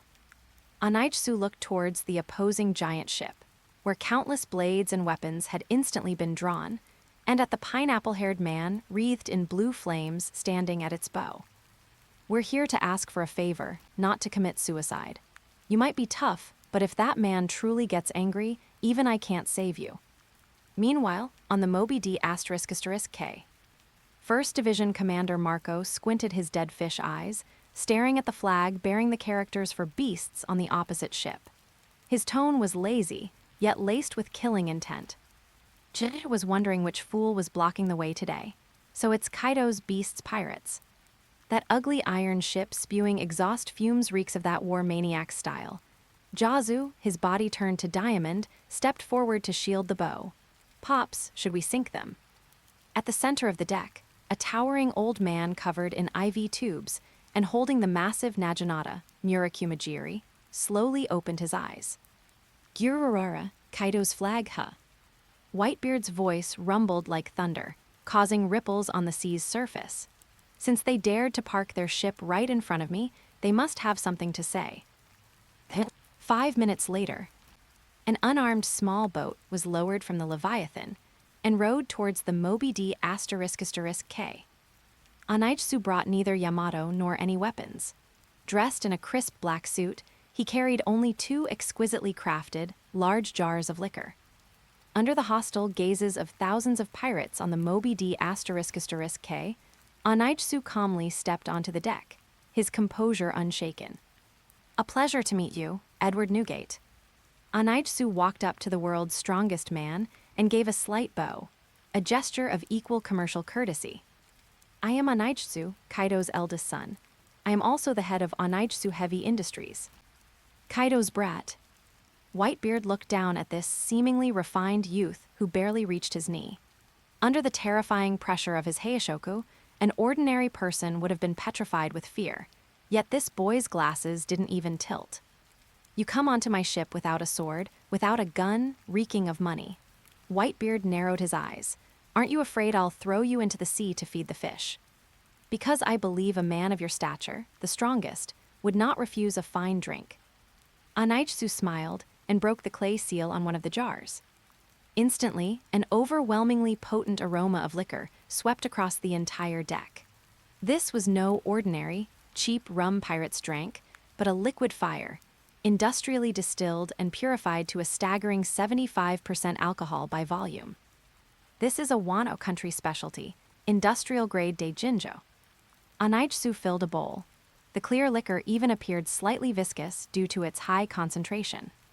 Compared to the weak beer that drifts with the currents of this era, I believe a pure brew like this, akin to raging fire, is more suited to your heroic spirit. Whitebeard's nose twitched. As a seasoned connoisseur, he instantly recognized this as a peerless liquor. Guiyue, an interesting brat. Whitebeard grabbed the large bowl, raised it, and downed the contents in one go. The strong liquor burned his throat like a lump of charcoal, searing through his stomach, yet it also brought a long-absent sense of exhilaration to his body, perpetually racked by illness. Ha, good liquor. Whitebeard laughed heartily, a touch of color returning to his pale face. Much stronger than those so-called fine wines Shanks brings, this is what a real man should drink. The atmosphere eased. Marco and the others sheathed their weapons, eyeing the youth who had managed to please their captain so much. Speak, Brat. Whitebeard set down the bowl, his gaze turning sharp, flattery with an ulterior motive. You stopped my ship. What do you want? 2 things. Anaijsu held up 2 fingers, getting straight to the point. First, I wish to do business on Fishman Island, but I know it's your territory. Second, my ship lacks a coating and cannot reach Fishman Island. I've heard the Moby D **K has the best coating craftsmen. I'd like to borrow their services. Anaijsu looked Whitebeard directly in the eye, making a solemn promise. I swear in the name of Anaijsu Heavy Industries, the Beast's pirates will commit no plunder, kidnapping, or destruction on Fishman Island. I will only take away goods and contracted laborers, leaving genuine gold and silver in exchange. I come to establish order, not to create chaos. Silence fell over the deck. Everyone stared at Anaijsu in astonishment. In the pirate world, the strong preying on the weak was the natural order, yet this youth was talking about order and contracts. Whitebeard stared at Anaijsu for a long time, as if trying to see through his soul. After a lengthy pause, he sighed, his gaze drifting to the distant sea. That madman, Kaido, to have fathered a rational monster like you. Roger, it seems the era that belonged to us, an era that ran on passion and fists alone, is truly coming to an end. Whitebeard could sense it. Though this youth shared Kaido's blood, his way of thinking resembled that of a shrewd monarch or a cold-blooded capitalist more. Such a person might be more dangerous than Kaido, but he also seemed more inclined to follow rules. Guiyue. Whitebeard refilled his bowl. As long as you don't touch my family or my territories, I couldn't care less what business you're up to. Marco, have the shipwrights coat that ugly iron hulk. This liquor is good. Leave me another 10 jars. A faint smile touched Anaijsu's lips as he bowed gracefully once more. Agreed, Newgate. For the coating fee and passage toll, I will pay with the finest medical equipment on these seas. I believe it will be beneficial for your health. Anaijsu returned to his ship, watching the gradually receding Moby D **K. A massive bubble now enveloped the Leviathan. Anaijsu, well, did you fight? Yamato bounded over, sniffing around him. Such a strong smell of liquor, you went drinking behind my back. That's a beverage for adults. Anaijsu adjusted his glasses, looking at the passage token Whitebeard had given him. The strongest hurdle is cleared. Get ready, Yamato. Anaitsu pointed towards the fathomless ocean depths. We're about to see that legendary paradise 10,000 meters beneath the sea. The Leviathan's engines roared to life. Its heavy steel frame began to slowly sink into the deep blue sea. Chapter 24, 10,000 meters under the sea. This was a fantasy journey worthy of being recorded in textbooks. Protected by the resin bubble coated by the top craftsmen of the Whitebeard pirates, the steel behemoth Leviathan moved like a submarine, slowly passing through the deep, dark trench. As the depth gauge's needle pointed to 10,000 meters, the once pitch-black world was suddenly illuminated. Why ghost moon look, is that the sun? Yamato was pressed against the reinforced glass porthole, her tail wagging excitedly. At the end of the deep sea, the massive sunlight tree Eve transmitted sunlight from the surface down here, its roots emitting a warm and sacred radiance. In the midst of this light, a dreamlike island enveloped by a massive double-layered shield floated in the deep sea like a crystal palace from mythology. Colorful coral reefs, massive shell buildings, and merfolk swimming freely in the water. Everything was breathtakingly beautiful. That is the photosynthesis of the sunlight tree Eve. Ghost Moon stood behind Yamato, pushed up his glasses, and calmly assessed everything before him. This isn't just a beautiful sight. It's also a massive source of geothermal energy and biological light energy. If we could build a deep-sea thermal power plant there, the efficiency would be triple that of the surface. You really are such a killjoy, Yamato muttered. This is clearly a fairy tale world. However, when the Leviathan truly passed through that thin air membrane and sailed into the port of Fishman Island, the fairy tale Yamato spoke of shattered. Fishman Island, main port. There was no legendary merfolk song and dance welcome, no bustling shell market. The air was filled with a suffocating sense of heaviness and oppression. Several dilapidated ships flying the Sun Pirates flag were docked at the port. Their sails were torn, and there were unwashed bloodstains on the decks. Hundreds of fishmen were gathered at the port, but no one spoke. One could only hear suppressed sobbing and a kind of anger that could be felt even from far away. What's going on? Everyone looked so sad. The smile on Yamato's face vanished. She keenly sensed that something was wrong. Ghost Moon led Yamato down the gangway. When the surrounding fishmen saw this steel warship filled with human industrial aesthetics, undisguised hatred and murderous intent instantly erupted in their eyes. Get out, humans. We don't welcome you dirty creatures here. Kill them. Make them pay for Tiger. A few radical fishmen brandished harpoons and tried to rush forward, but were firmly blocked by several blue-skinned fishman guards. Calm down, those are the people Whitebeard let through. Although the guard was also crying, he was still trying to maintain order.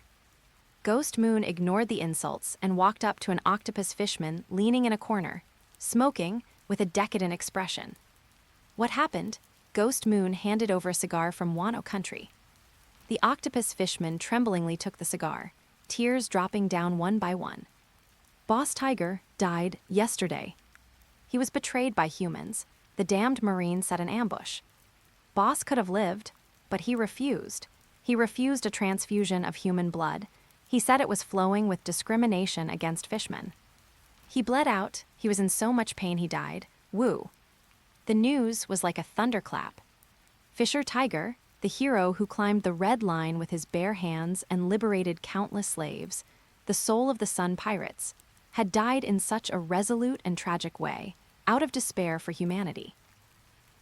At this very moment, at Giantcord Plaza, this place had turned into an ocean of chaos. Do you see? This is the true face of humans. A saw-nosed shark fishman, Arlong, was standing on a high platform, his eyes bloodshot, brandishing a large saw blade in his hand, roaring at the tens of thousands of fishmen below. Boss Tiger saved that human little girl named Koala. He sent her home, and what was the result? The humans in that village turned around and notified the Marine. Humans are just trash. They are inferior creatures. They don't deserve to breathe the same air as noble fishmen. Revenge, we must wipe out the humans. Avenge Boss Tiger. Revenge, revenge. The young fishmen below were incited to a fever pitch, their eyes blood red, as if they would rush out of the sea to kill the very next second. On the other side of the crowd, a tall whale shark fishman, Jin, stood there in silence. He kept his eyes tightly shut, painfully suppressing the anger in his heart, trying hard to prevent the situation from spiraling out of control. Just then, a slender figure rushed onto the high platform. It was Queen Otoheim.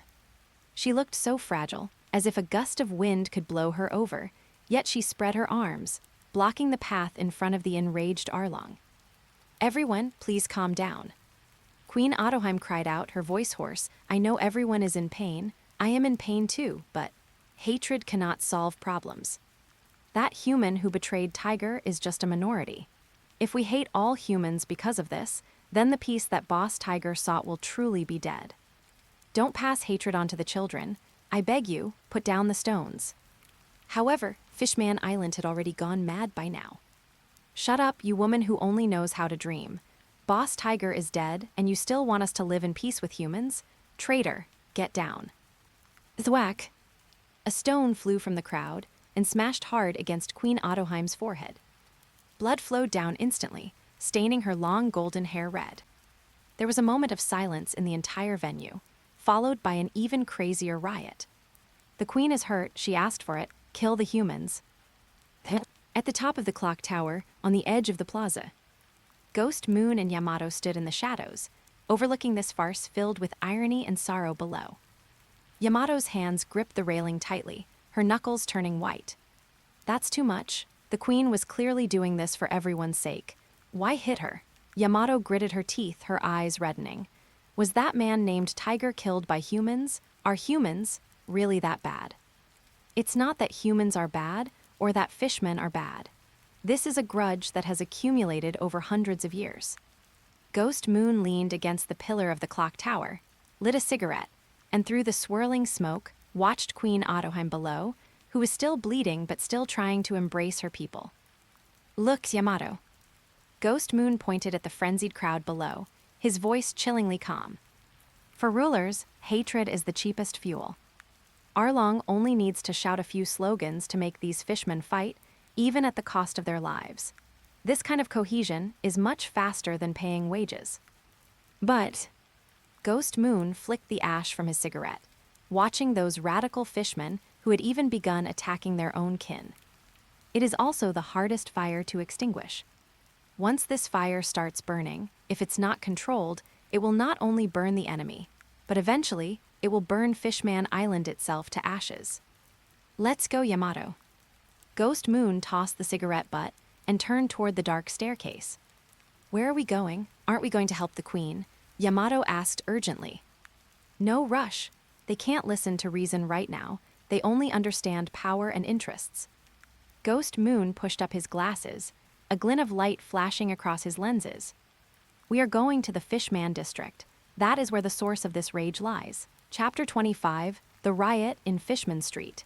If the Ryugu Palace was the crown of Fishman Island, then the Fishman district was its sewer. The giant promise ship, Noah, leaned like an ancient tombstone, stuck in the seabed silt, casting a suffocating shadow in the dim light. There was no sunlight here, no coral, only the wrecks of abandoned ships, rusted anchors, and countless pairs of eyes glittering with malice in the darkness. This was the slum of Fishman Island, a lawless zone that housed orphans and criminals. Tap, tap, tap. The street, which should have only been filled with the sounds of brawling thugs, instead echoed with the untimely sound of leather shoes today. Anaijsu, dressed in a crisp black suit and pushing up his gold-rimmed glasses, walked through the filthy street with an indifferent expression. His highly polished leather shoes crunched clearly as they stepped over the ground littered with shell fragments. Yamato followed closely behind, hoisting her massive spiked club, vigilantly scanning the dark corners around them. Anaijsu, the smell here. It's so repulsive, Yamato wrinkled her nose. It's all moldy and there's a scent of wanting to kill someone. That's normal, Yamato. Anaijsu stopped, his gaze sweeping over the strong fishman with knotted muscles hiding in the shadows of the wrecked ships. This place is a breeding ground for hatred, but it is also the largest source of manpower. There was no fear in Anaijsu's eyes. Instead, he looked like a slave owner inspecting a mine, assessing the livestock's teeth. Look at these fishmen. Their muscle density is 10 times that of humans, and they can move freely under the 5,000-meter water pressure of the deep sea. If we equip them with Beast Heavy Industries deep-sea work suits and pneumatic drills, the rich sea stone veins under Wano Country could be mined clean within a year. Are you here to recruit workers? Yamato was stunned for a moment. Recruit workers? Take your filthy human money away. Before Anaitsu could reply, a furious roar interrupted him. From the shadows of the wrecked ships on all sides, thousands of vicious-looking Fishman thugs, armed with weapons, suddenly surged out. Leading them was a young Fishman with a baseball cap and the features of a great white shark. His eyes were bloodshot, and he was clutching a handful of red pills, stuffing them into his mouth by the handful. Hody Jones. Though he was young at this time, the madness in his eyes had already begun to take shape. He was a monster twisted by the extreme racist ideology instilled by Arlong. Kaido's son, Anaitsu. Hody Jones chewed the dangerous drug, his muscles swelling violently, veins writhing like earthworms. How dare you walk into the Fishman district so openly? Have you come to laugh at us? Brothers, Chief Tiger was killed by humans.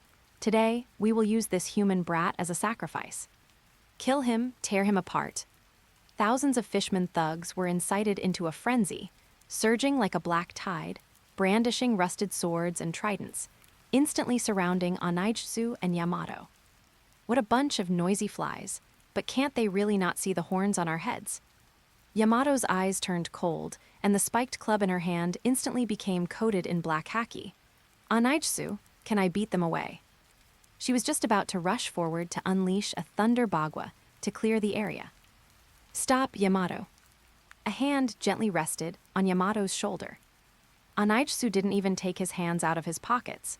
He merely tilted his head slightly, looking at the fishmen roaring toward him like beasts. Don't damage the equipment. Anaitsu's voice was soft, but it clearly reached Yamato's ears. Equipment, Yamato was taken aback. I am not sparing you because of mercy. Anaitsu pushed up his glasses, the lenses reflecting an extremely cold white light in the dim seawater. He looked at Hody Jones, who had already rushed within 5 meters of him, his eyes devoid of any human emotion, only the cold calculation of assessing an asset. It is because you still have value as miners. The next second, Conqueror's Haki, platinum suppression. Boomed. There was no howling gale, no rampaging black and dread lightning. An invisible, cold, mountain-heavy pressure instantly erupted with Anaitsu at the center. If Kaido's Haki was violent thunder, and Shank's Haki was a physical impact, then Anaitsu's Haki was absolute order and immense pressure. It was like a giant hydraulic press that instantly sucked all the air out of the entire street, forcibly grinding everyone's will into the ground. CCC click. Hody Jones, who was charging at the front, froze instantly. His eyes, congested due to the drug, rolled back, and his teeth chattered audibly. Even with his physique enhanced by the drug, the gap in the mental plane was an insurmountable chasm when facing true king-level aptitude. Thud. Hody Jones fell straight down like a dead fish at Anaitsu's feet, foaming at the mouth, completely unconscious. Immediately after, thud, thud, thud. Like wheat being cut down, the thousands of murderous Fishman thugs collapsed uniformly in that instant. The sound of weapons dropping echoed everywhere, but not a single person could stand up again. 1 second. Thousands of people eliminated. No rivers of blood, no severed limbs. Only suffocating dead silence. Let's go. Anaitsu stepped over Hody Jones's body, as if stepping over a piece of roadside garbage. He walked with elegant steps, treading on the bodies of the unconscious fishmen, heading deeper into the Fishman district. His leather shoes hadn't even picked up a drop of blood. The ones with good physical fitness, take note of them after they wake up. They are the candidates for the first deep-sea engineering team. 5 minutes ago, a blue figure rushed into the Fishman district in a panic.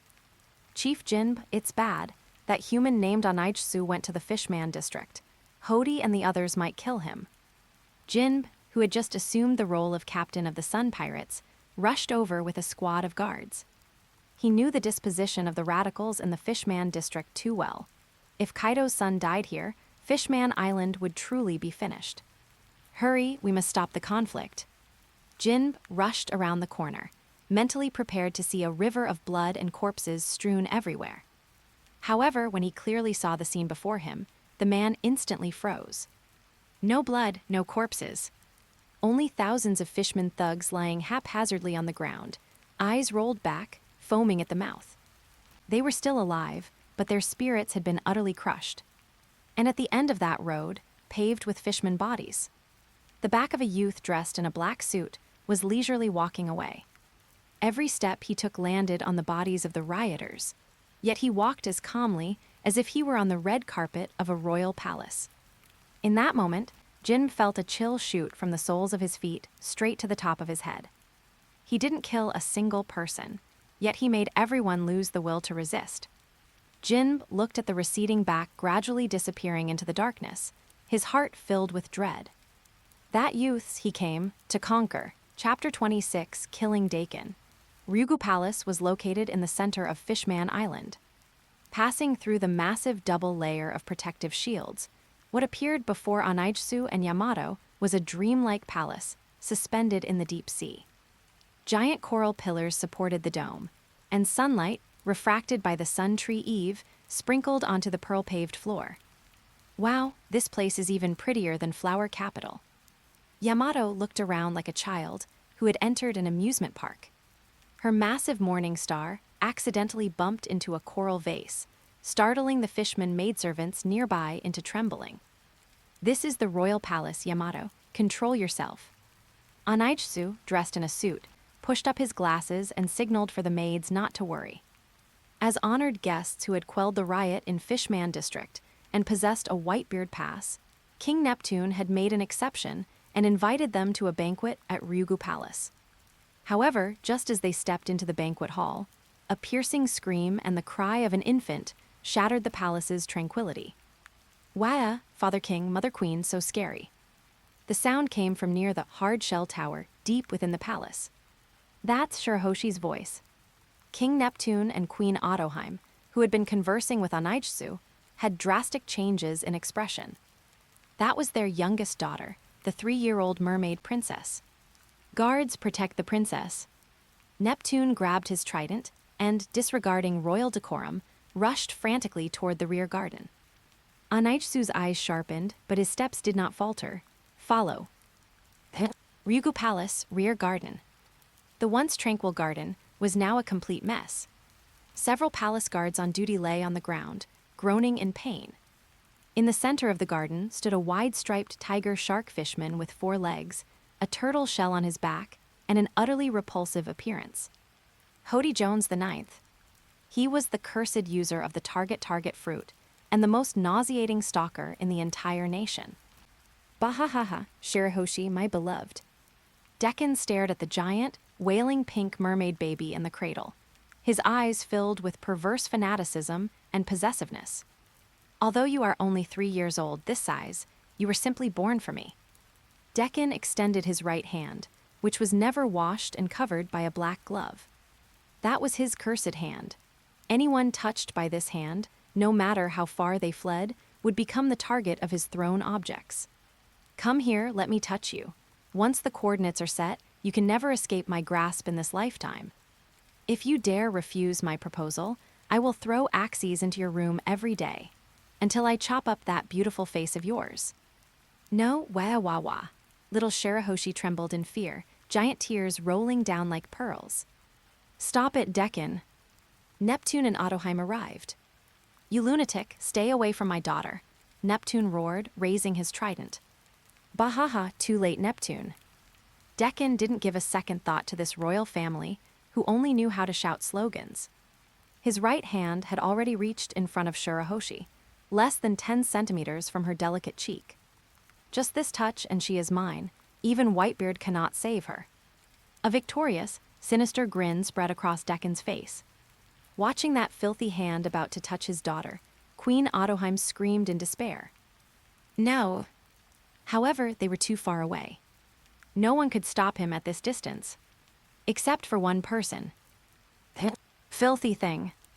A cold voice, as if from a judge of hell, abruptly sounded amidst the chaos. At the entrance of the garden, Anaitsu stood there, not rushing around in a panic like everyone else. He calmly raised his right hand, extending his index finger, aiming at the figure committing the atrocity. Between his thumb and index finger, he held a specially made coin emitting a faint, cold light. It wasn't an ordinary gold coin, but a high-purity sea stone coin polished by a top craftsman from Wano Country. Finger pistol, sniper mode black funeral. Bang! An extremely faint sonic boom erupted in the air. The coin, propelled by Anaitsu's terrifying finger strength, transformed into a black streak of light invisible to the naked eye. At this moment, Daken's finger was only 1 centimeter away from Shirahoshi's face. Pache! The muffled sound of a sharp blade cutting through worn leather. The sinister grin on Daken's face froze. His hand remained suspended in midair, unable to move forward even a fraction. Right in the center of his Adam's apple, a coin-sized bloody hole appeared. The sea stone coin, carrying immense kinetic energy, instantly shattered his laryngeal cartilage, severed his carotid artery, and then pierced through the back of his neck, embedding deeply into the coral wall behind him. Cough guck.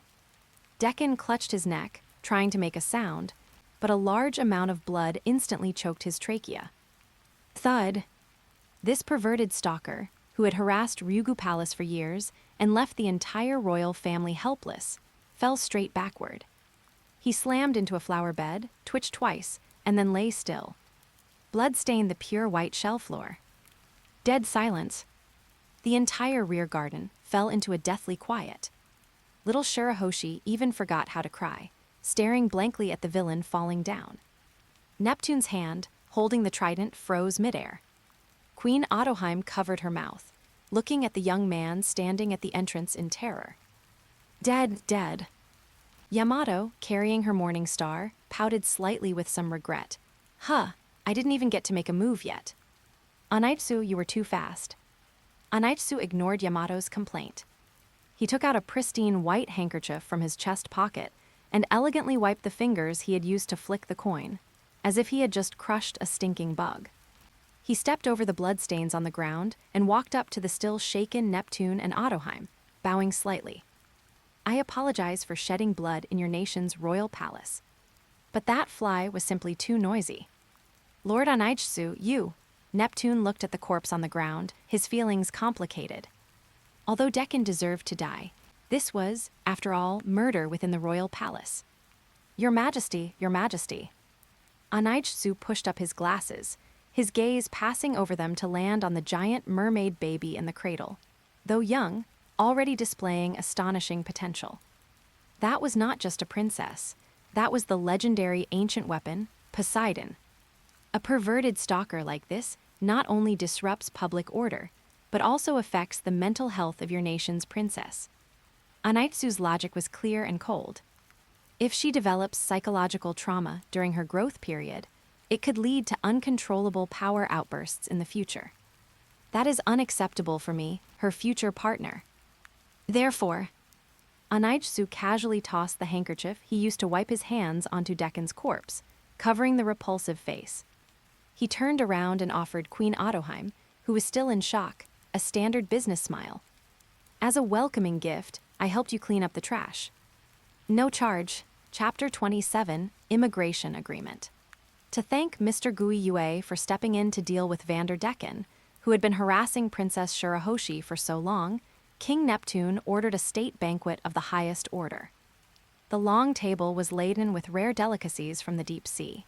Huge roasted sea beast meat, exuding an alluring aroma of fat, glistening sea grapes sparkling on silver platters, and top-tier dessert specialty of Fishman Island. However, the gourmet food could not alleviate the suffocating tension that seemed to have congealed in the air. Except for Yamato, who was gnawing away at a roasted crab leg larger than her own head without a shred of decorum, everyone else present had no appetite. Mr. Guiyue, before coming here, you must have seen the situation outside, right? Queen Otoheim, sitting at the head of the table, set down her wine glass. Her cheeks were flushed from the alcohol, but her eyes, usually full of compassion, were now bloodshot and filled with deep exhaustion. This goldfish mermaid had a body so fragile that it could not even withstand a slap from an ordinary human, yet she possessed an astonishing observation Haki. She could hear the voices in the depths of everyone's hearts, which was why she suffered more than anyone else. Tiger has died. The fire in everyone's hearts is about to ignite again. Ottoheim's voice choked up. She pulled a stack of crumpled petitions from her bosom, signatures she had collected over 2 years of speaking in the plaza day and night. I have been collecting for 2 years. Every single signature is a hope, a yearning for the sunlight. I told the children that not all humans are bad. I told everyone that as long as we reach out, the world government will accept us. But what about reality? Ottoheim slammed the petition onto the table, tears streaming down her face. The reality is that the celestial dragons treat us as nothing more than talking fish. The reality is that humans scream and run away when they see us. The reality is that even my own people have started calling me a madwoman, saying I am a lackey for the humans. When will these days ever end? We just want to live under the real sun. Is that really too much to ask? Facing the breakdown of a queen, the attendants in the banquet hall lowered their heads one after another, and Neptune covered his face in pain. For the weak, that is indeed too much to ask. An indifferent voice rang out. Mr. Guiyue elegantly cut a piece of tender sea beef steak, chewed it, and then gently wiped the corners of his mouth with a napkin. Queen Ottoheim, I admire your perseverance, but forgive me for being blunt, your direction has been wrong from the start. Wrong, Ottoheim was stunned. You are trying to use morality to influence the world government and begging in exchange for human sympathy. Mr. Guiyue adjusted the gold-rimmed glasses on the bridge of his nose, the cold light from above reflecting off the lenses. But at the gambling table of international politics, morality is the least valuable chip. The world government can't even exploit its own human member nations properly. Why would it care about the life or death of a group of deep-sea aliens? If you want the celestial dragons to look at you properly, and if you want humans to accept you, you rely neither on tears nor signatures. Then, what do we rely on? Neptune couldn't help but ask. Value, irreplaceable value that makes the world unable to function without you. Mr. Guiyue put down his knife and fork and pulled out a 30-page document he had long since drafted from his pocket. The heavy paper fell onto the table with a dull thud. On the cover, written in both the language of Wano Country and the common tongue, was a striking line of large characters. Wano Country, Fishman Island, Strategic Labor Immigration Agreement, Draft. The world government doesn't want you, but I do. Mr. Guiyue tapped his fingers rhythmically on the cover of the document, the sound like a countdown of fate. Wano Country is undergoing an unprecedented industrial reform. My factories are roaring, and my mines are expanding. However, deep-sea operations have always been our bottleneck. The human body is too fragile. Diving to 500 meters in the deep sea is the limit, and the efficiency is extremely low. But you are different. Mr. Guiyue looked at Neptune. The Fishman race is naturally endowed with 10 times the arm strength of humans, can resist the deep-sea pressure of 10,000 meters, and can breathe freely in the water. This is a gifted capital bestowed upon you by heaven, and it is also the strongest trump card in your hands. Instead of wallowing in self-pity here, you might as well monetize this talent. Mr. Guiyue opened the document and pointed to the core clauses, interpreting them one by one. First, the right to dwell in the sunlight. I will allocate an area with 30 kilometers of coastline, abundant sunshine, and fine beaches on the Curie coast of Wano Country. A Fishman special zone will be established there, where all fishmen can live freely. Second, the right to absolute equality. In my territory, there is no racial discrimination. On the assembly lines of beast-heavy industries, efficiency is justice. As long as you have strength and good skills, even if you have 8 arms, your salary will be several times that of a human, and no one will dare to talk nonsense. Third, obligations and costs. In exchange, the migrating fishmen must join the beast's deep-sea engineering corps. You will be responsible for the mining of sea stone veins on the seabed, salvage of shipwrecks, and the laying of future submarine fiber optic cables. The work will be hard and even dangerous, but every drop of sweat will be exchanged for real money. These words were like a depth charge, exploding in the quiet banquet hall. Neptune and Ottoheim looked at each other, their breathing rapid. Sunlight, a special zone, double the salary. This sounded too good, so good that it even sounded like a carefully woven trap. Wait, don't sign it.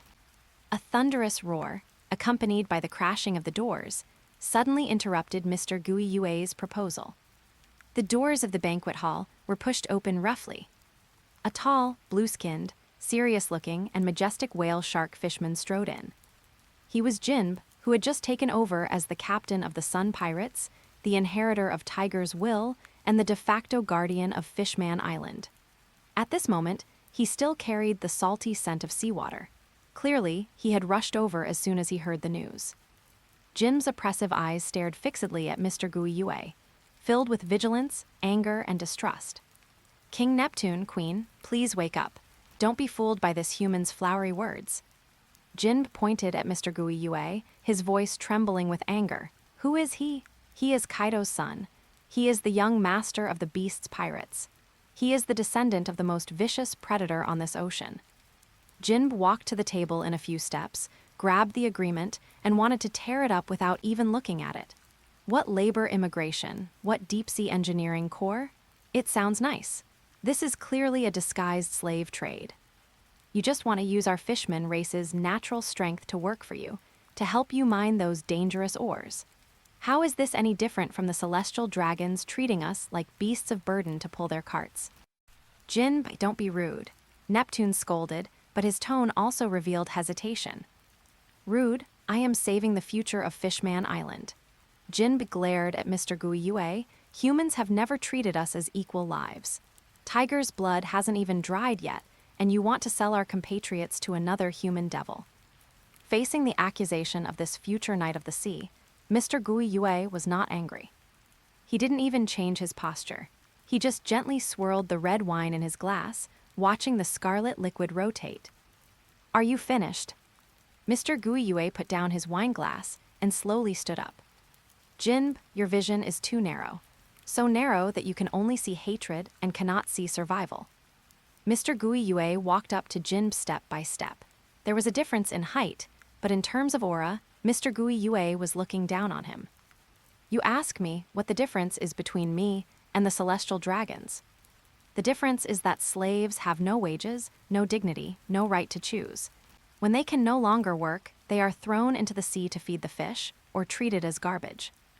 And what I give you is a high salary, 3 times the average level of the New World, legal Wano Country citizenship, labor contracts protected by law, and the opportunity for your children to sit in the same classroom as human children to study and eat from the same pot.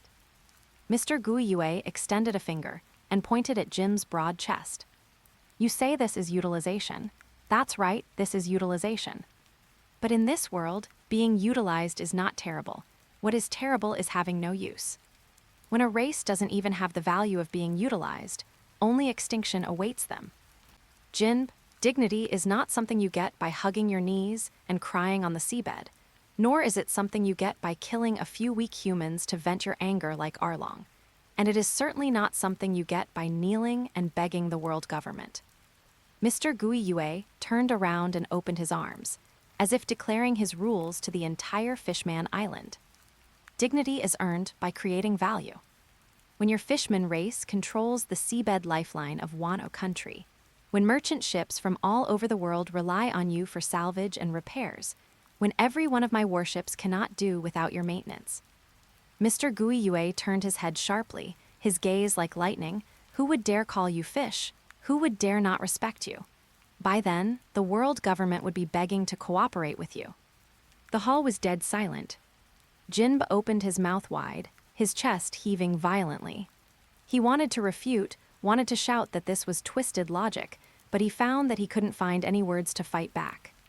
Tiger resisted with violence, and the result was that he bled to death, leaving behind even more hatred. Queen Ottoheim petitioned for peace, and the result was being treated as a madwoman, with her signature papers treated as trash. and the commercial employment model proposed by the young man in front of him, while cold and full of greed and calculation, was like a road that actually worked, a road leading to the sunlight. This was a transaction. It was exchanging blood and sweat for the future. Is this the thinking of a human powerhouse? Jinbe looked at Mr. Guiyue, the agreement in his hand ultimately not torn up. Chapter 28, The Deal on Fishman Island. After Anaijsu's speech ended, the banquet hall fell into a long silence. That silence was suffocating, as if the weight of the entire 10,000 meters of deep sea was pressing down on everyone's hearts. Queen Ottoheim slumped in her chair, the quill in her hand feeling as heavy as 1,000 pounds. As a mother, she didn't want her children to go to dangerous jobs, but as a queen, she knew this might be the only chance for the Fishman race to migrate to the surface on a large scale and legally. Moreover, this opportunity was built upon the dual guarantee of Whitebeard's tacit consent and Wano Country's military force. Can he really be trusted? Ottoheim murmured to herself. At this stalemate, a sudden and loud cry broke the dead silence. Wah, it's so pitiful. I want to cry too. Everyone turned their heads in astonishment. In the corner of the banquet hall, Yamato, who had been feasting, had at some point put down the crab leg in her hand. Tall in stature, she was tightly hugging the even larger little princess, Shirahoshi, in the cradle next to her. One big and one small, two giant babies who both had experiences of being imprisoned, were crying their eyes out together, tears gushing out like fountains and soaking a large patch of the carpet. Little Shirahoshi, so you've also been locked in this hardshell tower all this time. Yamato wiped her tears and snot with her sleeve without any regard for her image, speaking while sobbing, her voice filled with empathetic sorrow. I was the same. I was locked on Onigashima for so many years by that scumbag old man. That feeling of only being able to see the outside through a window, having to starve, and being beat. It was too painful. Wah. Big sister Yamato, I want to see the sun. I want to see a real forest. I want to catch butterflies. Shirahoshi sobbed, her huge fish tail slapping the ground uneasily as she gripped Yamato's sleeve tightly, as if clutching her only lifeline. You will see them, you definitely will. Yamato suddenly raised her head, her eyes red and swollen from crying, as she looked at Queen Ottoheim and Jinbe. At this moment, she was no longer the rampaging warrior wielding a kanabo, but just a simple girl who yearned for freedom and hoped everyone else could be free too. Hey, you queen, and that mean-looking blue fatty. Yamato pointed at Anaijsu, who was standing in the center of the hall with an indifferent expression, and shouted loudly. Even though this guy Anaijsu has a sharp tongue, is full of schemes, always calculates against others, and says really unpleasant things. Anaijsu's mouth twitched slightly as he pushed up his glasses. Was this praise or an insult? But Yamato's voice rose an octave. He never lies. In Wano Country, he said he would let everyone eat their fill, and the citizens who were about to starve to death really did. He said he would let everyone have books to read, and now even the prisoners in the quarry are learning to read. He does what he says. He has never broken a promise.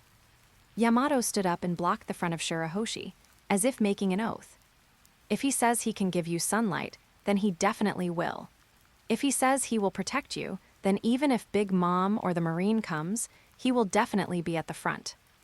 I believe in him, just like I believe in the stories written in Odin's journal.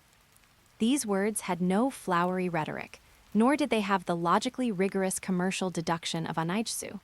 There was only the purest, most primal intuition and trust. But often, what touches people's hearts the most is precisely this kind of clumsy sincerity. Jinbe was stunned. Looking into Yamato's crystal-clear eyes, the defenses in his heart collapsed. Someone who could be trusted so much by a companion might really be more than just a cold-blooded businessman. Queen Ottoheim looked at Yamato, then at little Shirahoshi, who had finally stopped crying and showed a look of anticipation. She remembered Tiger's words before he died. Ottoheim, don't give up hope. Perhaps this was hope, not a handout from the world government, but a deal full of power. I believe in this, Miss Yamato's tears. Queen Ottoheim took a deep breath, her eyes becoming firmer than ever before. She wiped the tears from the corners of her eyes, picked up the quill, and solemnly signed her name on the heavy document.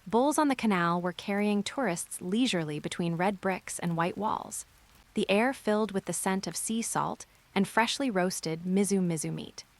Suddenly, a tooth-aching sound of twisting metal shattered the silence.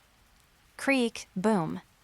A pitch-black iron warship, covered in rivets and welding marks, trailed billowing black smoke as it struggled into the scrapyard island area on the outskirts of Water 7. It looked miserable. Though it still maintained a menacing appearance, the hull was visibly tilting to the port side. From deep within the ship came a mournful wail like a dying beast, a signal that the immature keel structure was finally buckling under the strain of long-term deep-sea navigation. Young master, cracks have appeared in section B3 of the keel. The vibration from the sea stone power furnace is too great. Ordinary wooden structures simply can't handle this level of power. Inside the cabin, a technician reported while dripping with sweat, "If we don't perform a major overhaul, this ship will disintegrate in the next storm." Anaijsu stood on the tilted deck, showing no panic. He pushed up his gold-rimmed glasses and looked at the bustling city built on the water in the distance. As expected, simply piling up materials isn't enough. Without top-tier structural mechanics, the Leviathan is nothing more than a heap of floating scrap metal. He turned his head and looked at Yamato. Yamato stopped staring, prepared to disembark. At this moment, Yamato was leaning over the railing, shouting and pointing at a strange track on the sea in the distance. Anaijsu, look, there are train tracks laid on the sea. Can a train really run on the water? That is the miracle being created by the person we are looking for. Anaijsu straightened his suit collar, a flash of determination in his eyes. Let's go meet the legendary world's #1 shipwright, Mr. Tom. Water 7, Scrapyard Island. This was the dark side of the city, piled high with the remains of abandoned ships and trash. But from within these ruins came a rhythmic hammering sound. Dong dong dong with a don. A massive, yellow cowfish fishman with horns was holding a giant hammer, performing final adjustments on a steaming locomotive. Beside him were two young figures. One was a serious-looking boy with blue hair. The other was a perverted boy wearing swimming trunks and sunglasses. Super, Tom-san, the pressure in the steam boiler doesn't seem high enough, Frankie shouted while striking a strange pose. Idiot, you screwed the exhaust valve the wrong way. Iceberg slapped Frankie on the head. Tehehaha, even if it's screwed the wrong way, you have to screw it back with a don. A man's work must be done with a don. Tom let out a hearty laugh, a reflection of his pure love for shipbuilding. Just then, a large shadow loomed over them. Working with a don, such moving craftsmanship. Tom stopped his hammer and turned to look. A man and a woman stood atop the ruins. The man wore a refined black suit, his aura as cold as ice. The woman was tall, carrying a club, staring curiously at the unfinished sea train. Who are you? Iceberg warily stepped in front of Tom. I am Anaijsu, captain of the nearly sinking Leviathan. Anaijsu pointed at the warship billowing black smoke in the distance, then gave Tom a slight bow in a standard business greeting. It is a pleasure to meet you, Mr. Tom. I come with a token from Whitebeard, but there is something else I would rather show you. Anaijsu pulled a golden letter of appointment from his breast pocket. Beast Heavy Industries of Wano Country sincerely invites you to serve as our chief engineer. An annual salary of 1 billion berries, with the world's hardest liquor ore and sea stone provided as raw materials. There, you won't need to hide in this trash heap. You will have the world's most advanced shipyard and countless assistants. If you just nod your head, the Leviathan will be your signing bonus. You can dismantle it or transform it into the perfect warship of your dreams. These words left Iceberg and Frankie stunned. 1 billion berries. What kind of astronomical figure was that? However, Tom only glanced at the appointment letter, then at Anaijsu, his face breaking into that signature smile. Tahehaha, what a generous young man. Wano Country. I hear it's a land of samurai. Tom slung his hammer over his shoulder and shook his head with a smile. But I'm sorry, young man. I cannot go with you. Why? Anaijsu frowned slightly. Are you dissatisfied with the price, or are you worried about the world government's pursuit? In Wano Country, even a marine admiral cannot touch you. It's not about the money. nor is it about safety. Tom turned around and affectionately stroked the unfinished puffing Tom. Look at this city, young man. Water 7 is dying. Every year, the Aqua Laguna rises higher, the economy is stagnant, and the people are in a panic. I once built the ship for the Pirate King. That was my sin. But now I am building this sea train. That is my atonement and my love. This train can bring this city back to life. Until it runs with a dawn, I'm not going anywhere. This was the obsession of a top-tier craftsman. In Anaijsu's eyes, it was inefficient, blind loyalty, but in Tom's eyes, it was a man's promise. Even if it costs you your life. Anaijsu pushed up his glasses, his tone becoming sharp. As far as I know, the world government's CP organization is already watching you. The day you finish this train will likely be the day they put you on trial. So what? Tom turned abruptly, a moving sense of heroism erupting from his small eyes. A decision made by a man is one he shouldn't regret, whether it's building a pirate ship or a train. If that day truly comes, I will face it with a dawn. The scene fell into a deathly silence. Yamato looked at Tom, her eyes full of stars. Wow, even though he's a strange fishman, he's so cool. Anaijsu fell silent. As a person of absolute rationality, he found it hard to understand this behavior of marching toward death for the sake of sentiment. But as a leader, he had to respect a powerhouse with such top-tier conviction. Take him by force? It would be easy to knock him out, but a craftsman who has lost his heart cannot build a ship with a soul. I understand. Anaijsu put away the billion-berry appointment letter, the business-like fake smile vanishing from his face, replaced by a solemn expression. Since I cannot take you with me, how about we change the deal? Anaijsu pointed at the Leviathan in the distance, which was nearly falling apart. My ship is sinking. It has an extremely powerful engine, but it's paired with the worst possible frame. I need you to help me fix it. In exchange. Anaijsu pulled a metal ingot emitting a faint, cold glow from his pocket. It was high-purity sea stone, a specialty of Wano Country. I heard that the tracks for the sea train require corrosion-resistant materials.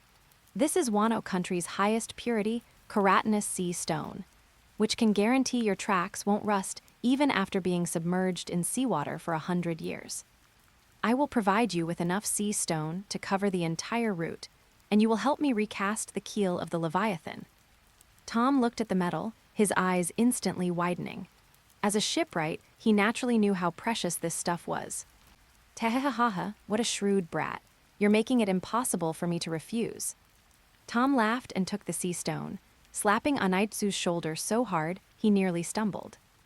Deal, bring your ship over.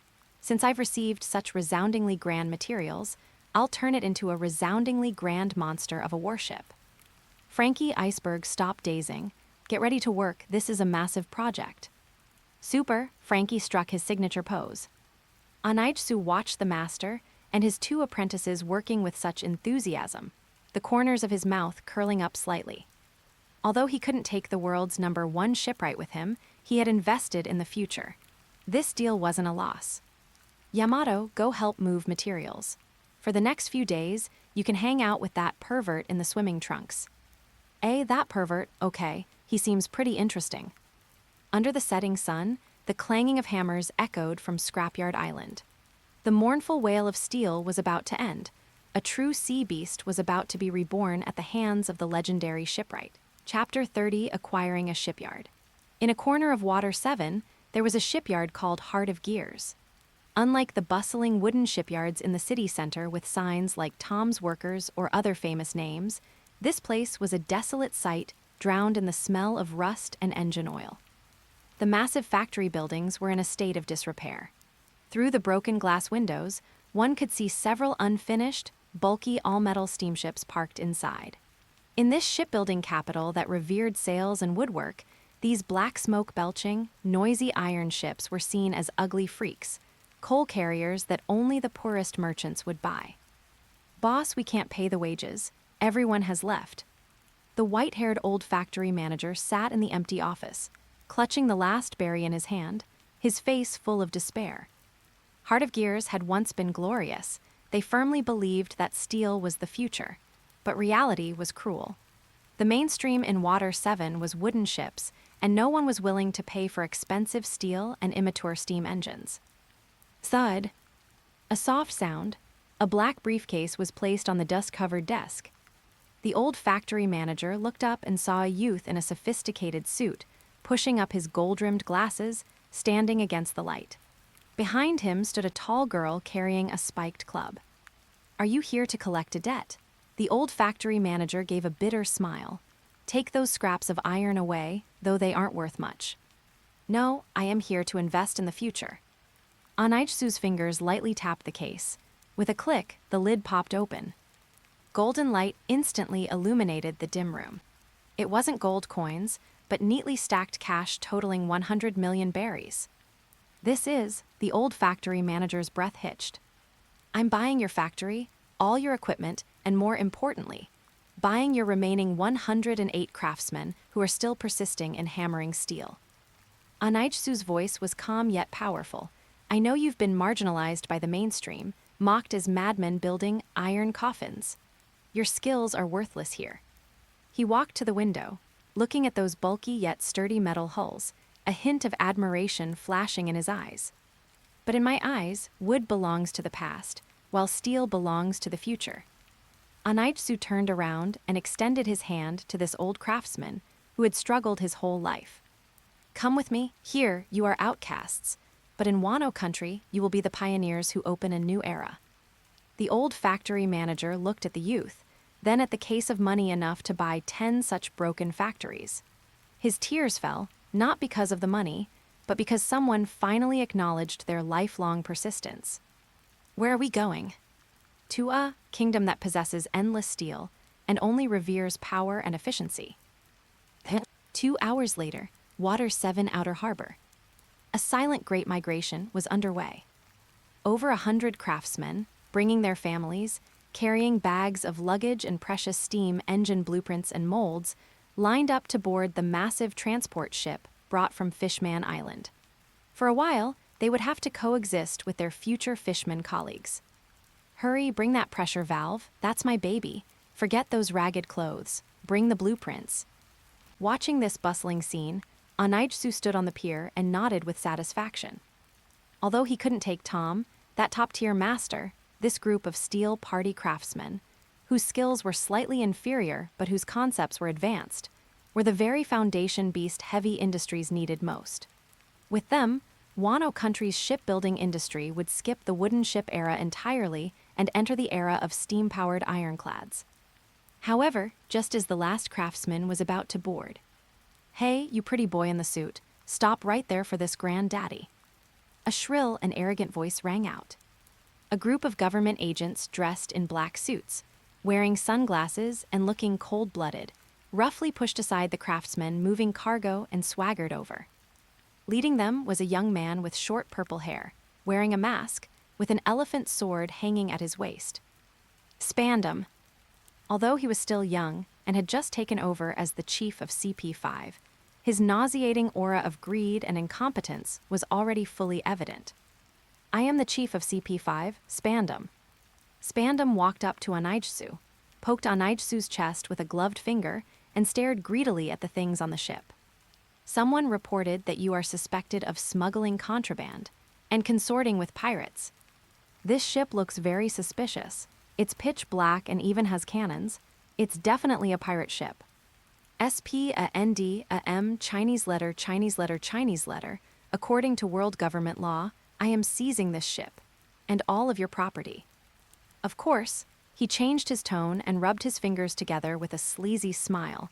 "If you're sensible and hand over 500 million berries as bail money, I might be able to look the other way." This was blatant extortion.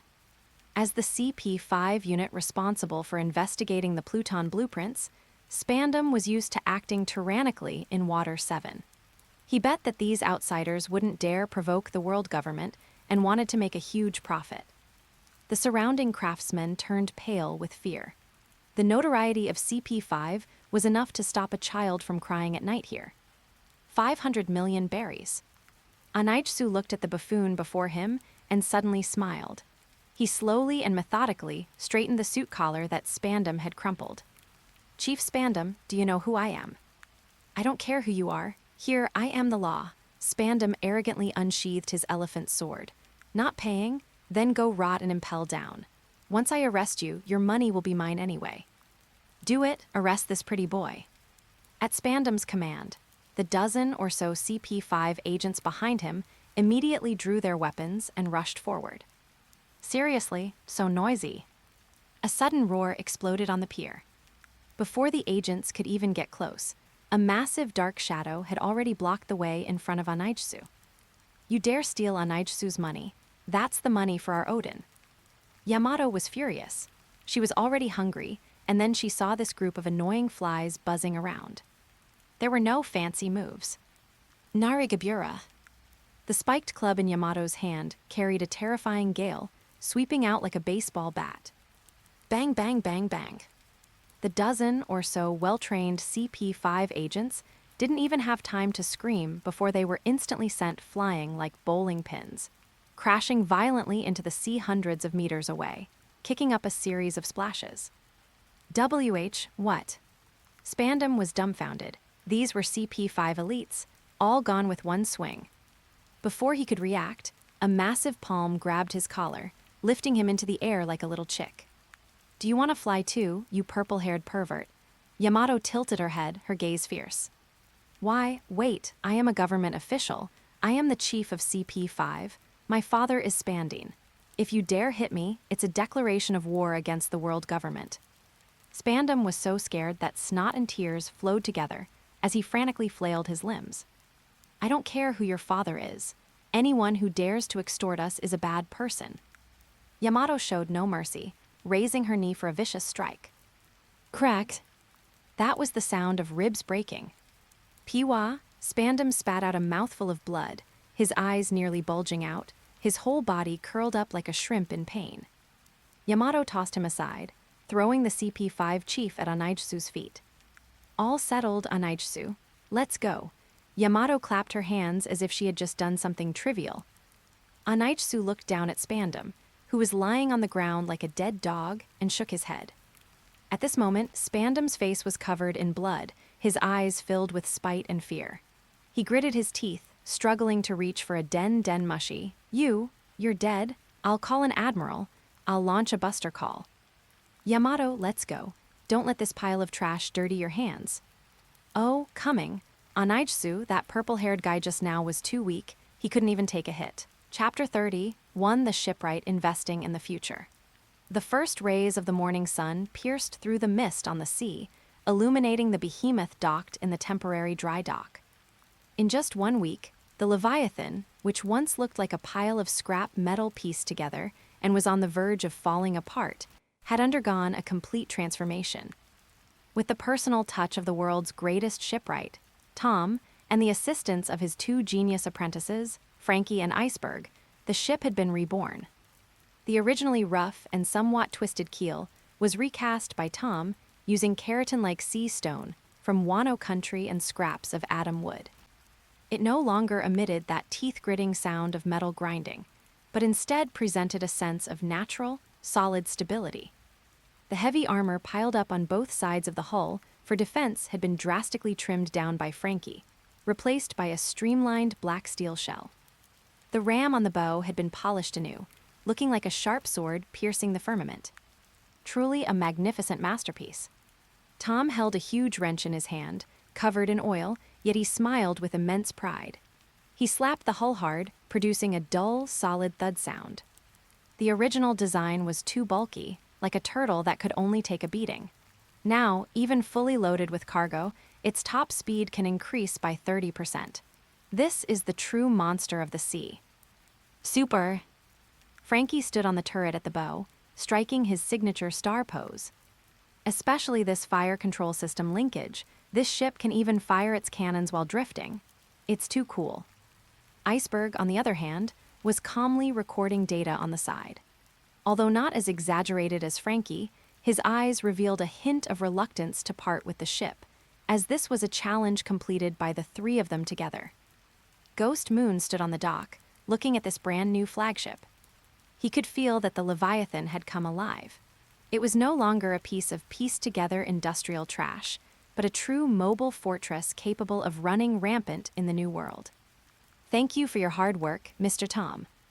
Ghost Moon handed over a check, the number on which was enough to buy half of Scrapyard Island. This is the final payment, as well as the bonuses for Iceberg and Frankie. Tom took the check and stuffed it into his huge overalls without even looking at it. Tahahaha, money is just something to buy drinks with. Being able to repair such a ship is an enjoyment in itself. At the time of parting, most of the crew and the 100 or so newly recruited craftsmen had already boarded the ship. Ghost Moon walked up to Tom alone. At this moment, the Fishman master was gazing affectionately at the puffing Tom prototype, which had just laid a few hundred meters of track and was still puffing out experimental steam. Mr. Tom. Ghost Moon's voice was very soft, yet it carried an inappropriate coldness. Do you really think this train can save the city? Of course, Tom puffed out his chest and pointed proudly at the distant sea. As long as we have it, Water 7 can survive in this era of frequent great tsunamis. Supplies, trade, and hope will all flow in along the tracks. And what about yourself? Ghost Moon pushed up his glasses, and a sharp glint reflected off the lenses. Do you believe the world government will keep its promise? That officer Spandam, he represents not just CP5, but the greed of the entire world government. They promised that as long as you finish building the sea train, they will cancel your death sentence for building a ship for Pirate King Roger. Ghost Moon turned around and looked directly into Tom's eyes, which were not large but full of wisdom. But that is a lie. The sea train is a strategic project. Of course, the world government wants it. But the person who builds the train knows too much, and his prestige is too high. For the world government, once a tool has completed its mission, its best destination is destruction, especially when this tool also holds the blueprints for an ancient weapon. The air suddenly froze. The smile on Tom's face disappeared. He looked at Ghost Moon, his eyes becoming incredibly profound. How do you know about that blueprint? I am an arms dealer. I have my channels. Ghost Moon did not answer directly but continued, but I know the ending. The day the sea train opens for traffic, the day the whole of Water 7 cheers for you, is the day the world government will raise its butcher's knife against you. You are dedicating your life to a group of people destined to kill you. These words were suffocatingly cruel. If it were an ordinary person, they would have been shaken long ago, or even packed their bags and fled immediately. But Tom did not. This magnificent Fishman man, after a brief silence, suddenly burst into a deafening roar of laughter. Terigahata, terigahata. The laughter echoed over Scrapyard Island, startling a flock of seagulls. Little brother, you are indeed a shrewd person. You have seen through the government, seen through interests, and seen through life and death. Tom stopped laughing and turned around. His large hands were full of calluses, but they were warm and powerful. However, some things cannot be measured by interests. When that guy Roger died, he was also smiling, because he had completed his mission. I am a shipwright. I built the ship for the Pirate King, and I am proud of it. Even if I am judged by the whole world, I will proudly admit that was my masterpiece. Now I want to build the sea train. Not for the government, but for this city that raised me, and for those children who call me Uncle Tom. Tom clenched his fists and hammered his chest hard, making a loud thumping sound. When a real man does things, he doesn't ask for the result. Once you've done it, you must do it through to the end. Even if the destination is the guillotine, I will drive my train, blowing the whistle, and rush forward. This was Tom's answer. Foolish, in Ghost Moon's view, it was extremely foolish. Great, it was movingly great. Ghost Moon looked at the Fishman before him, who seemed to be glowing, and remained silent for a long time. Finally, he sighed and put away the thought of trying to persuade him again. What a helpless fool. Ghost Moon took a golden transponder snail out of his pocket and placed it on the newly laid track. Since your mind is made up, I will say no more. However, Mr. Tom, I am a businessman. I don't do losing business, and I don't owe anyone favors. You helped me repair the ship, so I owe you a favor. Ghost Moon looked directly at Tom and made a final promise. 3 years. According to my calculations, the sea train will take another 3 years to complete. 3 years from now, the day the first whistle blows at Anai's lobby will be your judgment day. At that time, I will come again. Ghost Moon pointed at the transponder snail, and then pointed at Frankie and Iceberg, who were playing in the distance. If that day really comes, if you change your mind, or if you are no longer around, and your apprentices have nowhere to go, just dial this phone. My ship will always have a place for you, and for your legacy. Tom looked at the transponder snail, and then at Ghost Moon's serious eyes. This time, he did not refuse. He knew that this was the greatest respect this young man could show him, and also a way out left for his children. Tahahaha, good, it's a deal. Tom picked up the transponder snail and solemnly tucked it into his pocket. 3 years from now, if I am still alive, I will definitely treat you to the most magnificent celebration drink. On the deck of the Leviathan, as the huge sea stone power furnace began to operate, a low humming sound replaced the noise of the steam engine. The huge steel warship slowly sailed away from Scrapyard Island, cutting through the waves of Water 7. Ghost Moon stood at the bow, the sea breeze blowing his black trench coat. He did not look back, but just quietly looked at the sea chart in his hand. Water 7 gradually became a small dot in his field of vision. He knew that the next time they met, this place would become the center of a storm. Young Master, where are we going next? The messenger who had been silent all along asked. Ghost Moon put away the sea chart, pushed up his glasses, and cast his gaze toward the island covered in ice and snow in the first half of the Grand Line. The ship had been repaired. Now, this war machine was still missing the most important maintenance system, a doctor. Go to Drum Island. Go see the doctor known as the Witch, and by the way, bring back a complete medical system for Wano Country. Chapter 32, The Brat King. Drum Island is a famous medical powerhouse in the Grand Line, and it is a winter island covered in ice and snow all year round. At this moment, the sky was a depressing leaden gray, and the heavy snow, like goose feathers, fell like torn cotton wool, silently covering everything in the world. However, this tranquility belonging to winter was completely broken today. Crack, rumble. A massive sheet of ice collapsed with a teeth-aching cracking sound. A behemoth, pitch black all over with rivets and black steel armor covering its hull, forcibly pushed aside the 2-meter-thick floating ice and broke into the port. After being modified by Tom's workshop in Water 7, the Leviathan was no longer that clumsy semi-finished product, but a true mobile fortress on the sea. The huge sea stone power furnace was running at full power, and rolling heat waves poured out from the cooling grills at the stern, boiling the surrounding seawater and sending up a large wall of white steam fog.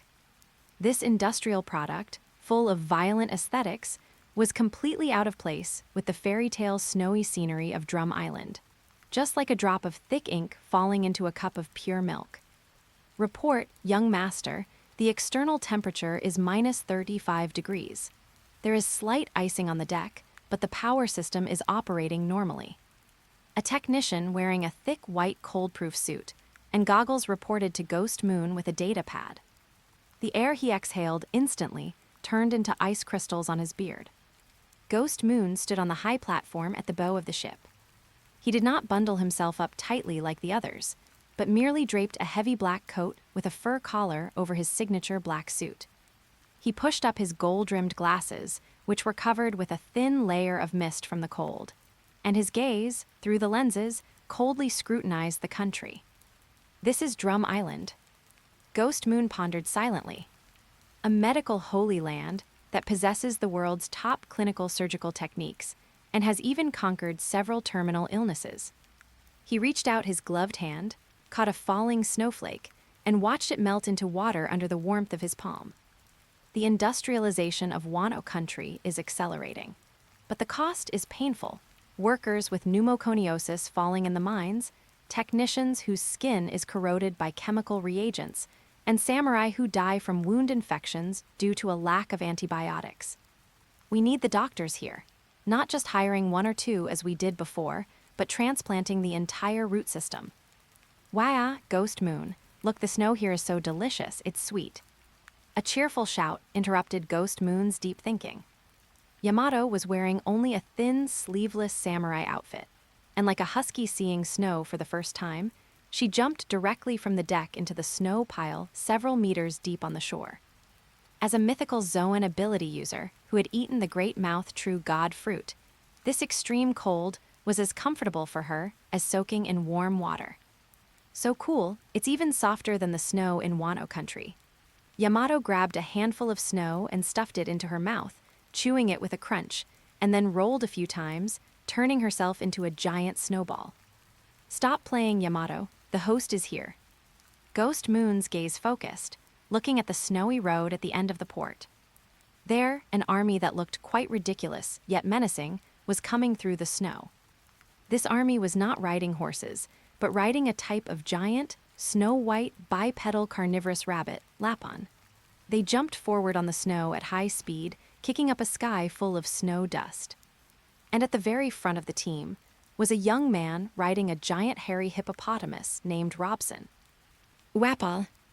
He was only 14 years old at this time. The old king had just passed away not long ago, and as the only heir, he had already taken power as regent.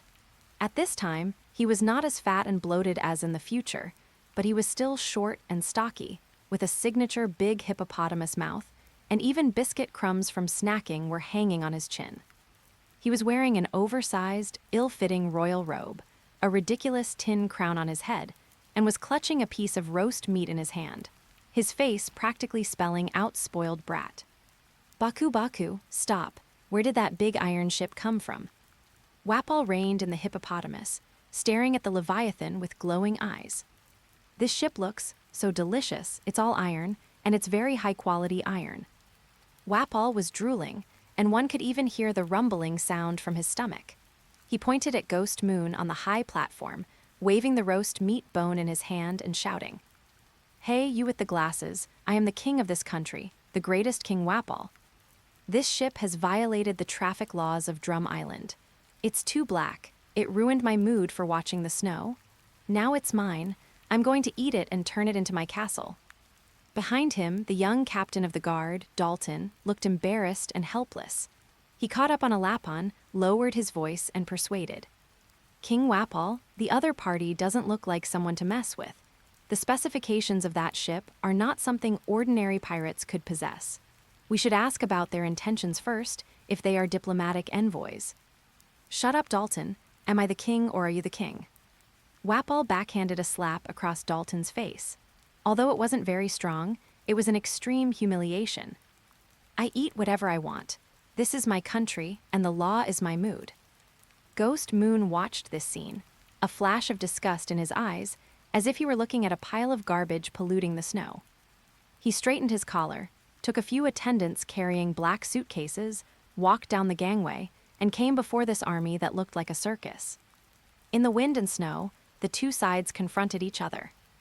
On one side were the well-equipped and disciplined Guiyue Heavy Industries bodyguard team. On the other was the Drum Island Guard, riding rabbits and lacking any formation. "Nice to meet you, King Wapol." Ghost Moon's voice was calm and polite, completely ignoring the others shouting just now. "I am an executive of Guiyue Heavy Industries. I heard that your country possesses a top medical team called Dr. 20. My trip here is not for war, but to conduct a win-win business transaction." Ghost Moon snapped his fingers. The attendant behind him stepped forward and opened the suitcase with a click. Under the reflection of the snow, the bundles of neat berries cache in the case, emitting the scent of ink, looked particularly tempting. "Here is 500 million berries in cash." Ghost Moon took out another thick, beautifully bound contract. "I hope to hire your country's medical team to go to Wano Country for a 3-year technical exchange at a price of 500 million berries per year. We only need to borrow them for 3 years, and we will provide you with the most advanced heating equipment in return." This was already a sky-high price. For a small country located in the first half of the Grand Line, 500 million berries was enough to improve many livelihood issues. However, Ghost Moon overestimated Wapol's intelligence and underestimated his greed. "Ripped." Before Ghost Moon could finish speaking, Wapol suddenly extended his tongue, rolled up the contract like a chameleon, stuffed it directly into his mouth, and chewed it to pieces with crunch, crunch sounds before swallowing. Baku baku, terrible, the paper tastes too bland, should have added some salad dressing. Wapol burped, looked at Ghost Moon with disdain, his eyes full of that kind of ignorant arrogance. What kind of joke are you making? I am the king. Everything in this country is mine. Even a stone, a tree, a doctor, all are my private property. Why should I lend them to you? What if I get sick? Who will treat me? And Wapol's greedy little eyes turned to Yamato, then stared fixedly at the sturdy armor of the Leviathan. 500 million berries is too little. I want your ship. That's good iron. And that tall white-haired woman, she can actually roll in the snow? Looks fun. Let her stay and be my pet, and I might just spare your life. The air suddenly froze. Yamato's hands, busy building a snowman, stopped. Dalton's face turned pale instantly. As a Zoan Cow fruit ability user, his intuition was much keener than an ordinary person's. He could feel a chill that made his soul tremble suddenly erupt from the smiling, bespectacled boy. That kind of chill was 10,000 times colder than the thousand-year ice and snow of Drum Island. Pet. Yamato pulled her head out of the snow pile, tilted her head, and blinked those golden beast pupils. Ghost Moon, is this little fatty who looks like a hippopotamus talking about me? Ghost Moon did not answer Yamato. He just slowly took off his glasses, took a clean handkerchief out of his pocket, and gently wiped the mist off the lenses, his movements as elegant as if he were wiping a piece of art. I originally thought that even a tyrant should at least have the intelligence of an adult and be able to understand the human language of interest exchange. Ghost Moon put his glasses back on. In the eyes behind the lenses, the last trace of warmth disappeared completely, replaced by the indifference of looking at livestock waiting to be slaughtered. It seems I was wrong. Talking business with a giant baby who hasn't been weaned yet is indeed the most inefficient behavior. He took a step back, made a gentlemanly pleased gesture to Yamato, his tone as indifferent as if he were about to throw away a bag of trash. Yamato, teach this little friend what the adult world is. Chapter 33, Packaging Dr. 20. The snowstorm seemed to intensify, the howling north wind whipping up the snow on the ground like a white sandstorm.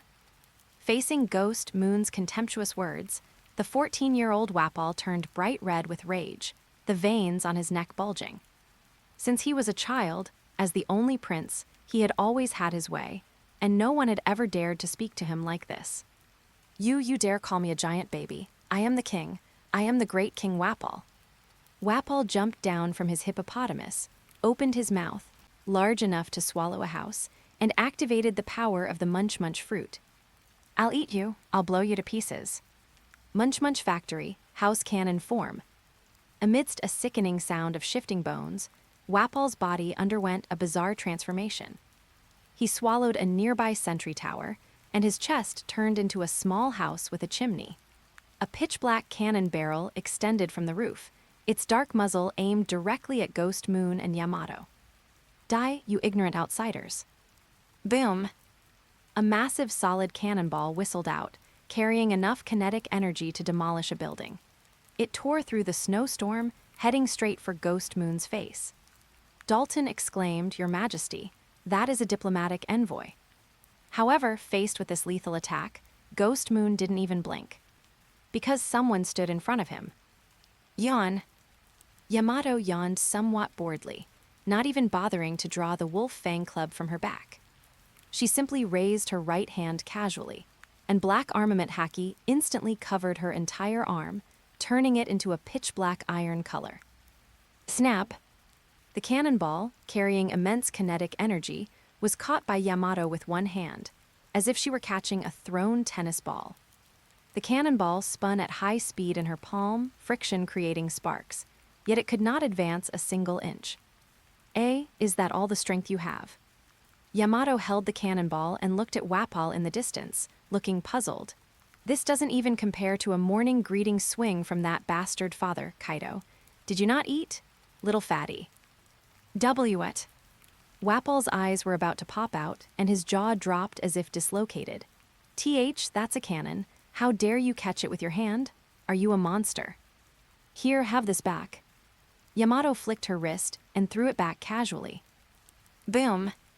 The cannonball flew back at 3 times the speed it came, landing precisely in the snow at Wapol's feet. The violent explosion instantly overturned the entire royal guard.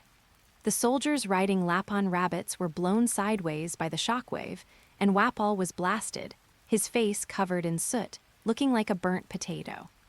Cough, cough, cough, that hurts. Damn it, attack, kill that woman. Wapol crawled out of the snow pit, frantically commanding his army, Dalton. What are you doing? Transform and bite her to death. So annoying. Ghost Moon said to make this quick. I'm hungry and want to eat Odin. Yamato scratched her white hair and finally drew the wolf fang club from her back. The next second, her presence changed. If she had just been a girl who loved playing in the snow a moment ago, she was now an ancient beast awakening. A terrifying pressure erupted from her, and the falling snowflakes around her were instantly shattered into powder. That was the aura of an emperor-level powerhouse, the wildness forged from years of slaughter in the hellish environment of Onigashima. Since you are a bad child, you need some discipline. Yamato's figure vanished from the spot instantly. Thunder Bagua, lightweight version, education of love. There was no black and red Heishoku lightning crackling around it, as there was no need to get serious against such trash. But this simple swing still carried a sonic boom that tore through the air. Bang! This crisp, loud noise made everyone present feel their scalps tingle. Wapol didn't even see how Yamato had approached. He only felt as if his head had been hit by a meteor. His prideful munch-munch defense shattered instantly, and he was sent flying like a ball. Wah, Daddy, help me. I want to go home. Wapol's shrill crying echoed through the snowy mountains. He traced a perfect parabola, flying over half the harbor, before finally landing with a splat, headfirst into the thick snow atop a distant castle spire, leaving only his 2 short legs kicking helplessly in the air. One hit. Just one hit, and this king of Drum Island was beaten back to his original form.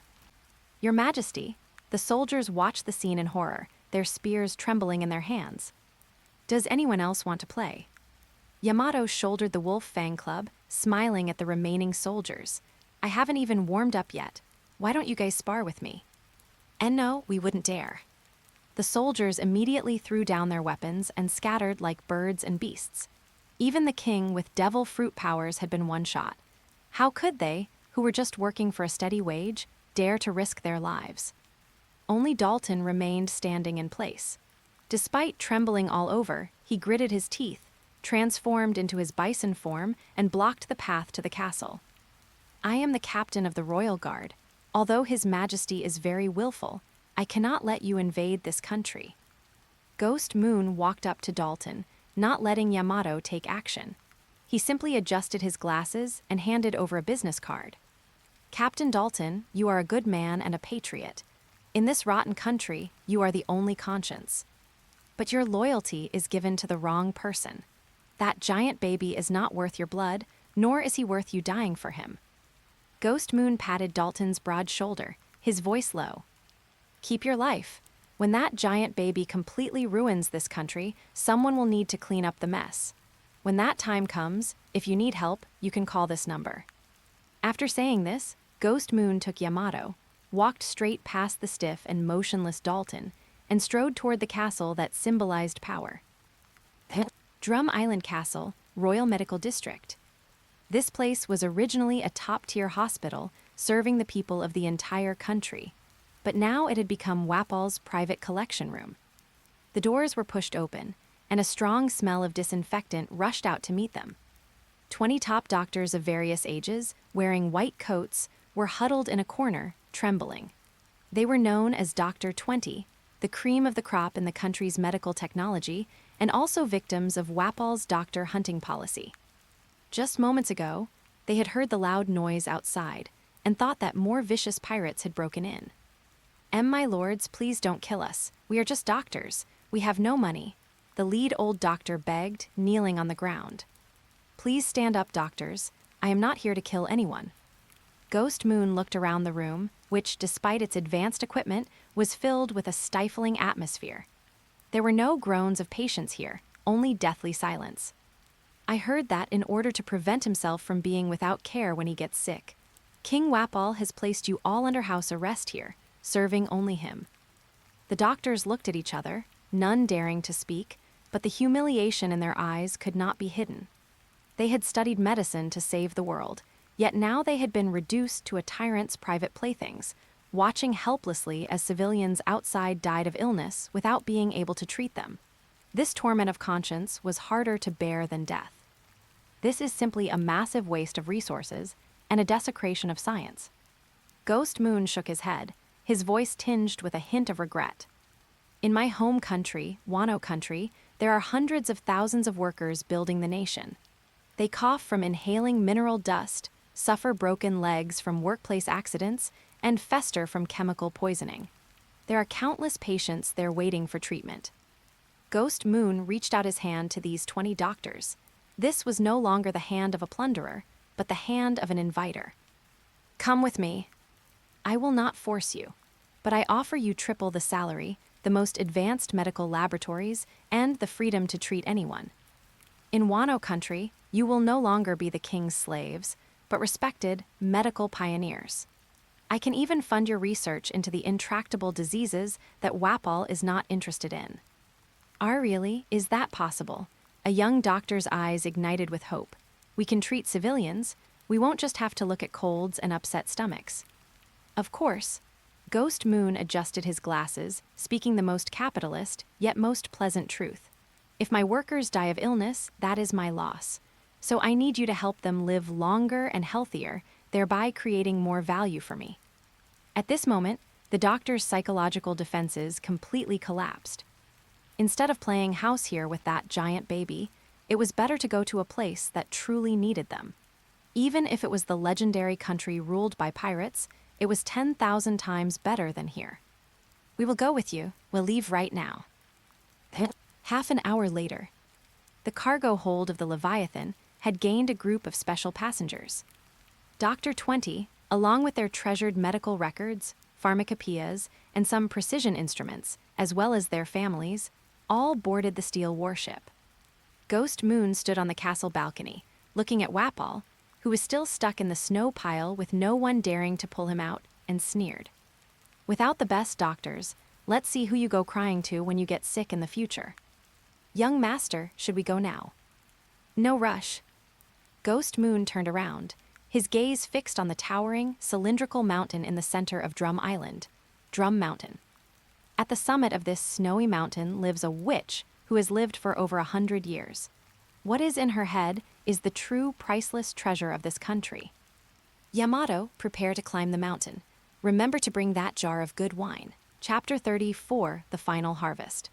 The peak of Drum Island stands at an altitude of over 5,000 meters, where the thin air and extreme temperatures are enough to kill an ordinary person instantly.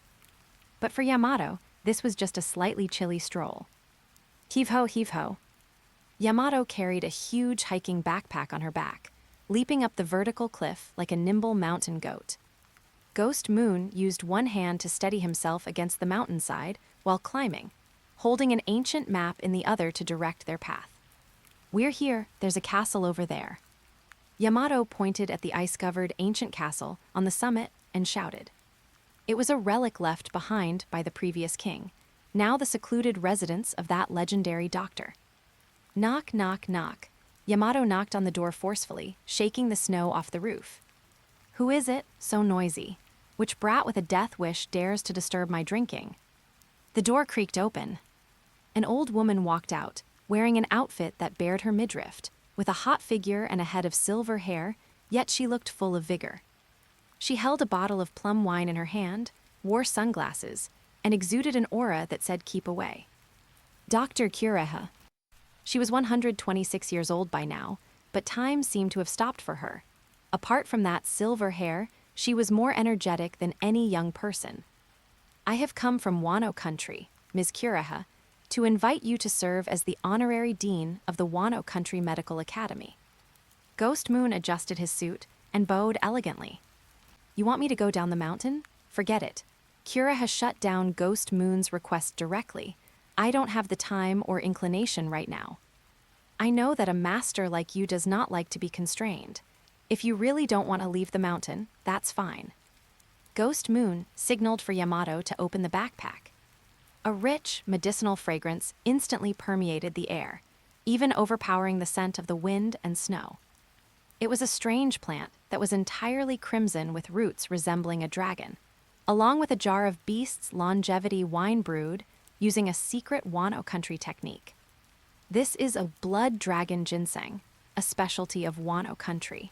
It grows on the edge of the lava on Onigashima, where Kaido's father lived, and it has miraculous effects on delaying cellular aging. I think this can move you more than berries. Kuraha's eyes lit up instantly. As a witch who pursues eternal youth, she certainly knew her stuff. This was a top-tier medicinal ingredient that money couldn't buy. He, what a sensible brat. Kuraha snatched the blood dragon ginseng, greedily sniffed it under her nose, and a satisfied smile appeared on her face. Speak, what do you want? If you want to learn the immortality surgery, I can't do that. That is the domain of the Opope no Mi. I only need a syllabus from you. Ghost Moon pushed up his glasses. I know you possess knowledge of virology and pathology that even surpasses the world government. I have taken the doctors from the foot of the mountain, but I need you to provide them with some theoretical guidance. I want a copy of your lifelong medical notes and the prevention and treatment plans for common plagues in the New World. Kuraha stared at Ghost Moon for a long time, then suddenly grinned. You want to turn my knowledge into an assembly line and mass-produce doctors? What a crazy idea. But, deal. Anyway, that knowledge is useless just sitting in my brain. Take it and go wreak havoc on the world, he. The transaction was concluded exceptionally smoothly. Ghost Moon obtained several large boxes of precious medical manuscripts. These were not just books, but experience bought with countless human lives. With these, the medical system of Wano Country would leap forward by 50 years. Just as they were preparing to go down the mountain. Yamato suddenly stopped in her tracks. Her keen beastly intuition told her that something was hiding in the nearby woods. Who's there? Come out. Yamato curiously pushed aside a snow-covered bush. Swish! A small, thin shadow jumped out in a panic and stumbled away into the depths of the snowy forest. It was a reindeer. But it was not an ordinary reindeer. It was running on 2 legs, though the posture was very awkward, like a child just learning to walk. Its body was covered in scars, bruises left by being butted by its own kind, and scratches from human hunting rifles. Most noticeably, it had a blue nose. At this moment, Chopper had just been born, perhaps having just accidentally eaten the Hido no Mi.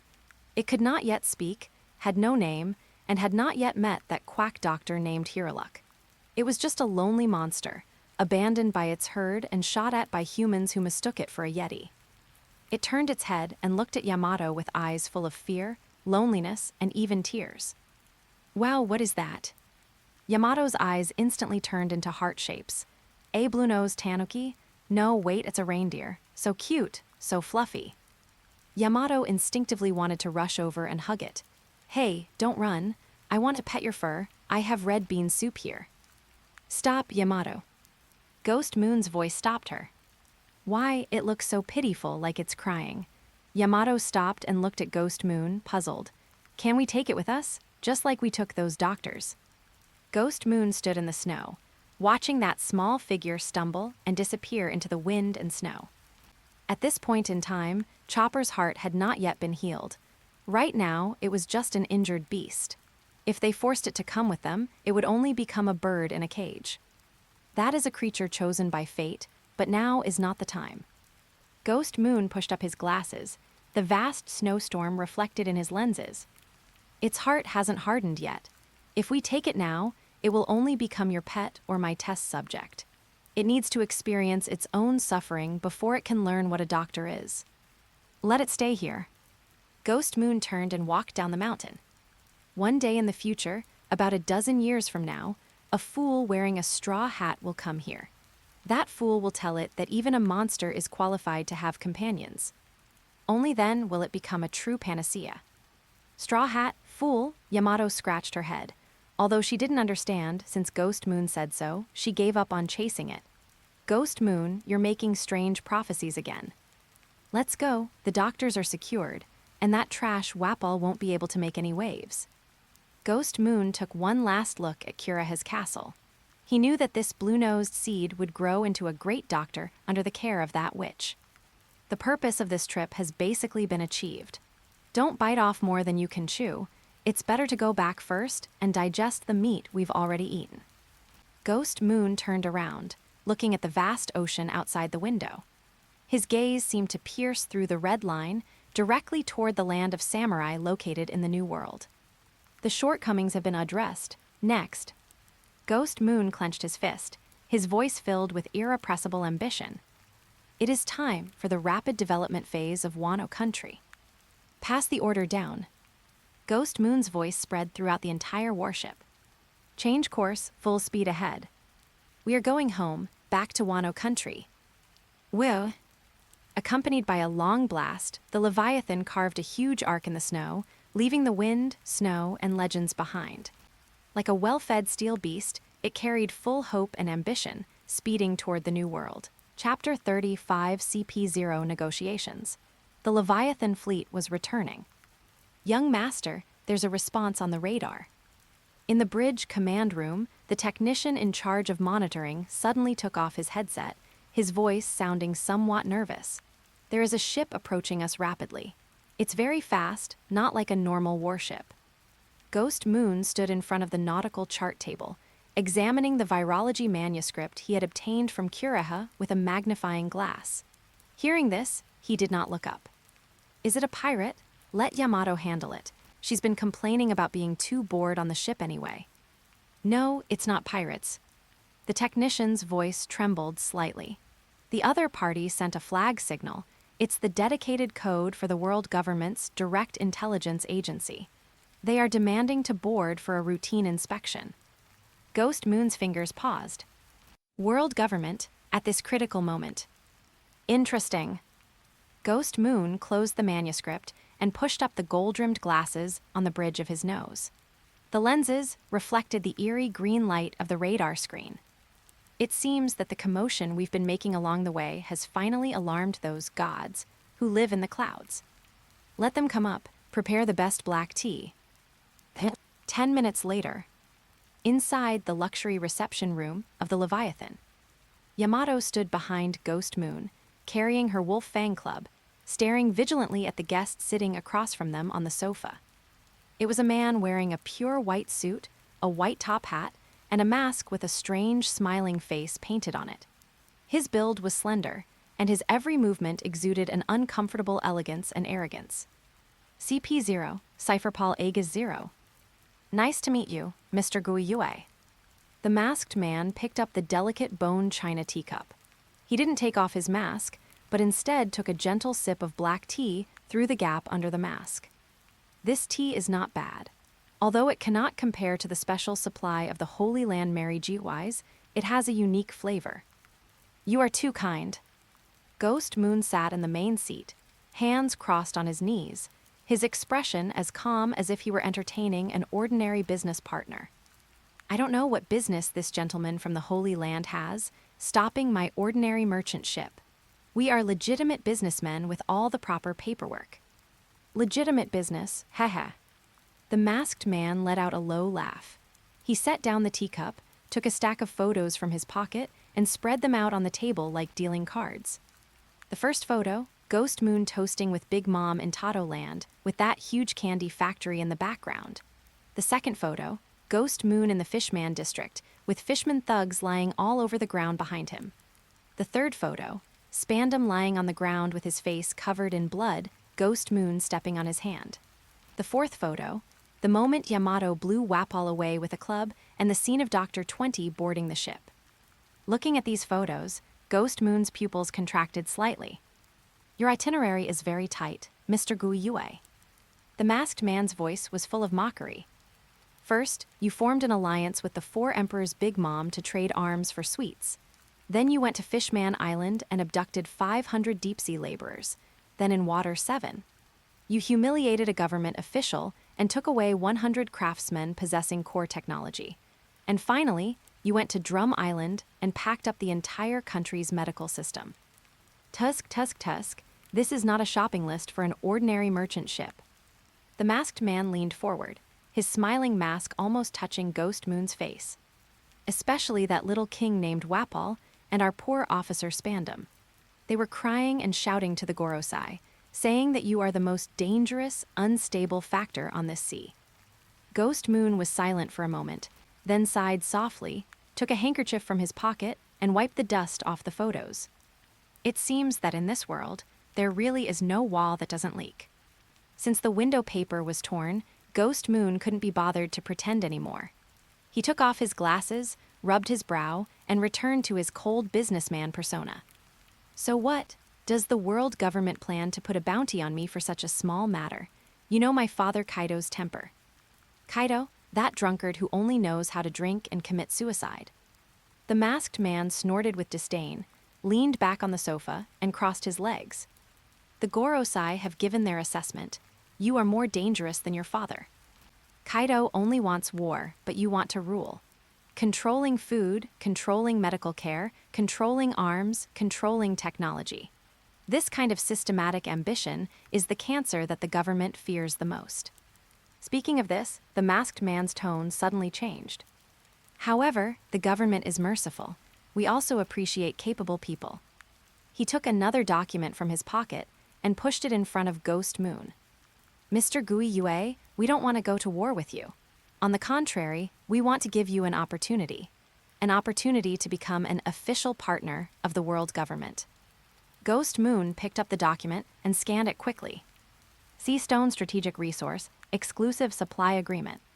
The terms were simple, so simple there was only one line. 80% of the sea stone produced annually by Wano Country must be given priority to the world government. The purchase price will be 10% of the market price. Clapped. Ghost Moon closed the document and threw it back on the table. 10% of the price, and you want to take 80% of the production. Ghost Moon looked at the masked man, the corners of his mouth curling into a mocking sneer. You're not here to talk business, you're here to rob me, right? Even for the celestial dragons, this is too ugly. Watch your words, pirate. The masked man's voice turned cold. This is a favor. Sign it, and you will be an ally of the government. The Marines will no longer bother you, and we can even give you a nomination for the 7 warlords of the sea, if you don't sign. And if I don't sign? Yamato stepped forward, her wolf fang club slamming heavily onto the floor with a loud thud. The masked man didn't even look at Yamato, only staring at Ghost Moon. Mr. Guiyue, you are a smart man. You should know that monopoly is a privilege. And in this world, only the world government is qualified to monopolize. Sea stone is a strategic resource to counter devil fruit users. We will never allow such things to flow into the black market in large quantities or flow to other 4 emperors. 80%, not a percent less. This is the bottom line. The atmosphere in the room dropped to freezing point. Ghost Moon put his glasses back on, stood up, walked to the porthole, and looked at the fog-filled sea outside. The price of refusal is war.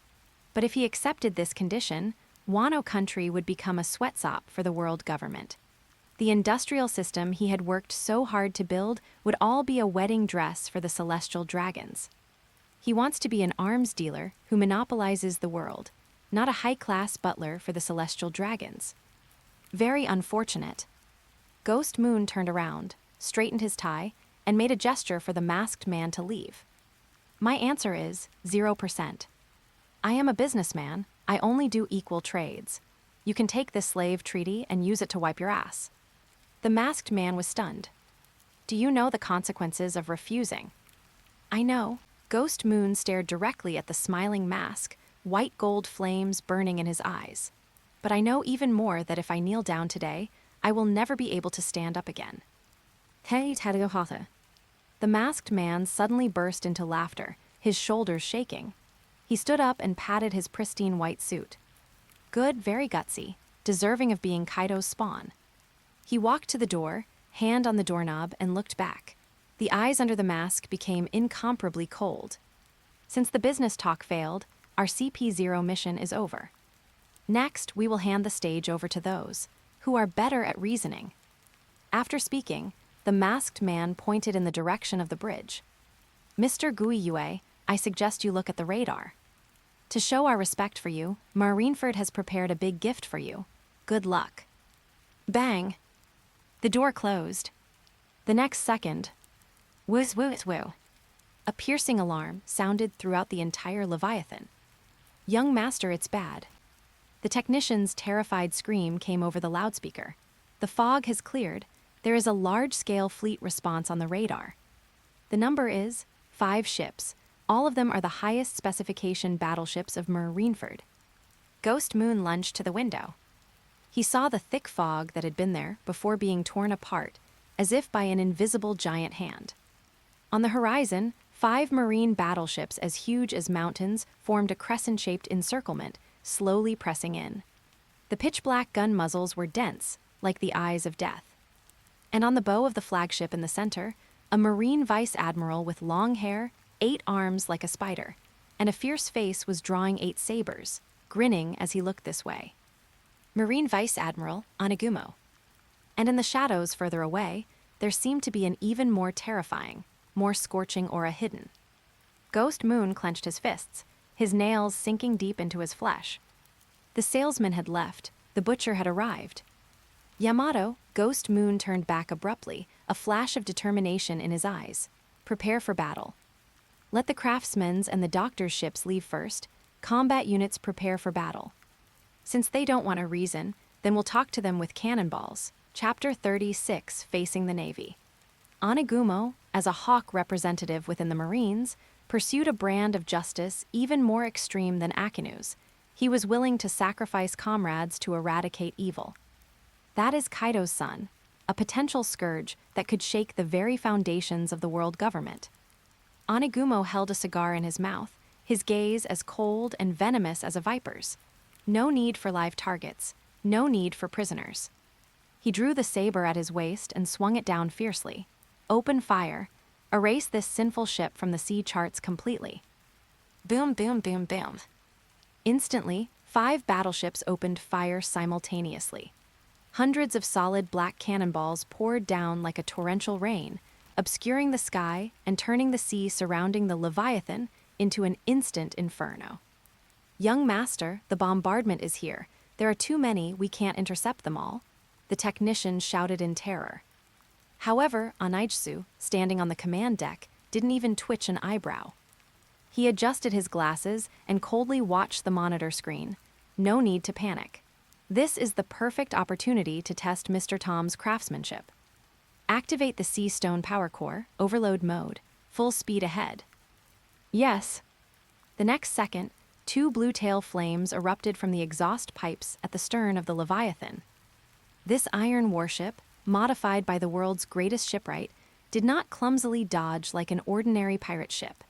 Instead, it charged straight into the barrage of cannon fire like a black torpedo. Clang, clang, clang, clang. Cannonballs smashed against the hull, producing dense metallic impacts. But a shocking scene unfolded. The heavy cannons, powerful enough to sink an ordinary warship, struck the Leviathan's streamlined black steel armor, which was mixed with rare alloys, and most of the shots were deflected. The shockwaves from the few remaining explosions were perfectly absorbed by the sturdy internal keel structure. What? Anagumo's pupils contracted. What kind of monstrous defense is that? It actually withstood a full volley. We're not done yet, counterattack begins. Anaitsu pressed the red button. The armor plates on both sides of the Leviathan flipped open, revealing 20 rapid-fire cannons, co-designed with Frankie, that featured an automatic loading system. Boom, boom, boom. Although the caliber was smaller than the Marines, the firing rate was 3 times faster. A dense net of fire instantly covered the 2 Marine warships at the forefront, causing wood splinters to fly and screams to erupt from their decks. This is the power of industry. Anaitsu looked at the battle damage ratio on the screen, and a cold smile curled his lips. In this era, backward wooden ships cannot defeat iron monsters. The deck of the Leviathan. Too slow, too slow. Yamato swung her spiked club, looking annoyed, hitting several stray cannonballs back as if playing baseball. Attacks of this level aren't even as loud as Father's snoring when he's drunk. Since the cannons are useless, then let this Vice Admiral send you on your way personally. A roar came from above. Vice Admiral Onagumo landed from the sky using moonwalk, resembling a giant predatory spider. His 6 mechanical arms and 2 real hands swung simultaneously, weaving 8 sabers into an impenetrable net of death. Seime Kiken, Hachido Ryu Spider's nest. The cold light was sharp, aiming directly for Anaijsu's head. Clang! A deafening clang of metal striking metal echoed. Onagumo's 8 blades were firmly blocked by a thick spiked club 3 meters away from Anaijsu. Oh, can you do magic? Yamato held the club with one hand, looking at Onagumo's bizarre hair arms with bright, shining eyes. You use your hair to hold swords? Are you a spider spirit? That's so interesting. That woman? Onagumo felt the terrifying immense force transmitted through his blades, and his expression changed drastically. His proud strength seemed as weak as an infant's before this seemingly slender girl. Kaido's daughter? Truly a monster too. Onagumo gritted his teeth, putting force into all 8 blades simultaneously, attempting to shatter Yamato's weapon. Justice must not be profaned. Die. Although you have many swords, but... Yamato's eyes instantly turned sharp, and an invisible Conqueror's Haki erupted from her body, making the surrounding air seem to solidify. Too light. Thunder Bagwe. Black lightning coiled around the Daken. Yamato used no flashy techniques, only pure speed and power. Crack, crack, crack. With 3 sharp sounds, 3 of the famous swords in Onagumo's hands were directly smashed apart by this brute force. Immediately following, the spiked club slammed fiercely into Onagumo's chest with unstoppable momentum. Pua! Onagumo spat out a mouthful of blood, his ribs instantly fracturing. His entire body was sent flying backward like a recoiling cannonball, 10 times faster than he had arrived. Boom! His body smashed straight through the command tower of the Marine flagship hundreds of meters away, embedding itself deep into the steel plating. Vice Admiral, the surrounding Marine soldiers were all stunned. The Chinese letter Vice Admiral, known for his brutality and immense strength, was actually sent flying in a single move. We won. Yamato hoisted the spiked club onto her shoulder and gave Anaijsu a V sign, a brilliant smile spreading across her face. Anaijsu, am I amazing? That Spider-Man was too weak, he wasn't even a warm-up. Anaijsu also breathed a sigh of relief. He adjusted his glasses and looked at the chaotic Marine fleet. Well done, Yamato. It seems the combat power of Marineford isn't that impressive. As long as an admiral doesn't show up personally, a fleet of this level can't stop us. Full speed ahead, let's break out of the encirclement now. The Leviathan accelerated again, its engines roaring, as if victory was already beckoning them. However, just as Yamato was about to jump onto the bow of the ship to deliver the final blow to the commandless flagship, a sudden change occurred. Gurgle, gurgle. The sea, which had previously been noisy with nothing but the sound of waves, suddenly emitted a strange noise. It was the sound of water boiling. What's going on? It's so hot. Yamato suddenly stopped and wiped the sweat from her forehead. As a mythical Zoan devil fruit user, she was extremely sensitive to temperature changes. The previously cool sea breeze had instantly become scorching hot, as if she were in a furnace. Young master, water temperature alarm, the technician's terrified scream rang out again. The water temperature around the bottom of the ship has surpassed 100 degrees, and it's still rising. What? Anaitsu rushed to the porthole. The scene that followed was something he would never forget as long as he lived. The originally dark and deep sea had inexplicably turned a dazzling dark red. Countless bubbles surged madly from the seabed, as if a giant volcano had been ignited beneath the entire ocean. Splash, splash. Tens of thousands of dead fish and sea beasts, floating belly up, cooked by the boiling seawater, densely covered the surface of the water. A strong, suffocating smell of sulfur, and the stench of dead fish instantly permeated the entire sea area. This is. Anaitsu's fingers began to tremble. This power to alter the natural environment had long surpassed the scope of human ability and technology. On the distant flagship that had been pierced through, the blood-soaked Vice Admiral Onigumo struggled to climb out of the wreckage. Looking at the boiling sea, he felt no fear. Instead, a ferocious and fanatical smile appeared on his face. Cough, cough, it's over, you sinful brats. Did you think you could escape just by beating me? Too naive. Onigumo pointed at the sky illuminated by the red light in the distance, his eyes filled with awe, because absolute justice has arrived. Anaitsu looked up sharply. At the gap in the encirclement, a strange warship, which appeared to have no sails and not even a smokestack, was silently sailing toward them. And at the bow of that warship, a tall figure wearing a dark red suit and a marine cap pulled low over his eyes leaped out. He stepped on the air, walking toward them step by step. But with every step he took, the air beneath his feet would distort due to the high temperature, leaving behind a footprint burning with magma. The black-red magma dripped onto the sea surface, making a sizzling sound as it evaporated, sending up vast clouds of white mist. He descended slowly onto the bow of the Leviathan like that, bearing the word justice on his back. Hiss! The moment his leather shoes touched the deck, the sturdy black steel armor melted instantly like candle wax, leaving 2 footprints. Yamato instinctively took a step back, the hairs on her body standing on end. So hot, who is this guy? The tall figure slowly raised his head. Beneath the brim of the cap was a resolute, cold face devoid of any human emotion. He had a cigar in his mouth, its embers flickering dimly. The highest combat power of Marineford, Logia type. Magma fruit user, Marine Admiral, Sakazuki Akainu. Akainu's gaze swept over Anaitsu and Yamato. Kaido's son and daughter? Akainu's voice was deep and hoarse, like the rumbling of magma flowing underground. What a disgusting bloodline. Just breathing the same air makes me feel unwell. He raised his right hand, and his entire arm instantly transformed into churning, dark red magma. The terrifying high temperature caused the surrounding space itself to refract. For wicked seeds like you, I won't leave even ashes in this world. Chapter 37, Humiliating Treaties Under Violence. The temperature in the air had already exceeded 500 degrees. Akainu slowly raised his right hand, just a casual wave. Daifunka, Great Eruption. Boom!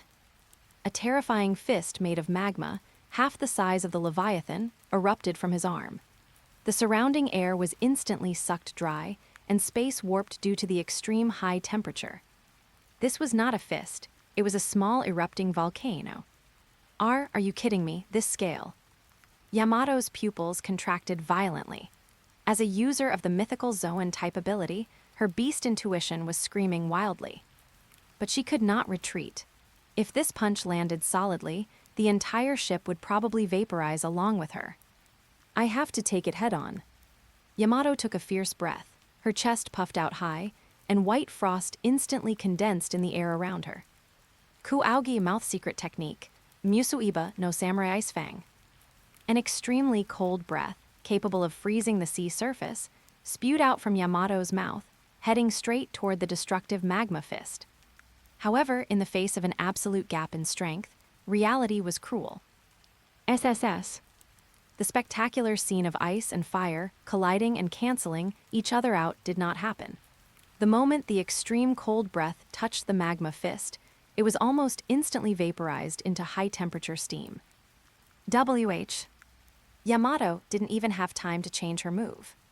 The magma fist irresistibly shattered the ice breath and slammed heavily into Yamato. Yue! A shrill scream echoed. Yamato was blasted away. The indestructible club in her hand, Daken, was now burned red-hot, emitting a sizzling sound, scorching her skin until it peeled open. Yamato. Anaitsu's pupils contracted violently. However, as the smoke and dust scattered, the figure did not fall. Cough, cough, cough. Yamato half-knelt in the ruins and violently spat out a mouthful of hot blood. Her chest and arms were covered in shocking, charred burns, with flesh curling back. But the next second, white, pale flames ignited on her body. Zoan type, mythical Zoan greatmouth true god form. Enveloped by the pale flames, Yamato's wounds stopped bleeding at a speed visible to the naked eye. Her golden beast pupils stared fixedly at Akainu, though in pain, she was filled with wild fighting spirit. So hot, damn magma man.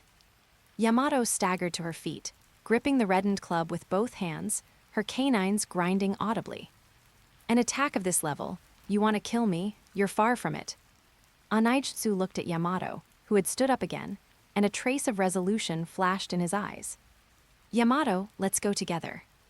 Anaijutsu roared, and his entire body transformed into a silver streak of light, charging forward. Liquid metal high-density compression, execution scythe. Anaijutsu's right arm instantly liquefied, then rapidly compressed and hardened, turning into a giant silver scythe gleaming with cold light. He wrapped his entire body in armament Haki, and the silver scythe instantly turned into the pitch-black scythe of the death god. Oh, you can still move. Akainu looked at the two people attacking him from the left and right. His face showed no fluctuation, only a cold curve at the corner of his mouth. Musuiba. Yamato attacked first, spitting out a breath of cold air that briefly suppressed the heat waves around Akainu. Immediately following, she leaped high and smashed down with her club, wrapped in the residual aura of Heishoku. Thunder Bagua. Simultaneously, Anaijutsu's scythe also brought a sound of breaking wind, aiming directly for Akainu's waist. Clangs thwack. Two muffled thuds. Yamato's club smashed heavily onto Akainu's shoulder, causing the deck beneath his feet to instantly shatter. Anaijutsu's scythe also successfully cut through Akainu's flowing magma body and became deeply embedded. They hit him. However, there was no hint of joy on Anaijutsu's face. Instead, it instantly turned deathly pale. Is this your full-strength counterattack?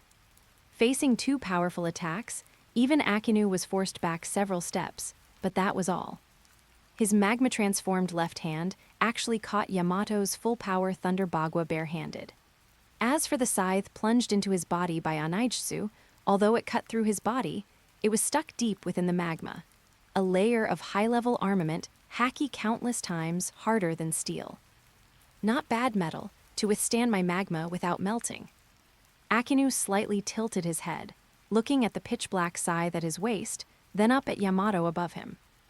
But the magma on Akainu's body suddenly began to churn violently, and a suffocating, terrifying aura erupted. Your Haki is too weak. Bang! The muscles at Akainu's waist suddenly jolted, and a terrifying shockwave was transmitted along the scythe. Anaijutsu felt a violent tremor in his hand. The supposedly indestructible execution scythe was directly shattered by Akainu using pure Haki.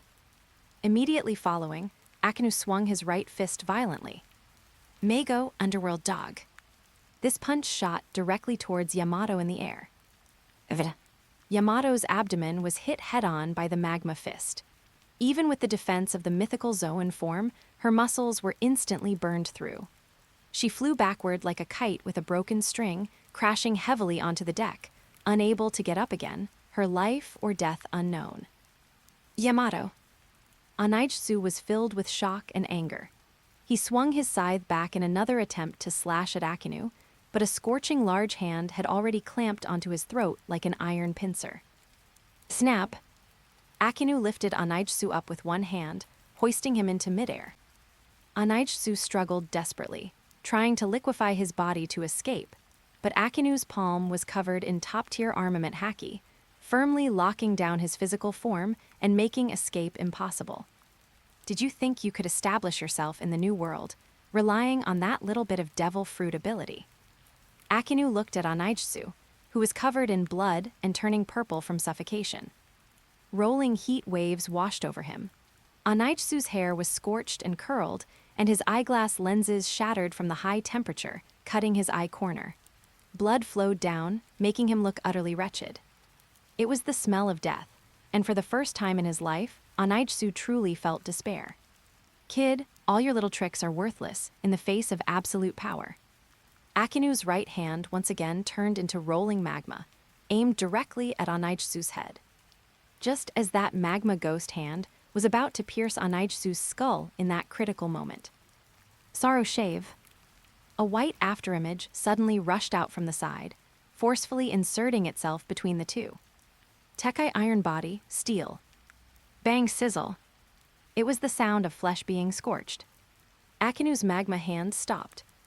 Blocking in front of Anaijsu was the CP0 squad leader, who had been watching the entire time. He had long since lost his previous elegance. He had taken the blow directly with his arms covered in armament haki. The expensive white suit sleeves were burned to ash, and both arms were charred black, emitting the smell of roasting meat, but in one hand he held up a golden badge high. Sakazuki, stop. The CP0 captain endured the severe pain, his voice sharp and distorted. This is the highest directive from Lord Gorosei. Akainu paused for a moment, his emotionless eyes staring fixedly at the badge, then glanced at the CP0 agent. Move aside. Akainu's voice was terrifyingly low. My mission is to annihilate pirates. You cannot kill him. The CP0 captain was sweating profusely, shouting rapidly.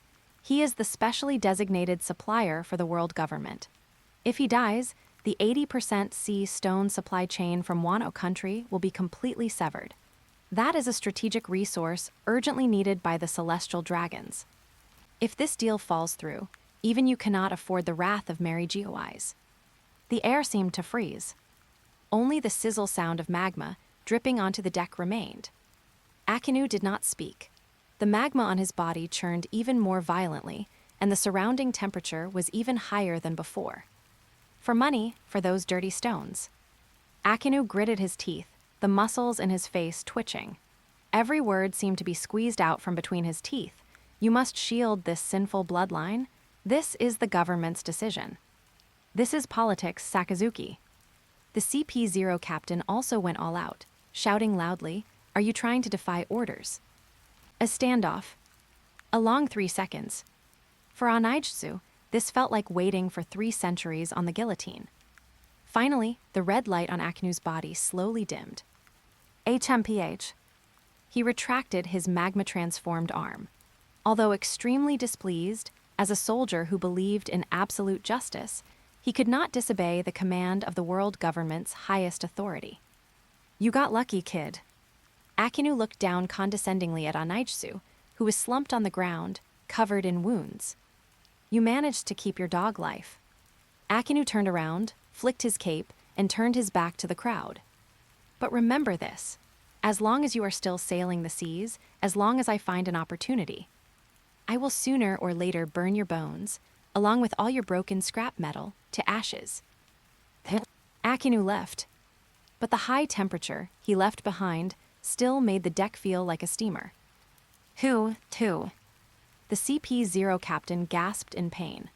Although his hands were saved, they suffered at least degree burns and were half ruined.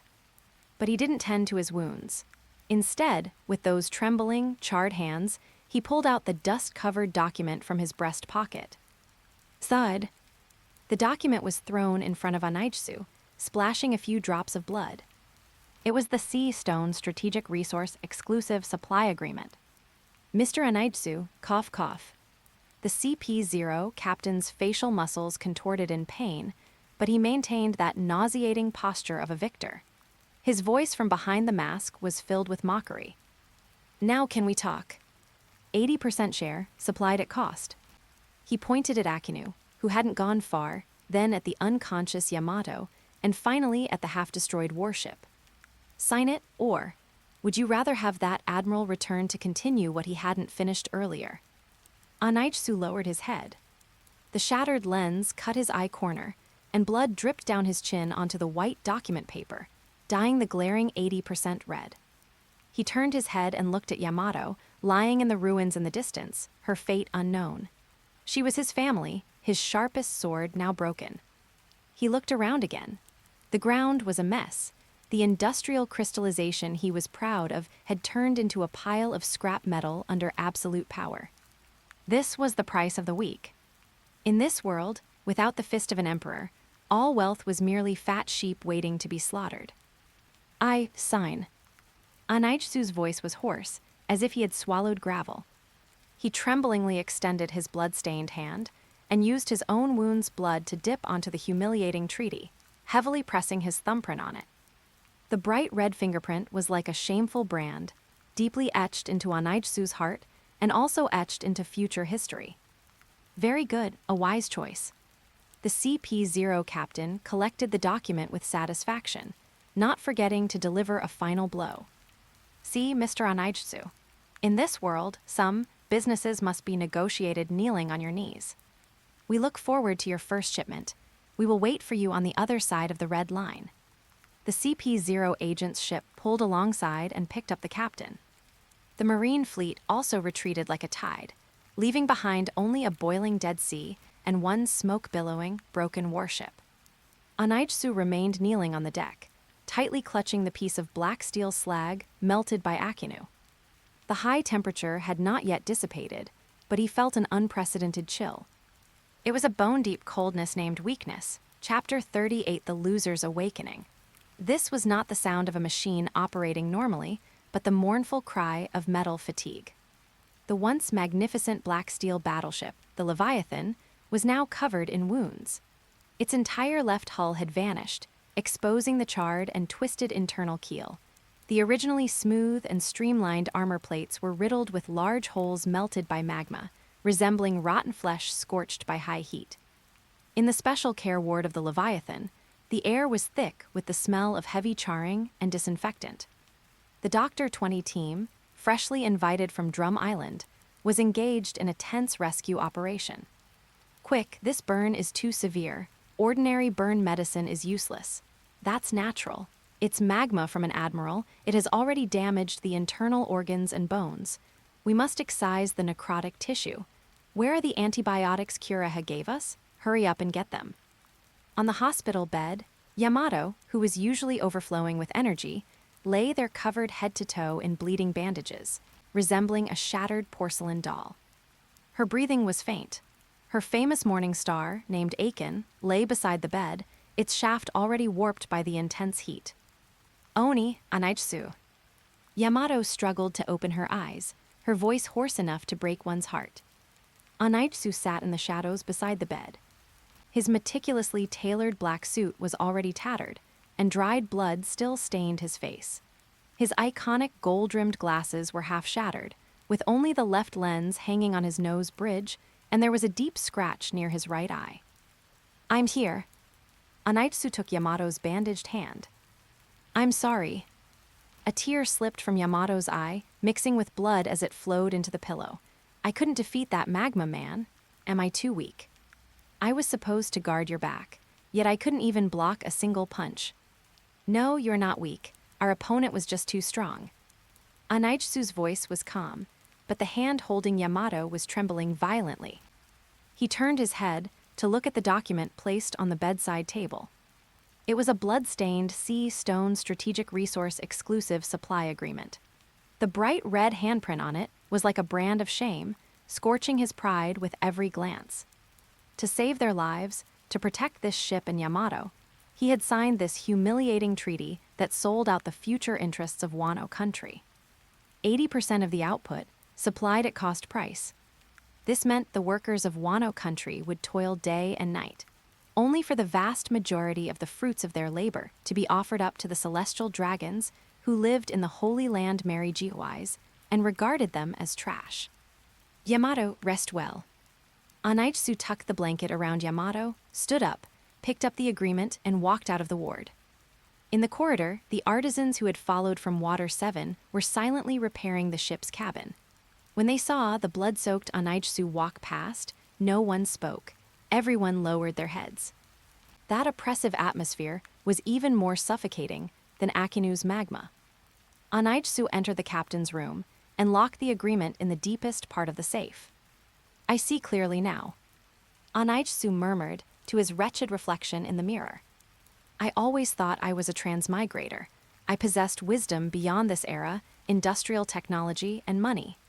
I thought I could manipulate Big Mom, Whitebeard, even the world government with ease.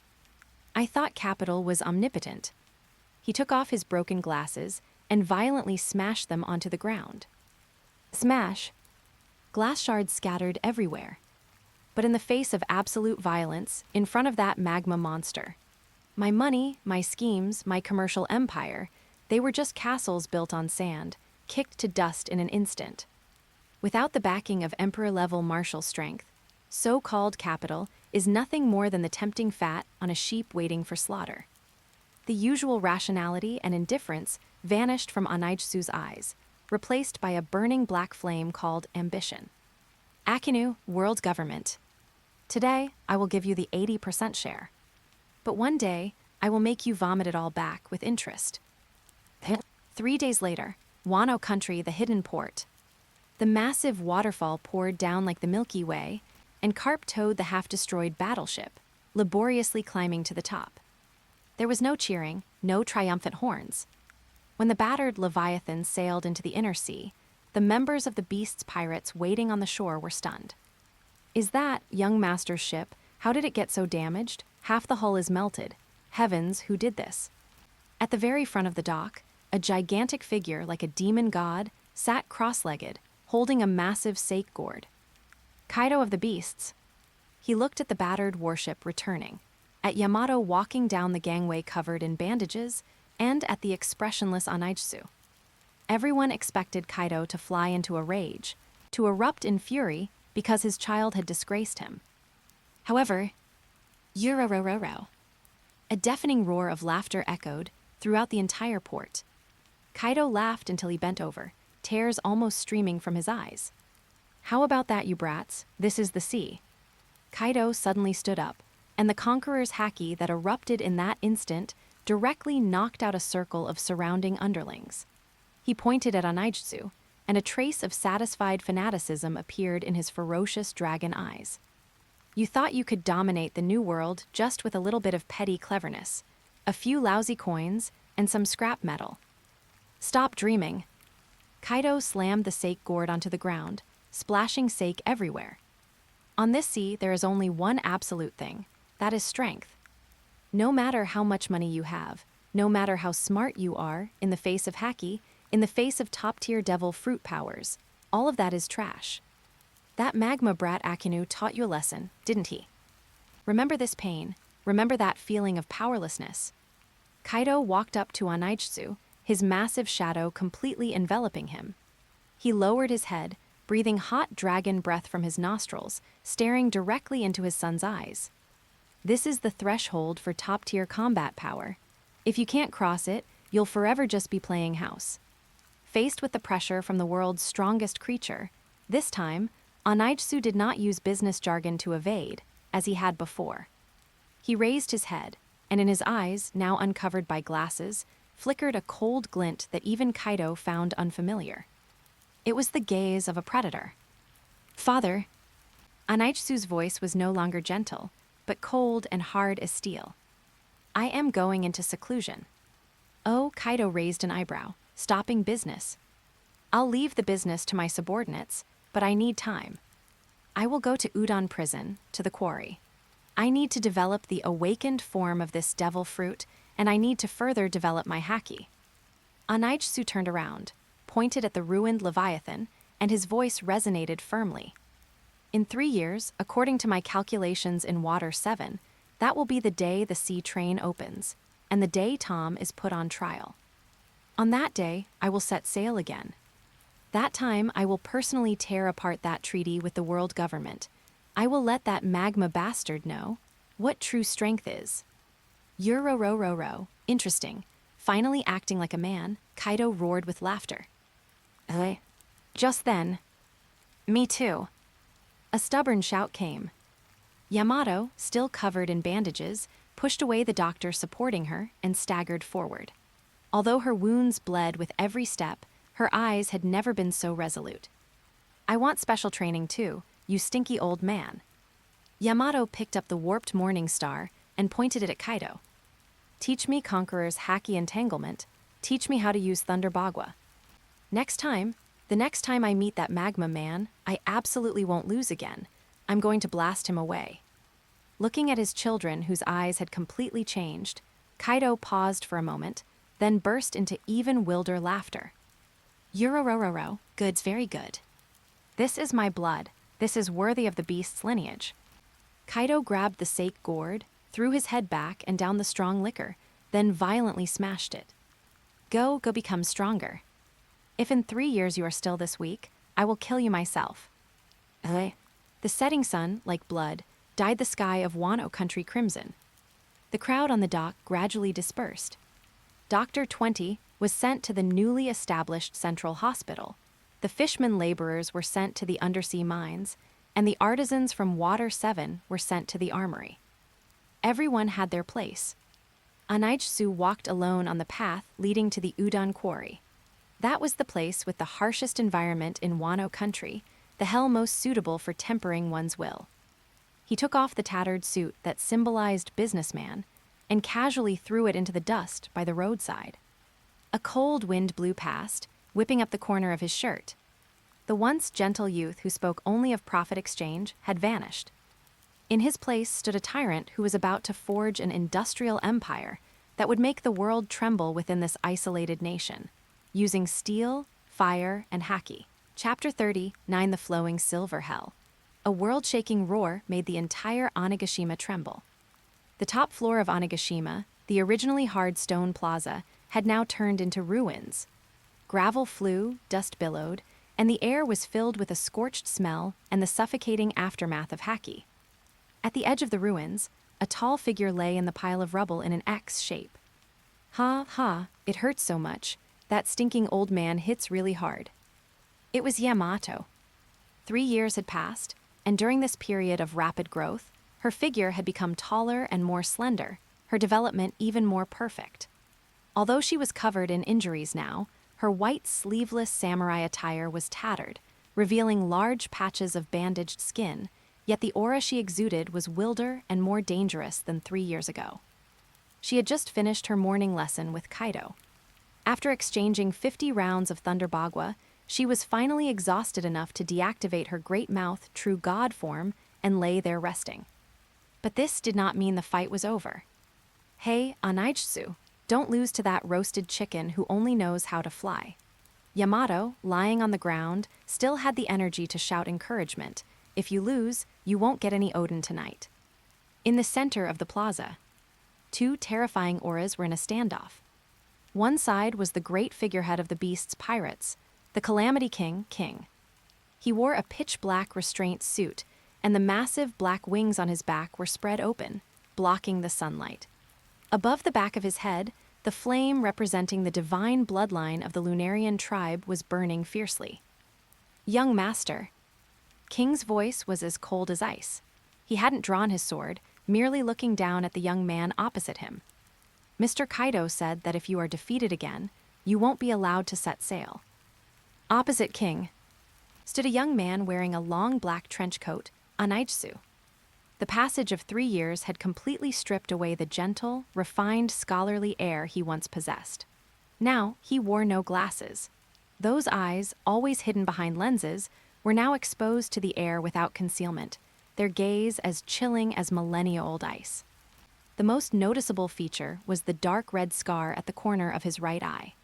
This scar ruined his originally refined face, but added a terrifying, chilling fierceness. Anaijsu lightly flexed his wrist, letting out a crisp crack sound. Uncle King, you are still so strict, but...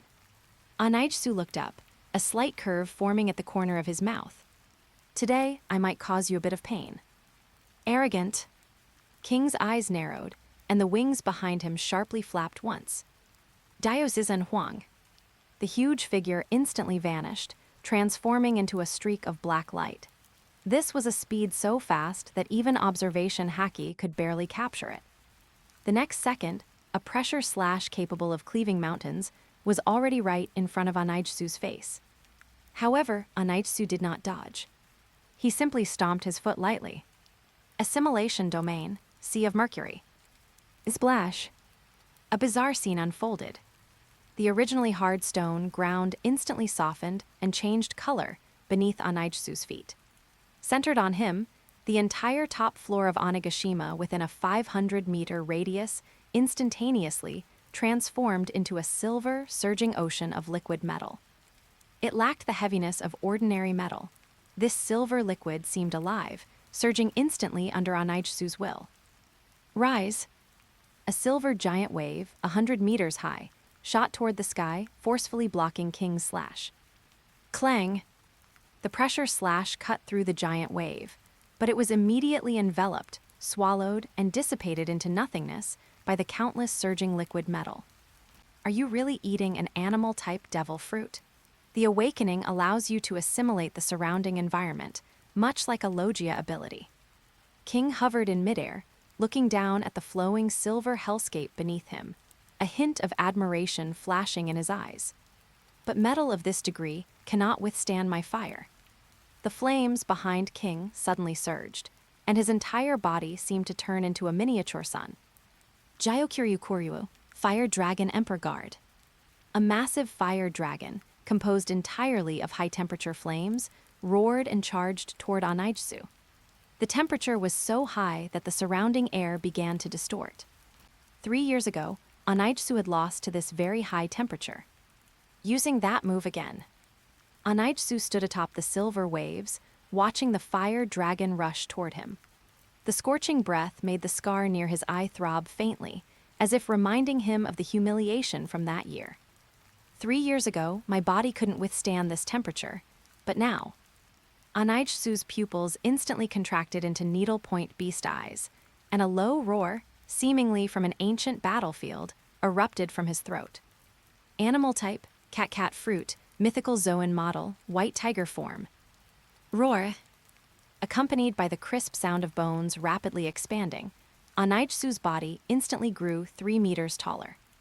Silver-white metallic manes, flashing with cold light, grew out from his body.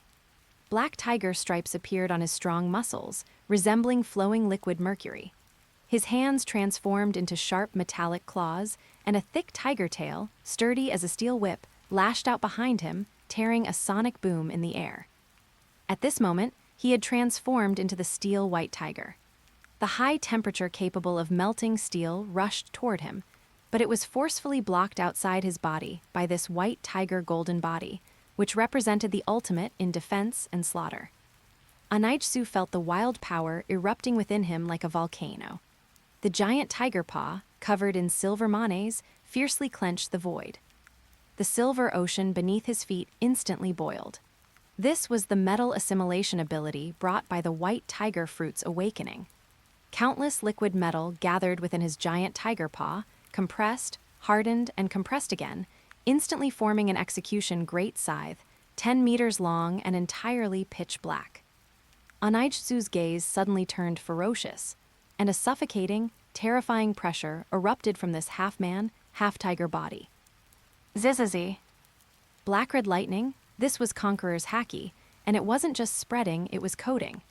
A series of thick, black-red lightning bolts tightly wrapped around the great scythe and his sharp white tiger claws, dyeing the originally silver metal the black of destruction. Musu Haki coating, white tiger galactic guillotine. Anaijsu violently pushed off with his legs, relying on the terrifying explosive power of a feline, instantly vanishing from his spot. He swung the great scythe, wrapped in black lightning fiercely down toward the fire dragon. The black-red lightning slash shot out, carrying the will to tear everything apart, meeting the fire dragon head-on. Pache. It was a crisp cutting sound. That fire dragon, capable of melting steel, was like a fragile piece of tofu before the slash coated with Conqueror's Haki, being directly split in half. What? King's pupils contracted violently. His proud Lunarian tribe flame had actually been cut. Before he could react, the black-red slash, its momentum undiminished, heavily struck his chest. Clang! A deafening metallic explosion. King's skin, reputed to be divine defense and difficult to penetrate even with armament Haki, cracked at this moment. Blood splattered. King was blasted backward by the immense impact force, like a black meteor, smashing violently into the mountains several kilometers away, kicking up clouds of dust. Dead silence. The entire top floor of Onigashima fell into a deathly quiet. The liquid metal slowly receded, turning back into rock. The great scythe in Anaijsu's hand dissolved into silver water. He stood in place, breathing slightly heavily, a fine layer of sweat beading on his forehead. Although it was just one strike, This full-power blow, encompassing awakening and Haki coding, consumed a massive amount of energy. Cough, cough. From the distant ruins, King pushed away the rubble on top of him and walked out. The clothes on his chest were split open by a large gap, revealing a shallow, bleeding wound beneath. He wiped the blood from the corner of his mouth, retracted the wings on his back, and the look in his eyes toward Anaitsu finally changed. It was no longer the look of regarding a junior, but of regarding an equal, a strong fighter. Qualified, King said faintly. Although his tone was still indifferent, anyone could hear the approval within it. Your use of Haki is still quite crude, wasting a lot of power, but the power is sufficient. Go, young master. King turned around and walked toward the interior of Onigashima. The sea is waiting for you. Go crush everyone who looks down on the beast's pirates. Waza. Yamato jumped up from the ground, ignoring the injuries on her body, and rushed over to hug Anaitsu's neck. Anaitsu, you did it. You finally beat Uncle King once. That was so cool, that silver wave, and that black lightning. Anaitsu was squeezed by Yamato until he could barely breathe, but he still managed a slight smile. He touched the scar near his eye. This is just the beginning, Yamato. This 3 years of hellish special training was also that humiliation could forever become history. Chapter 40, Second Voyage. If the Toto of many years ago was merely a quarry filled with the sounds of whips and an atmosphere of despair, then now it was a breathtaking forest of steel. Rumble. Giant chimneys pierced the sky, spewing filtered white steam that dyed the heavens an industrial gray. Countless automated conveyor belts crisscrossed the mining area like blood vessels, feeding the continuously running furnaces with the raw ore that had been mined. Anaitsu, clad in a brand-new black steel trench coat, stood on the towering observation deck. Through his newly fitted tactical goggles, he overlooked the industrial empire that belonged to him. The Fishman district had already become a prosperous port city. The 500 pioneers from 3 years ago were only the beginning. Following the smooth execution of the Wano Country, Fishman Island Strategic Labor Immigration Agreement, merchant ships loaded with Fishman immigrants had been arriving at the Guiyue coast every month for the past 3 years. Although there were some conflicts between fishmen and humans due to appearance, customs, and other factors, countless fishmen were truly living under the sun, thus preliminarily fulfilling Queen Otoheim's wish. A massive number of strong fishmen had joined the beast's deep-sea engineering team. They worked in the deep-sea mineral veins, excavating high-purity sea stone raw ore. Inside the factories, the more than 100 craftsmen brought back from Water 7 had now become highly respected technical backbones. Leading thousands of Wano Country workers, they developed and built a massive fleet. Warships and civilian vessels were entering the water as if they were dumplings being dropped into boiling water. And the white hospital standing in the center of the factory complex was the lifeblood of all this. Dr. 20 was stationed there, and with Kuraha's formula, industrial injuries and plagues were no longer incurable diseases. Simultaneously, the establishment of the medical system led to the proliferation of various health clinics, effectively ensuring the health of the populace. Young master. An aged yet vigorous shout interrupted Anaitsu's thoughts. The old factory manager, whom he had brought back from Water 7 3 years ago, was now the chief engineer of Beast Heavy Industries. Dressed in oil-stained work clothes, his face flushed with excitement, he ran up to the observation deck. It's a success, young master. That big fellow you wanted has finally been debugged. The old factory manager's beard trembled with excitement as he pointed toward the largest structure behind him, the Shipyard No. 0. That is the lifelong effort of us old bones. It is also a monster that gathers all of Wano Country's resources. Anaitsu nodded, a sharp glint flashing in his eyes. Let's go, Yamato. Let's go see our new ride. As the massive gate slowly rose with a hiss of hydraulics, a breathtaking steel behemoth appeared before everyone, resembling a sleeping giant beast from the abyss. The new Leviathan, Leviathan MKZI. If the first generation was merely a semi-finished product, temporarily patched up by Tom, then this one was the true crystallization of the world's highest technology. Its entire body was cast from a mixture of sake iron ore, a specialty of Wano Country, and high-purity sea stone alloy. The armor displayed a matte black gold sheen. After pressure testing by Queen, this alloy shell was not only extremely tough, but could also withstand temperatures of several thousand degrees. This was the Vengeance armor, specifically designed to counter the magma of a certain admiral. It's so beautiful. Yamato looked up at the warship, her golden beast eyes filled with stars. It looks 10,000 times stronger than a marine warship. Just give the order, and it can set sail at any moment. The old factory manager proudly thumped his chest. Just then, a golden den mushi rang in Anaitsu's arms. Ring ring, ring ring. Anaitsu answered the call, his expression instantly turning serious. This is intelligence. Young master, we just received top-secret intelligence. News from Water 7. The first sea train manufactured by the Tom's workers, the Puffing Tom, successfully completed its trial run 3 days ago. The full-line inauguration ceremony is set for 3 days later. Also, CP5 Officer Spandam has already set off towards Scrapyard Island with an arrest warrant for NI's lobby. I heard that blue-haired kid named Frankie is preparing to build a large number of weapons to intercept the Justice ship. Hearing this news, Anaitsu's fingers clenched violently, squeezing a hairline crack into the receiver of the den mushi. Who? Anaitsu took a deep breath and slowly exhaled. He turned around, facing Yamato, facing the old factory manager, facing this entire roaring industrial zone. His black steel trench coat flapped loudly in the heat wave. Issue the order.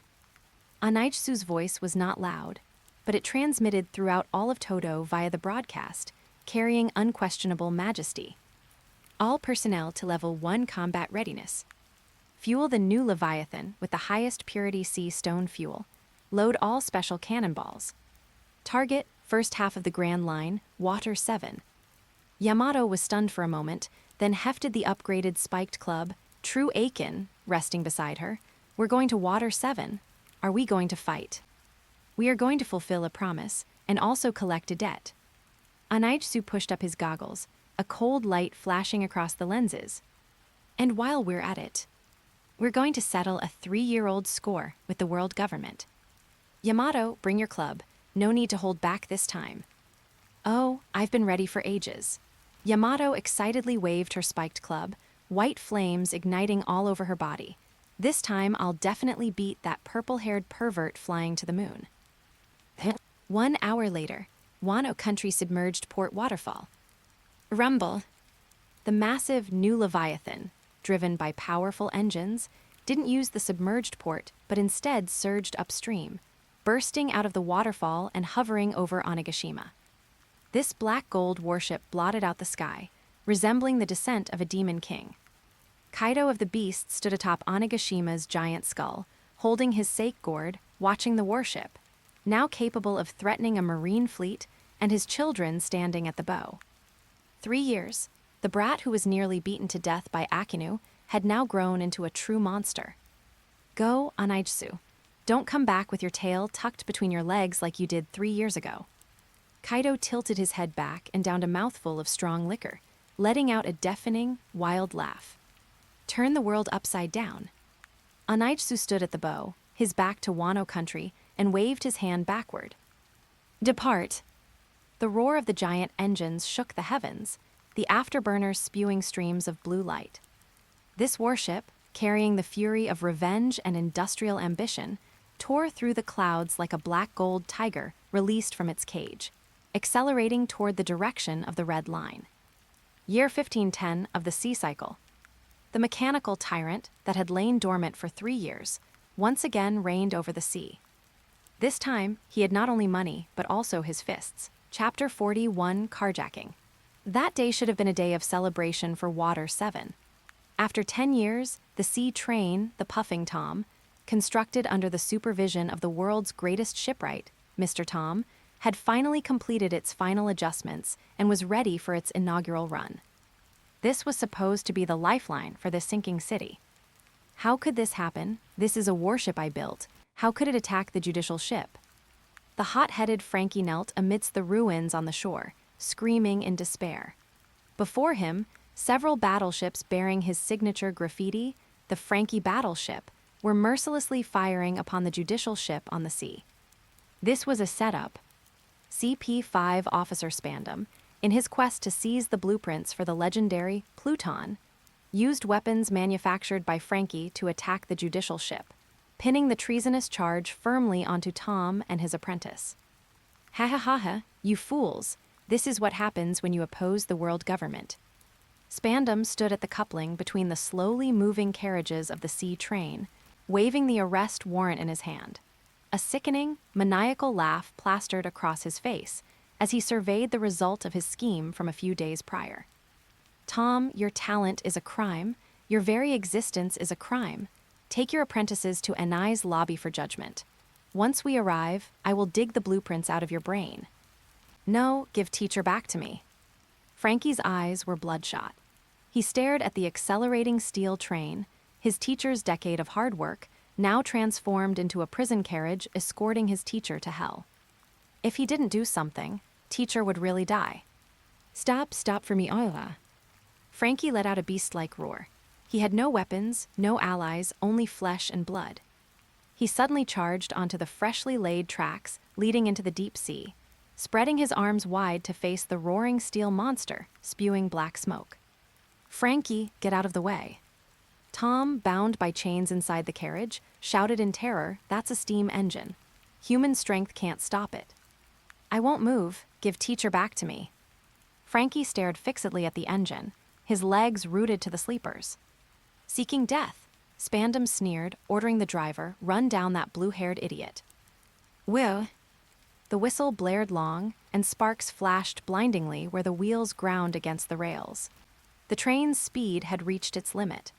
The massive metal engine, carrying tens of tons of kinetic energy, was less than 50 meters from Frankie. 40 meters, 30 meters. The shadow of death enveloped Frankie. He could feel the scorching heat wave washing over him, and he could see the cold rivets on the engine's face. Am I going to die here? Frankie closed his eyes in despair. But he did not retreat. Even if it meant being utterly crushed, he would stop this train for 1 second. Just at that critical moment, Rumble. a roar 100 times louder than the sea train suddenly exploded from the dark clouds overhead. The sound wasn't like thunder. It was more like a super-heavy engine jetting in reverse. The previously gloomy sky instantly turned black. What is that? Spandam looked up in horror. The clouds were violently torn apart, and a massive, pitch-black steel warship, huge as a mountain, descended from the sky. It relied on no sails. Pale blue sea stone flames jetted from both sides of the hull, using immense engine thrust to smash heavily onto the sea surface in an extremely brutal manner. Boom. Accompanied by a deafening roar capable of shattering eardrums, the steel behemoth named New Leviathan slammed down heavily beside the tracks. The immense impact stirred up a tsunami hundreds of meters high, and the massive lateral force directly flipped the high-speed, the puffing Tom. The world fell into a deathly silence. Only the sound of waves lapping against the hull and the groans coming from the carriages could be heard. Frankie fell back onto the wet tracks, staring blankly at the steel giant before him. Hiss! The sound of a hydraulic valve venting echoed. A ramp slowly lowered from the side hull of the black ship. As the steam dissipated, a tall figure in a black trench coat, accompanied by a white-haired woman carrying a spiked club, slowly walked down. The sound of leather shoes stepping on the debris was clearly audible. Yo, Frankie. The man pushed up his goggles, revealing a pair of cold eyes, the scar near his right eye looking particularly ferocious in the shadow.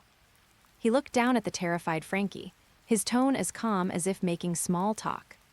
I told you, if I had been late, you really would have been hit by that train. Are you planning to block a steam engine with that unmodified body of flesh and blood? Foolish. After speaking, the man looked up toward the VIP carriage, which, although overturned, remained intact. At this moment, a bloodied Spandam was struggling to climb out of the shattered window, still clutching the arrest warrant tightly. Who dares attack the judicial ship? Spandam screamed hysterically, I am an officer of CP5. You are declaring war on the world government. The man laughed. He took off his goggles and casually tossed them to Yamato behind him, then walked step by step toward Spandam. As he approached, a suffocating, terrifying pressure spread out as if it had physical form, making Spandam's legs weak until he knelt directly on the ground. Officer Spandam, you truly have a poor memory. Anaitsu squatted down, extended a hand clad in a black leather glove, and gently patted Spandam's face, which was twisted in fear. 3 years ago, at the docks of Water 7, I seem to recall warning you. Don't mess with me. Otherwise, next time it won't be your ribs that break, but your neck. Spandam looked at that face, at that scar, and the sealed nightmare instantly resurfaced. You are, that Anaitsu, Kaido's son. Spandam's scream changed pitch. You, why are you here? Didn't the Admiral say he crippled you? Yes, I almost died. Anaitsu stood up, his gaze sweeping coldly over the surrounding CP agents who were already scared out of their wits. So I crawled back from hell. For these past 3 years, I've missed you all every day. I miss the world government, I miss that Admiral of Magma, and I miss you, my old friend who owes me a debt. Anaitsu snapped his fingers. On the new Leviathan behind him, dozens of black muzzles simultaneously rotated, aiming at the CP5 agents attempting to resist. Frankie, go save your teacher. Yamato, clear the area. Roger that. Yamato excitedly swung her spiked club and charged out. I've been itching for a fight. Take this. Anaitsu turned around and looked at the phantom of the Gate of Justice, in the distance, the symbol of the world government's authority. This is just the beginning, Spandam. Since you all want to judge others at Anai's lobby so badly, then let's go together. But this time, we will be the ones sitting on the judgment bench. Chapter 42 Trial. Anai's lobby is a fortress known as the Island of Eternal Day because it hovers above a giant sea cavern, perpetually bathed in daylight. It serves as the highest court established by the world government. But today, a group of uninvited guests had stormed this legendary place. Bureau. In the communication room of Anai's lobby's main island, the Den Mushi were screaming wildly. Emergency report. A massive unknown warship has broken through the first line of defense. That's the sea train coming from the direction of Water 7. No, it's a warship pushing the sea train. The giant guards have been taken down. A white-haired woman knocked Oimo unconscious with a single club blow. The firepower is too intense. Requesting support. In front of the main gate of Anai's lobby. Rumble. The massive steel main gate, rumored to be indestructible, collapsed with a deafening roar. The new Leviathan, did not dock at the pier like ordinary ships. Instead, it used the levitation force generated by its engines to crush the stone pavement of the pier like a giant tank, charging directly into the main island's plaza. At its bow, the wrecked sea train, the Puffing Tom, which it had been pushing all the way, was violently flung away, crashing into the ruins of the nearby residential area. Cough, what a wild ride, Ding. Tom, carried on Frankie's back, crawled out of the ruins. Looking at the apocalyptic scene before him, he wasn't scared. Instead, he let out a hearty laugh. Is this the ship you built, little brother? It's an absolute monster. Anaitsu stood atop the ship's turret, his trench coat flapping wildly in the strong wind. Mr. Tom, this is only to ensure you won't be sentenced to death by those so-called judges. Anaitsu looked at the towering palace of justice ahead, and the Marine soldiers and CP agents swarming like ants. There were easily over 10,000 of them. Young master, should we conserve ammunition? The old factory manager asked over the communication channel. No need. Anaitsu spat out a single cold word. Today is the showcase for the new product. Fire off all the inventory in the warehouse. Target everything except the bridge of hesitation where the prisoners are held. Level it to the ground. Received, full launch. The next second, hell descended. Star-shattering cannon spread mode. The armor plates on both sides of the new Leviathan flipped open, revealing dense missile silos. This weapon, which combined modern thermal weapon concepts with the black technology of the One Piece world, bared its fangs for the first time in the new world. Whoosh. Hundreds of special shells trailing flames whistled out, covering the entire main island of Inai's lobby.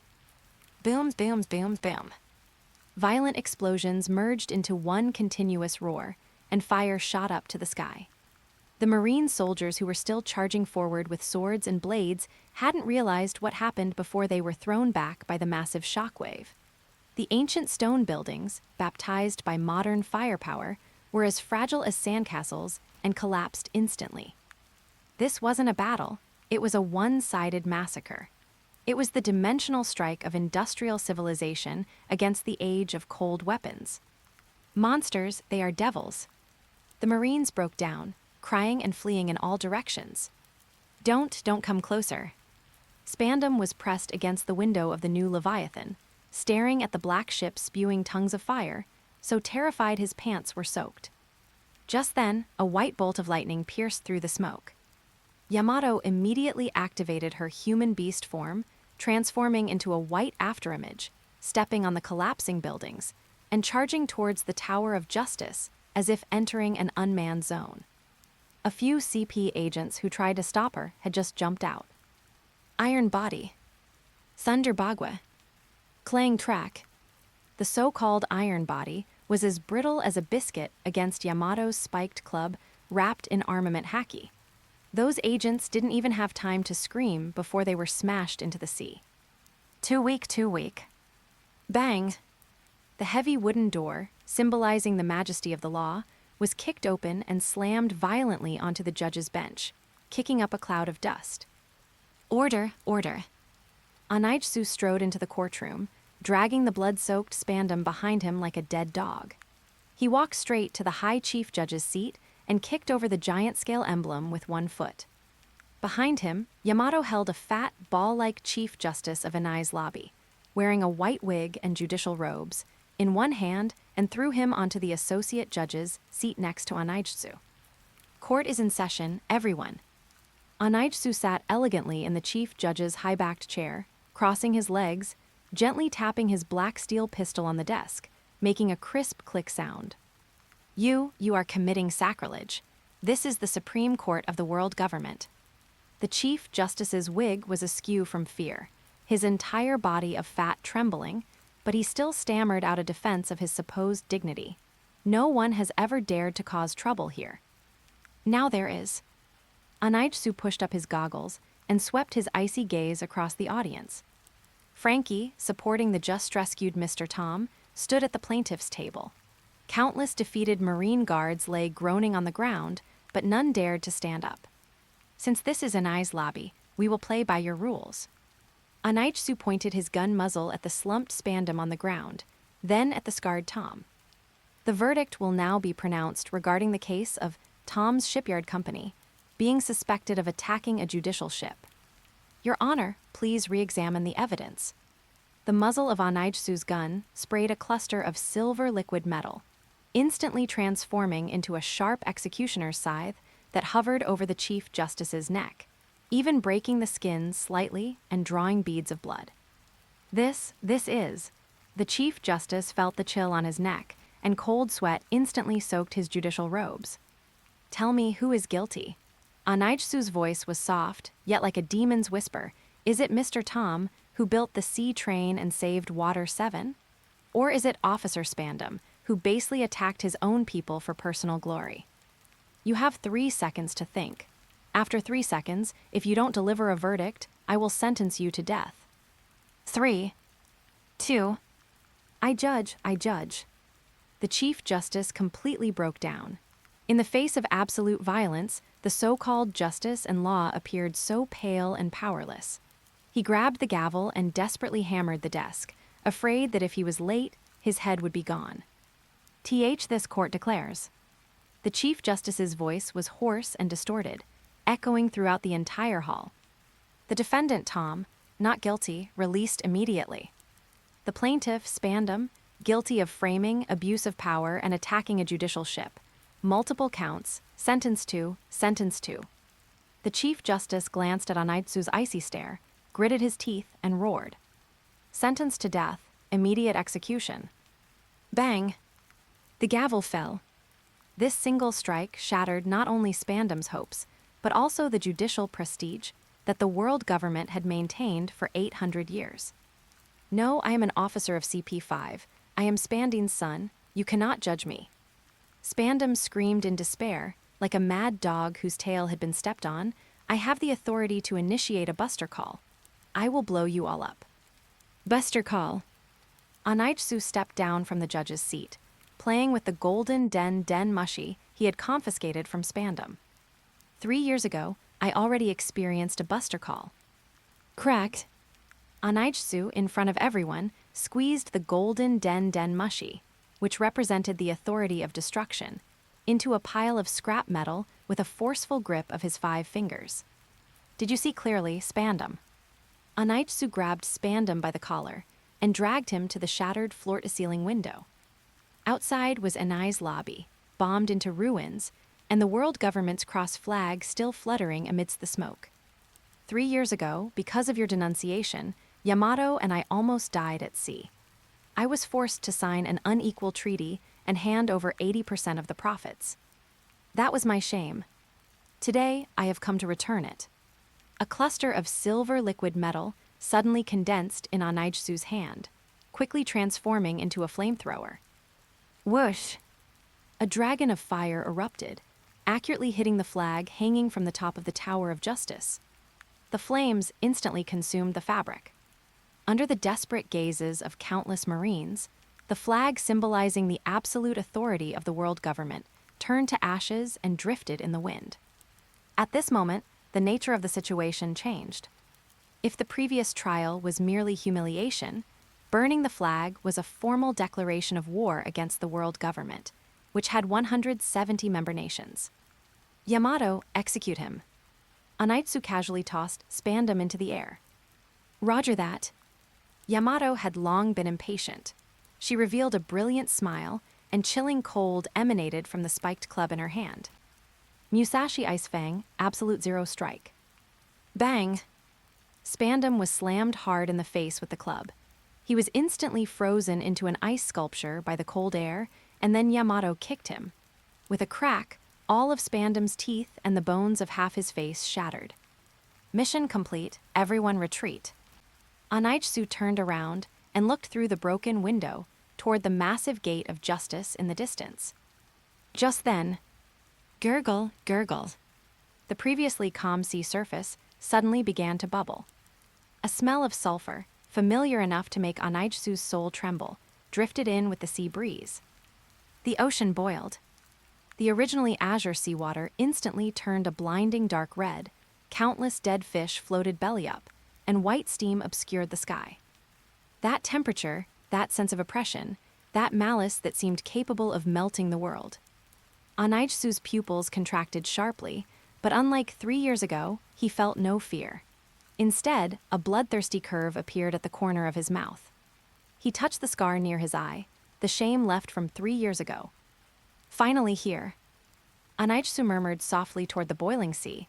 Long time no see, Sakazuki. Chapter 43, Another Battle with Akainu. There were no unnecessary pleasantries, no so-called pre-battle declaration. On that sea surface resembling boiling blood, a lone marine warship lay across the center of the passage. At the bow of that warship, the tall man in the dark red suit, Akainu Sakazuki, merely stood there, and the space around him visibly warped due to the extreme heat. He looked up, his eyes beneath the brim of his hat devoid of extra emotion, only pure killing intent. Only death. Akainu's right arm instantly transformed into rolling magma, without any charging up, not even giving the new Leviathan any time to react. Great eruption. Boom! A massive lava fist, the size of half a mountain, carrying the momentum of utter annihilation, instantly crossed hundreds of meters of sea surface, heading straight for the battleship. This terrifying strike was more condensed and more fatal than the punch from 3 years ago. Don't even think about destroying my ship again. A crisp shout exploded. Yamato's figure shot out from the bow like a white lightning bolt. Zoan type, dog fruit mythical model, great mouth true god form. Midair, Yamato instantly completed the transformation into her human beast form. White fur covered her entire body, enveloped by azure flames, and battle intent boiled in her golden beast eyes. Facing that world-destroying lava fist, she did not retreat. Instead, she opened her mouth wide, her chest puffing out. An extremely cold, freezing energy was compressed to its absolute limit in her throat. Mutilating ice fangs, extreme cold torrent. Whoosh! A white torrent of freezing energy erupted like a waterfall, colliding fiercely with the red lava in midair.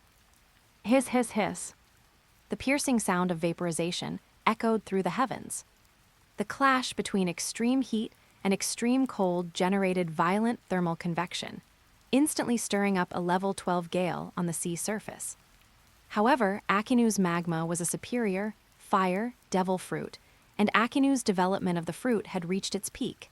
Simple ice was still at a disadvantage. Seeing the ice layer rapidly melting, Yamato's eyes sharpened, and she swung the club in her hand fiercely. It's not over yet. Thunder Bagua. This time, Black-Red Conqueror's Haki lightning coiled around the shaft of the club like a wild dragon. Yamato smashed down with one blow onto the frozen lava fist, and a terrifying shockwave instantly erupted. Crack boom. The giant lava fist was forcibly smashed apart, turning into countless burning meteorites that plunged into the sea, kicking up towering water columns. HMPH, you've improved a bit. Akainu snorted coldly, his body not moving, but the warship deck beneath his feet cracked from bearing his force. He transformed into a streak of red light, using moonwalk to soar into the sky, instantly appearing above Yamato's head. But in the face of absolute power, this bit of improvement is meaningless. Hellhound.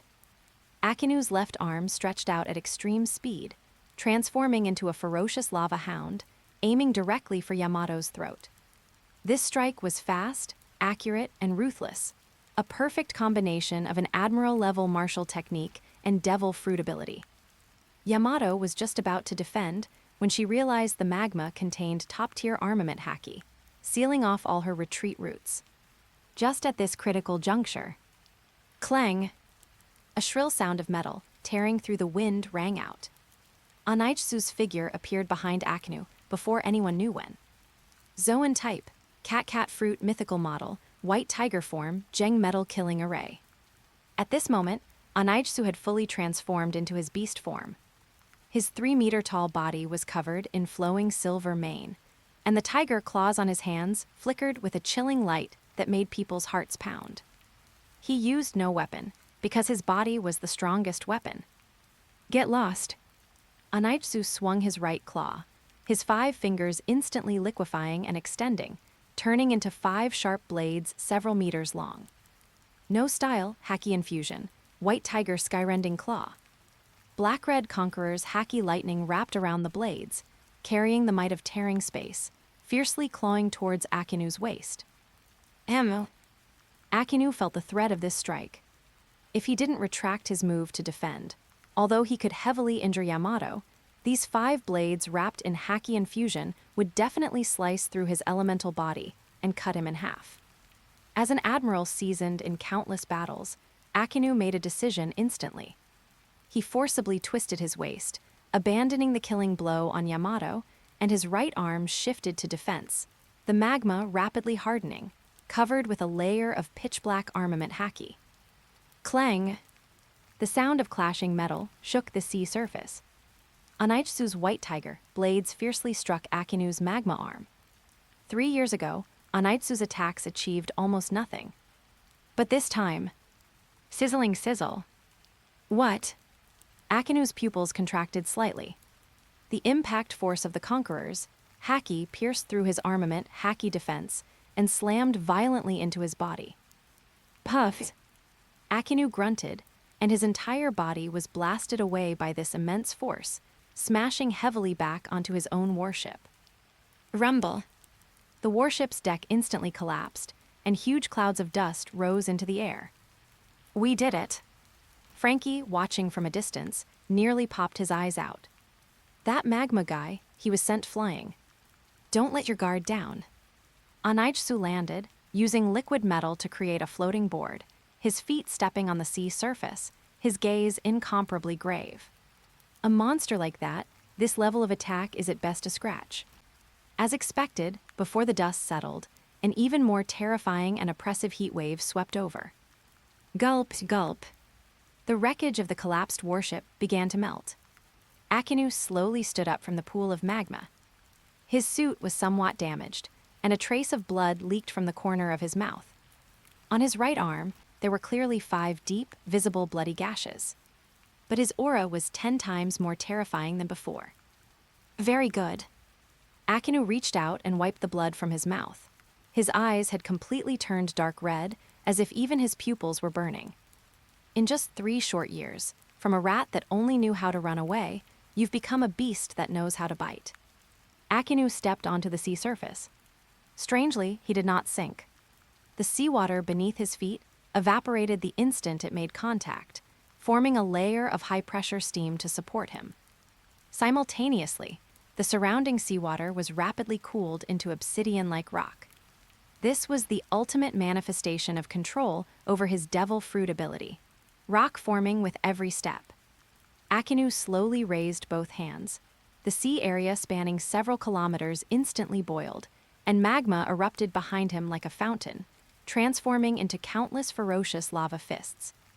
Meteor volcano, 100 flowers blooming. Whoosh, whoosh, whoosh. A sky full of fire rain covered all space for evasion. Every single lava fist was wrapped with armament Haki potent enough to pierce mountains. Here they come, Yamato don't separate. Anaitsu roared, the silver mane all over his body stood on end, and countless liquid metal surged out from within him, forming a massive white tiger shield in front of him. Awakening, absolute defense, divine iron bulwark. I'll shatter this thing. Yamato advanced instead of retreating, leaping high directly off Anaitsu's shield, swinging her club in a dense, impenetrable flurry. Mirror Mountain, glacial grand counter. A giant ice mirror formed in front of Yamato, forcibly deflecting dozens of lava fists. Boom, boom, boom, boom. Explosions sounded continuously. Anaitsu and Yamato were like 2 small boats in a raging storm, struggling to hold on under Akainu's unreasonable barrage of firepower. Got you. Akainu's figure suddenly pierced through the rain of fire and appeared in front of Anaitsu. This time, his speed was as fast as teleportation. Inugami Red Lotus. Akainu's arm transformed into a gigantic lava hound, opening its maw wide, and directly bit down on Anaitsu's left arm, which was being used for defense. Sizzle, sizzle, sizzle. The terrifying high temperature instantly burned through the windbreaker and reddened Anaitsu's metal skin. Although the alloy was heat-resistant, the pain was real. Hey. Anaitsu grunted in pain, but he did not retreat.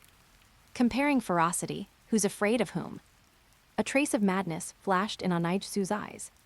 Ignoring the intense pain of his left arm being bitten, he instead controlled the metal of his left arm to instantly deform, transforming into countless spikes that stabbed back into the lava hound's mouth, tightly locking Akainu's right hand. Yamato's now. Got it. Yamato, who had long been charging up above, saw Akainu locked in place, and a dazzling light burst from her golden beast eyes. She raised her club with both hands, pouring all her Haki and azure flames into it without reservation. This was the strongest strike she could muster. Secret technique, White Serpent Exorcism, Great Mouth Divine Fire, Thunder Bagua.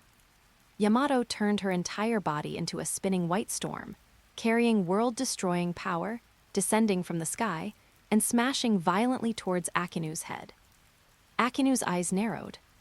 His left hand was tightly locked by Anaitsu, and he couldn't pull it back at all. Trying to trade injuries, naive. Akainu not only didn't dodge, but instead raised his free right leg, magma erupting, instantly kicking out a strike potent enough to shatter an island. Erosion Samsara. Boomed. Fist versus club, foot versus shield, magma versus ice, Haki versus Haki. The 3 forces completely detonated at this moment. For that instant, time seemed to freeze. Immediately following, a white light engulfed the vision.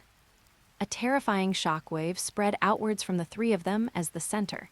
directly blasting a massive void in the sea surface spanning 10 kilometers, even churning up the silt from the seabed. Tuiwa.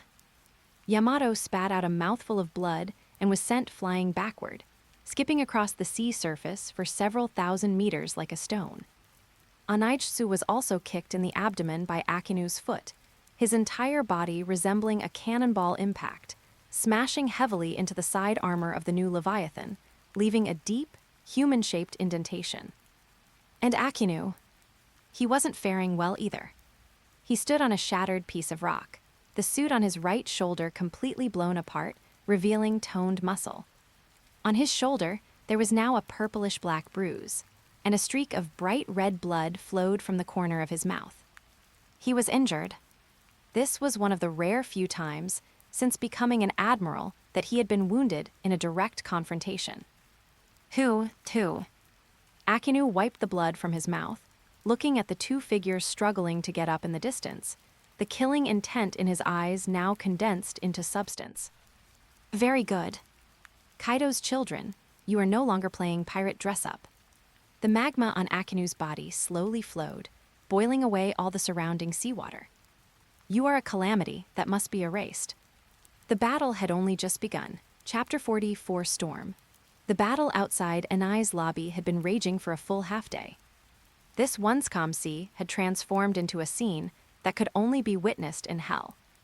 The sea on the left had been frozen into massive icebergs by Yamato's Muubingya, while the sea on the right was boiled by Akainu's magma, churning with red bubbles. At the boundary of ice and fire, a thick fog rose, blotting out the sky. Ha. Ghost Moon knelt on a piece of floating ice, gasping for breath.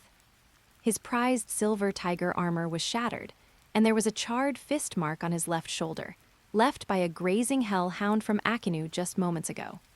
Fresh blood streamed down his arm, dripping onto the ice and melting small holes into it. Not far away, Yamato was in an even worse state.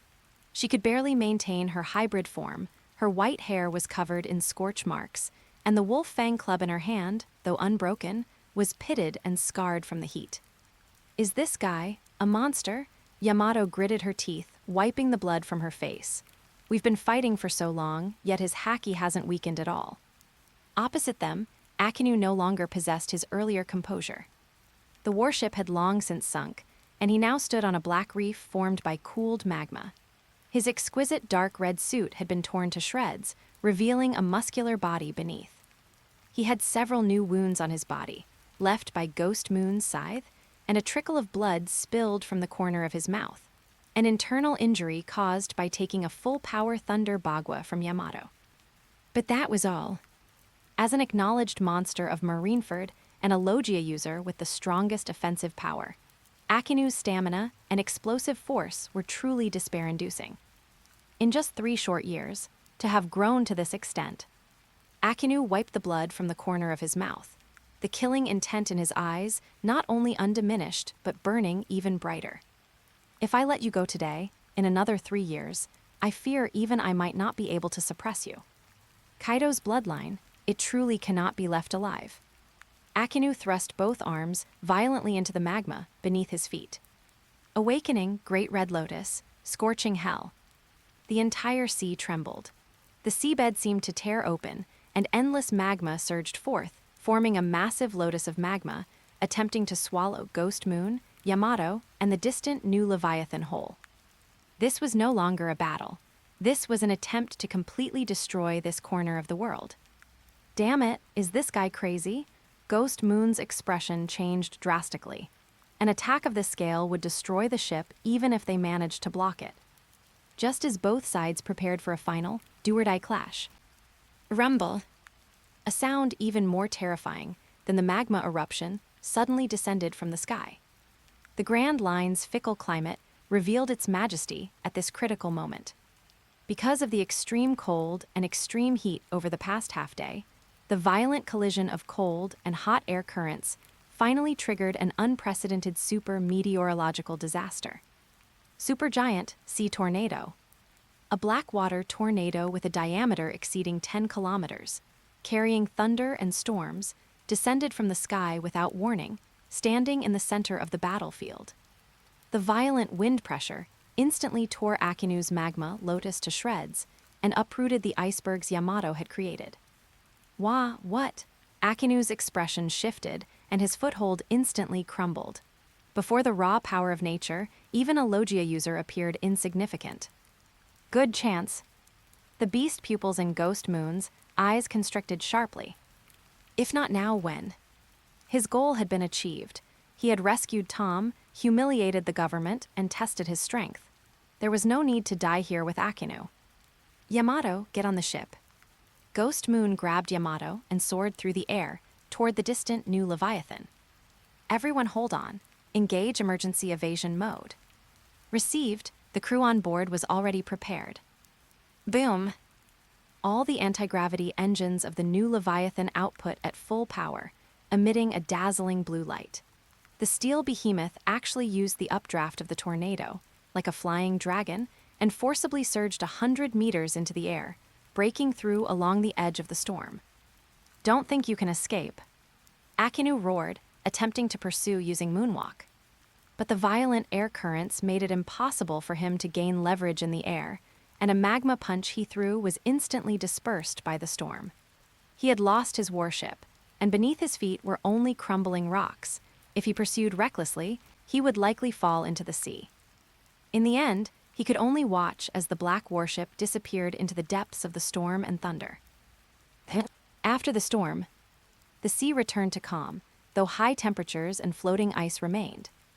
Akainu stood alone on a piece of floating volcanic rock, staring at the empty sea, his expression so grim it could drip water. But he did not fly into a rage. On the contrary, his gaze became unprecedentedly grave. Ghost Moon. Akainu murmured the name, as if chewing on a piece of raw, bloody meat. 3 years ago, he was just a second-generation pirate with a bit of cunning. Today, he was an Emperor Commander-level powerhouse, capable of trading blows with him head-on and escaping unscathed. The next time we meet, it will be all-out war. Akainu turned around and looked toward the Marine fleet, arriving for support. Pass down the order. Raise the threat level of Ghost Moon and his pirate crew to disaster level, second only to the 4 emperors. On the deck of the new Leviathan. Although they had escaped danger, the ship was in shambles. Yamato lay on the deck without a shred of dignity, letting the doctor bandage her wounds while muttering, "Ouch, ouch, ouch. Is that magma guy made of iron? Even my Conqueror's Haki coating couldn't break his bones." Ghost Moon leaned against the railing, holding a bottle of rum, and took a swig with a trembling hand. It was muscle spasms from extreme adrenaline. Mr. Tom walked over. A hell of a fight, young man. Tom looked at Ghost Moon with a complex expression. To risk your life against an admiral just to save an old man like me. I, Tom, haven't respected many people in my life, but you are one of them. Ghost Moon raised his head and looked out at the endless sea. 3 years ago, he could only kneel on the ground and sign a treaty. Today, he stood at the bow, with comrades behind him capable of standing against an admiral. Finally, Ghost Moon clenched his fist, his nails piercing his palm, blood and alcohol mixing together. He had finally crossed the psychological threshold known as admiral. Whether it's business or war, a smile of ambition curled at the corners of Ghost Moon's mouth. We are finally qualified to sit at this world's table. Pass the order, return to base. Next stop, we're going to Dressrosa. All right, legends, that's it for today. If you're ready for the next chapter, smash that like button and flood the comments right now. Remember, we've got 3 days to prove this story needs to continue. Subscribe so you don't miss the drop, and I'll meet you in the next audiobook.